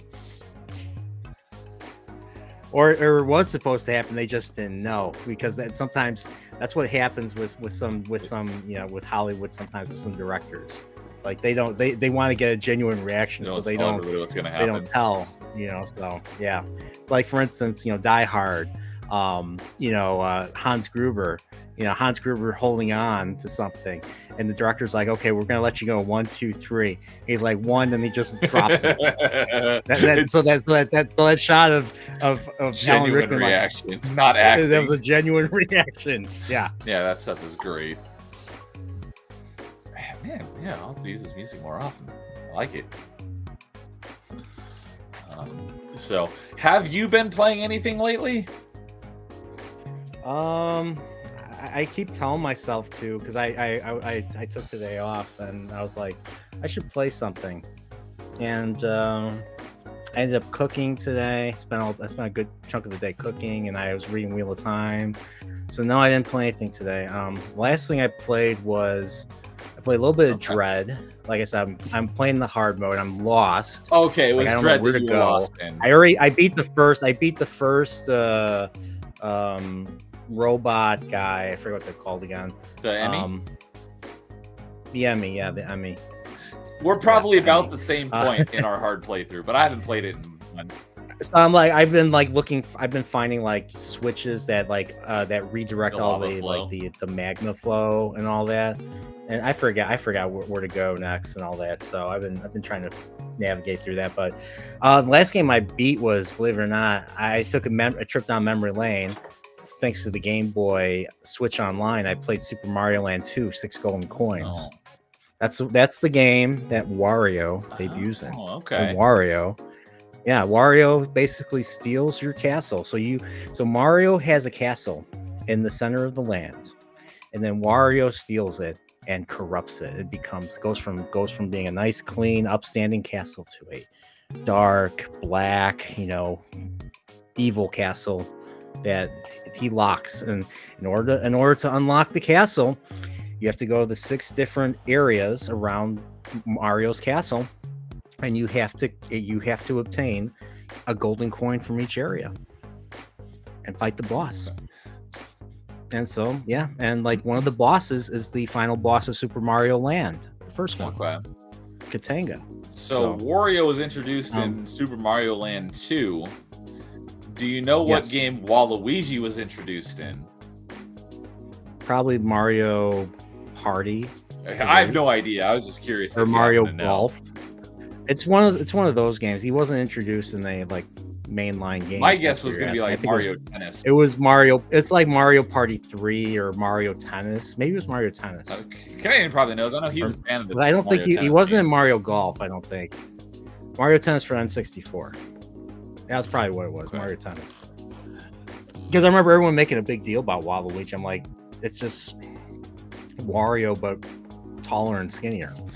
Canadians get hard times. I don't know what you seasoned Metroid players are talking about. Hard mode is not that difficult. It's pretty hard. I'm gonna say it's the hardest thing I've ever played, but you take a lot of damage in that one, so it hasn't been as fun. Yeah. Except for the two-armed lizard boss. Oh, so he's saying Mario Party 3 was where Waluigi was introduced, but he also did Mario Tennis. So I don't remember. Which one was it? I don't remember. My guess was Mario Tennis, but I have no idea because I haven't played any of them. AC probably knows. Yeah, well, so for myself, Metroidvania Monday, I've been doing Metroid Prime 3. I've been keeping Tony Hawk 3 and 4 in my quick resume because I have to beat. I got the Wii U working again because of watching you play Prime 3, watching AC playing Galaxy 2. 2 games I feel need to be released at some point, or remastered release. Like I'm still disappointed that Galaxy 2 wasn't part of the 3D All-Stars. That should have been an unlockable thing.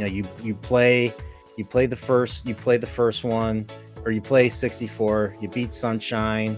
Actually, no, you don't have to beat Sunshine because Sunshine is irrelevant. Shots fired. I'm kidding, AC. No, but beat Sunshine, beat Galaxy, and then you unlock Galaxy 2. That's what I think. Yeah. That's what I think. So. So he was correcting himself because he initially said Mario Party 3, but then he corrected with Mario Tennis. He says Mario Party 3 was a mistake.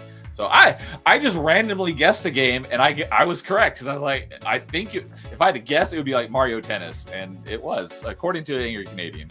So, but yeah, on Metroidvania Monday the other night, someone said something about playing this on their Wii U, and I was like, oh, I didn't even know Wii U had a Wii, it was backwards compatible with Wii. So I just learned that the other night. Maybe it was you. Oh, you didn't know that? Were you in chat on Metroidvania Monday? Or maybe it was Canadian. Someone told me. I don't know. Probably. I launched a missile after you said that. Also, he was an unlockable character for Mario Tennis. You needed to connect the Game Boy version of Mario Tennis to it. Ah, okay. I didn't know. Yeah, I've been keeping Tony Hawk 3 and 4 in quick resume. I've been playing it a little bit here and there every day because I have to beat it. I have to beat Tony Hawk 3 and 4 with the pro goals with all 30 skaters, so it's going to take a while. So I chip away at it a little bit at a time. So that's why I was saying earlier, it'll probably be my most hours in a single game for 2025. And then because it is the Metroidvania of the month, for my Metroidvania community, I have been playing Monster Sanctuary. Do you even know about what Monster Sanctuary is? So, nope. It's a pixel art 2D platforming Metroidvania if you were to mix in Pokemon. and it's a turn-based animal collecting battler game. So you level up your essentially JRPGs, and you get different monsters that have different abilities, and you can level them up. And because you like, kind of like in was it Pokemon Yellow, how Pikachu always follows you around. But out of all the monsters you've collected, you can always pick one that's like following you in like when you're in the world, and each one has a different ability, so they allow you to reach different areas. So that's why it's a Metroidvania. So I've been playing that, and then also just started Black Myth Wukong, since that finally just launched on Xbox the other night. I'm liking it. Unfortunately, I'm not liking it as much as I was hoping, but I am liking it. I played a little bit of it. I mean, it's okay, I guess. It's not really. It didn't really draw me in, but a lot of games nowadays don't really draw me in or interest me. But that's more of a me issue than the games, in my opinion. So says, bro, how did you not know that? Because I've never even seen a Wii U in real life until I went retro shopping with Snap a couple weeks ago. I'm with AC on this. What's the matter with you, dude? Come on. That was like, I mean, that was everybody knew that. Everybody that likes video games knew that. Like, people didn't even know what the Wii U was. Like, is it just an add-on to the Wii? Their marketing was terrible. Yeah, well, that's normies. Normies are retarded. We all know that. So, but obviously I've never had one. I will get one at some point when I start my retro collecting. But yeah, I didn't know that because I've never even seen one in real life until a few weeks ago, and it wasn't hooked up. It was just in a case. Even AC dropped Black Myth Wukong. I know Canadian was not a fan of Black Myth. That means that says something to me. See, I have expectations. He goes in with low expectations. If that goes in. If that becomes irritating, then yeesh. So yeah, I know he was not a fan of it. I am liking it, not as much as I was hoping to, because I was under the impression that it's more of like a hack and slash than it is a Souls game. It's absolutely a Souls game. So, but I am liking it way the heck more than Dark Souls, that's for sure. But I've only got I haven't even beat chapter 1 yet. I've rung 2 of the 3 bells, so I'm getting close to beating the first chapter.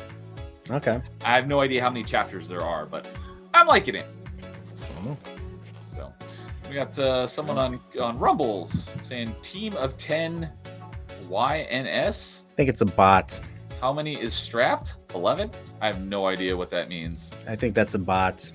That would make sense. But usually my bots come on Twitch and Kick. I usually don't get bots on Rumble. Oh, you have you're connected to Kick? Yeah. I don't even have a Kick account. I'm everywhere, just in case. But yeah, world design is cool, and it's a pretty game. I liked all the enemies. I can't stand the style of combat. It felt way too punishing than it needed to be. Fair enough.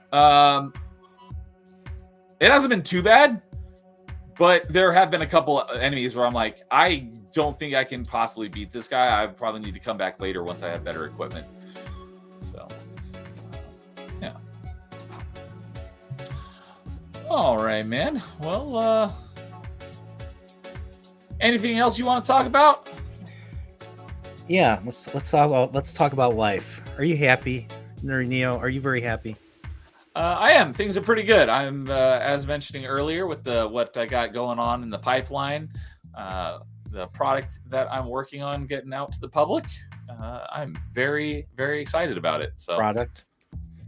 Yeah, it's Is it high quality product? Is it like 98% pure product? 99.4% pure product? Is that number something specific? The fact that you're going with percentages leads me to believe that you're indicating, illicit substances that you would go to someone. I don't know what you mean. I'm just saying, is it? I mean, I think it's going to be a high quality product. Is it something Heisenberg would approve of? If you get my reference. Yes, I do get your reference, and that's a show say my name, NerdyNeo. I'm gonna rewatch it sometime because I watched it once. It was really good, but I haven't watched it since it was new. So I want to rewatch that show. You should. You should watch. Better Call Saul. That's what I was just about to say. It's because I watched season 1 of Better Call Saul and I did not care for it, but people say it's a very different. Good. It's a very different show, but like I really like the character of Jimmy McGill or Saul. Everyone's like, it's really good. So I'm like, I'm gonna watch through Breaking Bad again at some point, and then I'm gonna give Better Call Saul. I'm gonna watch it in its entirety, no matter what. I just don't know when. Yeah, I mean, it's not the crazy, it's not the crazy roller coaster ride Breaking Bad was, but it's a good character study in my opinion. And there's good stuff in there. Some people didn't like the ending. I thought the ending was okay. So. But speaking of Bob Odenkirk, Nobody 2 either just came out or is about to come out, and I want to see that. I really like I haven't seen the first one. It's just I can't imagine Bob because of all the him and Saul Goodman. I can't imagine him going like John Wick, Charles Bronson or John Wick. Just beating up bad guys. Like I just don't see it. I heard it's a good movie. I just haven't. I just been low on my list. I have been watching a whole bunch of. Charles Bronson movies. I don't think I've ever seen a Charles Bronson movie. Yesterday, an hour and a half. I watched an hour and a half of greatness yesterday. What was that? Death Wish 3, 1985. It might be the greatest movie ever made. It's super cheesy though, isn't it? Oh my god, you have no idea. It's oh my god, it's Canon Films, dude. It's absolutely is schlock, and it's just oh my god, it's basically a gang. It's basically a gang. A gang takes over a neighborhood. And they are basically treating the people there like they're vassals or something. Like they're just terrorizing them left and right. And then Charles Bronson comes in with his big fucking 48 caliber gun that has a name or something. And then it becomes a war. Basically, it becomes like a fantasy. Like it becomes a battle at the end. Like everybody, like so many people are getting shot, and it's just it gets brutal though. It's not like. It's not like modern films that play it safe. Like the bad guys kill people still. And there's some brutal moments like the woman that plays Deanna Troi in Star Trek. Okay, something bad happens to her because once again gangs, and this is the 80s. So what do you think happens? Let's just say it rhymes with the word grape. Yeah, he says, "Whoa, swearing, punish him, Neo." What did I say? I say the F word? You did. When talking about the size of the guns. Oh, well. It's all right. I didn't give him the precursory stream disclaimer. That's the word I was looking for. Since he hopped in, impromptu. Is this supposed to be child friendly? I like to keep my panel streams family friendly. But for some people that can be very difficult. So I always ask, try to keep swearing to a minimum. So, well, okay, you've done. That was your first one. I'll do fucking better. That was uncalled for. I won't do it again. What was I gonna say? Something about Bob Odenkirk. So I saw Nobody in theaters, the first one. I really liked it. I haven't seen it since, so I am gonna rewatch it whenever I get around to watching Nobody 2. But funny thing is, I also just recently started rewatching How I Met Your Mother for the first time, and there's one episode where Bob Odenkirk was in it. And I'm like, holy crap! I don't remember Bob Odenkirk being in this, but that's because I didn't know who he was at the time. Yeah, and he played Marshall's boss for like one episode. And that's where Boba Fett comes from. My friend really liked How I Met Your Mother. I watched a couple episodes. I didn't laugh. I'm like this. I mean, because I go in like my favorite shows are like Seinfeld and The Cosby Show and All in the Family, and I'm watching that. And I'm just like, wow, this is tame. And I didn't even really laugh at any of the jokes, and I DNF'd that. Huh. Okay. I've never seen. Well, I mean, I knew of the Cosby Show being on, but I never watched it or All in the Family. Well, dude, Cosby Show. Yeah, well, All in the Family, I watched on Nick at Night. If you want to watch a show that deals with like all like the issues of the '70s, racism and all that, it's one of the funniest freaking shows out there. especially now from today's lens, you watch that, you just, I've been watching people like, younger people reacting to those old shows, and they're like, some of them are offended, some of them are genuinely laughing because of just how restrictive we've gotten when it comes to humor, especially that type of humor. So but the Cosby Show was just, the Cosby Show is just a great family show. I know, like, everybody hates Bill Cosby now for what he did, fortunately, but that show, I mean, I was born a couple months after that show came out in 1984, and my parents used to watch it all the time, and I remember watching it with them during the week on NBC. And I mean, that show was basically how to be a parent, how to take care of kids. It was almost like a tutorial for parents on how to take care of their kids back then. And my parents were good parents, so at least my mother was watching it. So I don't know if my dad ever watched it, but I know my mom and my grandmother used to watch it all the time. So but I've learned some. I'm not a parent myself, but I've learned some things about parenting from rewatching that show recently. So and that was one thing that people talk about now is how, like, the male member of of a sitcom family is always considered to be like the buffoon of the family that always makes the mistakes, and the wife or the kids have to fix their their errors and all that. Cosby Show wasn't really like that. A lot of stuff. The parents were he was on equal footing with his wife. Idiotic. Like he made mistakes, but like he was on equal footing with the wife. I mean, when they laid the law down on the kids, they laid the law down on the kids, and they brought the kids like, hey, we want to talk to you about this particular thing, because there was episodes where they dealt with teen pregnancy and all that, and because Bill Cosby's character is an OB-GYN doctor, and he finds this out. He finds this out about this girl, one of his daughter's friends.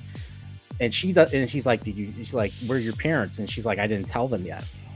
And then the rest of the episode was him bringing his family together, saying, if you are in trouble or in any way, you should be comfortable coming to us for any issue at all. And I thought that was a great, I think that was a great, like, that's one of the few episodes that I actually remember most, was because of how important that was. So. Of the ones you mentioned, I've seen a few episodes of Seinfeld, probably like not one whole season, but I've probably seen a season's worth spread across the entire show. So I've seen, there's an episode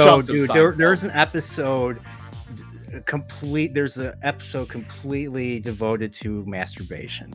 There is an called The Contest. There's an episode completely devoted to giving head. It's ridiculous. It's crazy. Like, and they had to go through so many hoops to just, without actually saying it, but saying it, like you have to know what they're talking about. Like they're speaking in subtext because it's a sitcom. It's a prime time sitcom. You can't talk about those things directly. Right. And now if it was HBO, you could talk about it directly and say it, but you had to write around it, but still, get everyone to know what you're talking about. So my I was alone. I picked up a magazine, and my mother caught me. And then you're like, okay, without saying the word masturbation. So that might be the first time that's ever been said on my channel. Sorry. But my funny story with Seinfeld is, like I said, I watched an episode here or there. I don't know if it was still airing on TV, whether it was reruns, but every once in a while I'd flip through channels and I'd end up stopping on Seinfeld. And literally, like, the rare occasion I did this, the 3 or 4 times in a row I happened to stop on Seinfeld, it was the same episode every time. So this one episode I've probably seen 4 times. And it's really the only one I really remember. And it was the Frogger episode. Oh yeah, that was I know what you're talking about. Holes, I need holes. Yeah, I remember that one. So I've seen. And that they because he's trying to move the Frogger machine across. It goes top down. He's playing Frogger in the street. Thing. Yeah, I know exactly what you're talking about. And then it gets destroyed by a truck. It does. He does an uncharacteristic dive out of the way. He's like, no. Then he dives. Yeah. Yeah, that's one. There was one episode where they're talking about like the Star Trek movies, believe it or not. So yeah, that would make sense for the time. Yeah, because one character dies, like George's fiance dies because he was too cheap to buy non-toxic envelopes for their wedding. So she dies like licking because people were still licking envelopes to. I still do that. I still lick envelopes to seal them and all that. Mm-hmm. Well, she was licking too many of those envelopes and they killed her. they killed her, and then that was the season finale. And then they go in the next season. They're at the grave, and they're like, I think Jerry or one of them's like, she's not really gone as long as we remember. And they're like, oh, from Wrath of Khan, right? Yeah, it was a hell of a thing when Spock died. So yeah, I spoiled that movie for you. I have seen that one. Oh, you've seen Wrath of Khan? Great movie. So, yeah, the one other thing I was going to mention is speaking of Bob Odenkirk being Marshall's boss, and we were talking about Breaking Bad. Bryan Cranston was in a couple episodes of How I Met Your Mother, and he was Ted's boss. Oh, was he? Yeah. So I didn't realize. I just thought about that just now. I'm like, oh yeah, they were both in Breaking Bad together, and they were both in small parts as bosses in How I Met Your Mother. So that's crazy. Yeah, Canadian says Ryan in particular, talking about the swearing. He's the one. Ryan who? Ryan Legion, my co-host on Party Chat. Oh. I have to wrangle him in sometimes. But, how's he doing? Oh yeah, I remember him. He was on. Wasn't he on with us the first time? Yeah, he's been my Party Chat co-host since the beginning. Oh, okay. So, yeah, you would have been on with him. You've been on Party Chat twice now, I think. Yeah, and I fell asleep the first time, because I was tired and I fell asleep. Yeah, I felt really bad. I did not remember that. Yeah. I felt really bad, and you're like, you still want to do it? He's like, no. And you're like, no, we're through Nerdporeal. Nobody crosses me like this. Nobody crosses NerdyNeo. I was like, I'll do anything. I'll do anything, please. And then we rescheduled, and I remember there was. I felt really bad. I don't remember if it was open mic or Party Chat, but there was one where we had to reschedule like 3 times. I don't know. Again, I don't know. Getting some interesting comments from. I will touch on one of them. So, he says, so what do you guys do when you're not nerds? I'm never not a nerd. I'm always a nerd. So everything I do is when I'm a nerd. But I'm assuming it's like the 9 or 10-year-old got his hands on a computer. So. Yeah. Trying, yeah. I mean, I'm just gonna say it. I mean, I've heard worse. It doesn't impress me. So. All right. I think we'll about wrap it up there because I'm about ready to go eat. It's midnight. I'm old. I gotta go to bed. Midnight for your time. So, but that was fun getting you to hop on just impromptu. So. Yeah, he bullied me. He bullied me with his bad takes. So, well, thanks for joining me, Nerdporeal. Always good to hang out with you and chat. So, thanks for coming on. Yeah, I was bored. I needed some. I needed to vent my frustration. You had to defend the honor of Symphony of the Night. Well, it doesn't really need me. I just needed to express why I feel the way I do. So, why I don't agree, but that's neither here nor there. So, but I get it. I kind of get it. Actually, you know what? I don't get it. I don't get it. So, well, before you go, do you have anything coming up that you want to shout out? I think I tentatively have a Nerdporeal tomorrow. I haven't confirmed with the guest yet, so yeah. So I have one this week. I have one next week. Then I'm going to be going to. I'm actually going to the West Coast in 3 weeks. And then I gotta schedule some more Nerdporeals. I've been meaning. We haven't done a part 2 yet, so you and me haven't. I've done part 2s with a whole bunch of people. I haven't done a part 2 with you yet, so we have to do one. We'll have to schedule one for this fall. We'll have to schedule it. Maybe we'll do a movie pretty decent in advance because Fridays are usually pretty difficult for me. Yeah. But I'd be happy to come on again if I can make it work. Yeah, you'll make. Yeah, I have high faith that you will be able to do so. So, but yeah, other than that, yeah. So that's right. me. Yeah. So subscribe to the Nerdporeal life form. All right, man. Well, great having you on again, and yeah, the one viewer on Rumble is talking crap.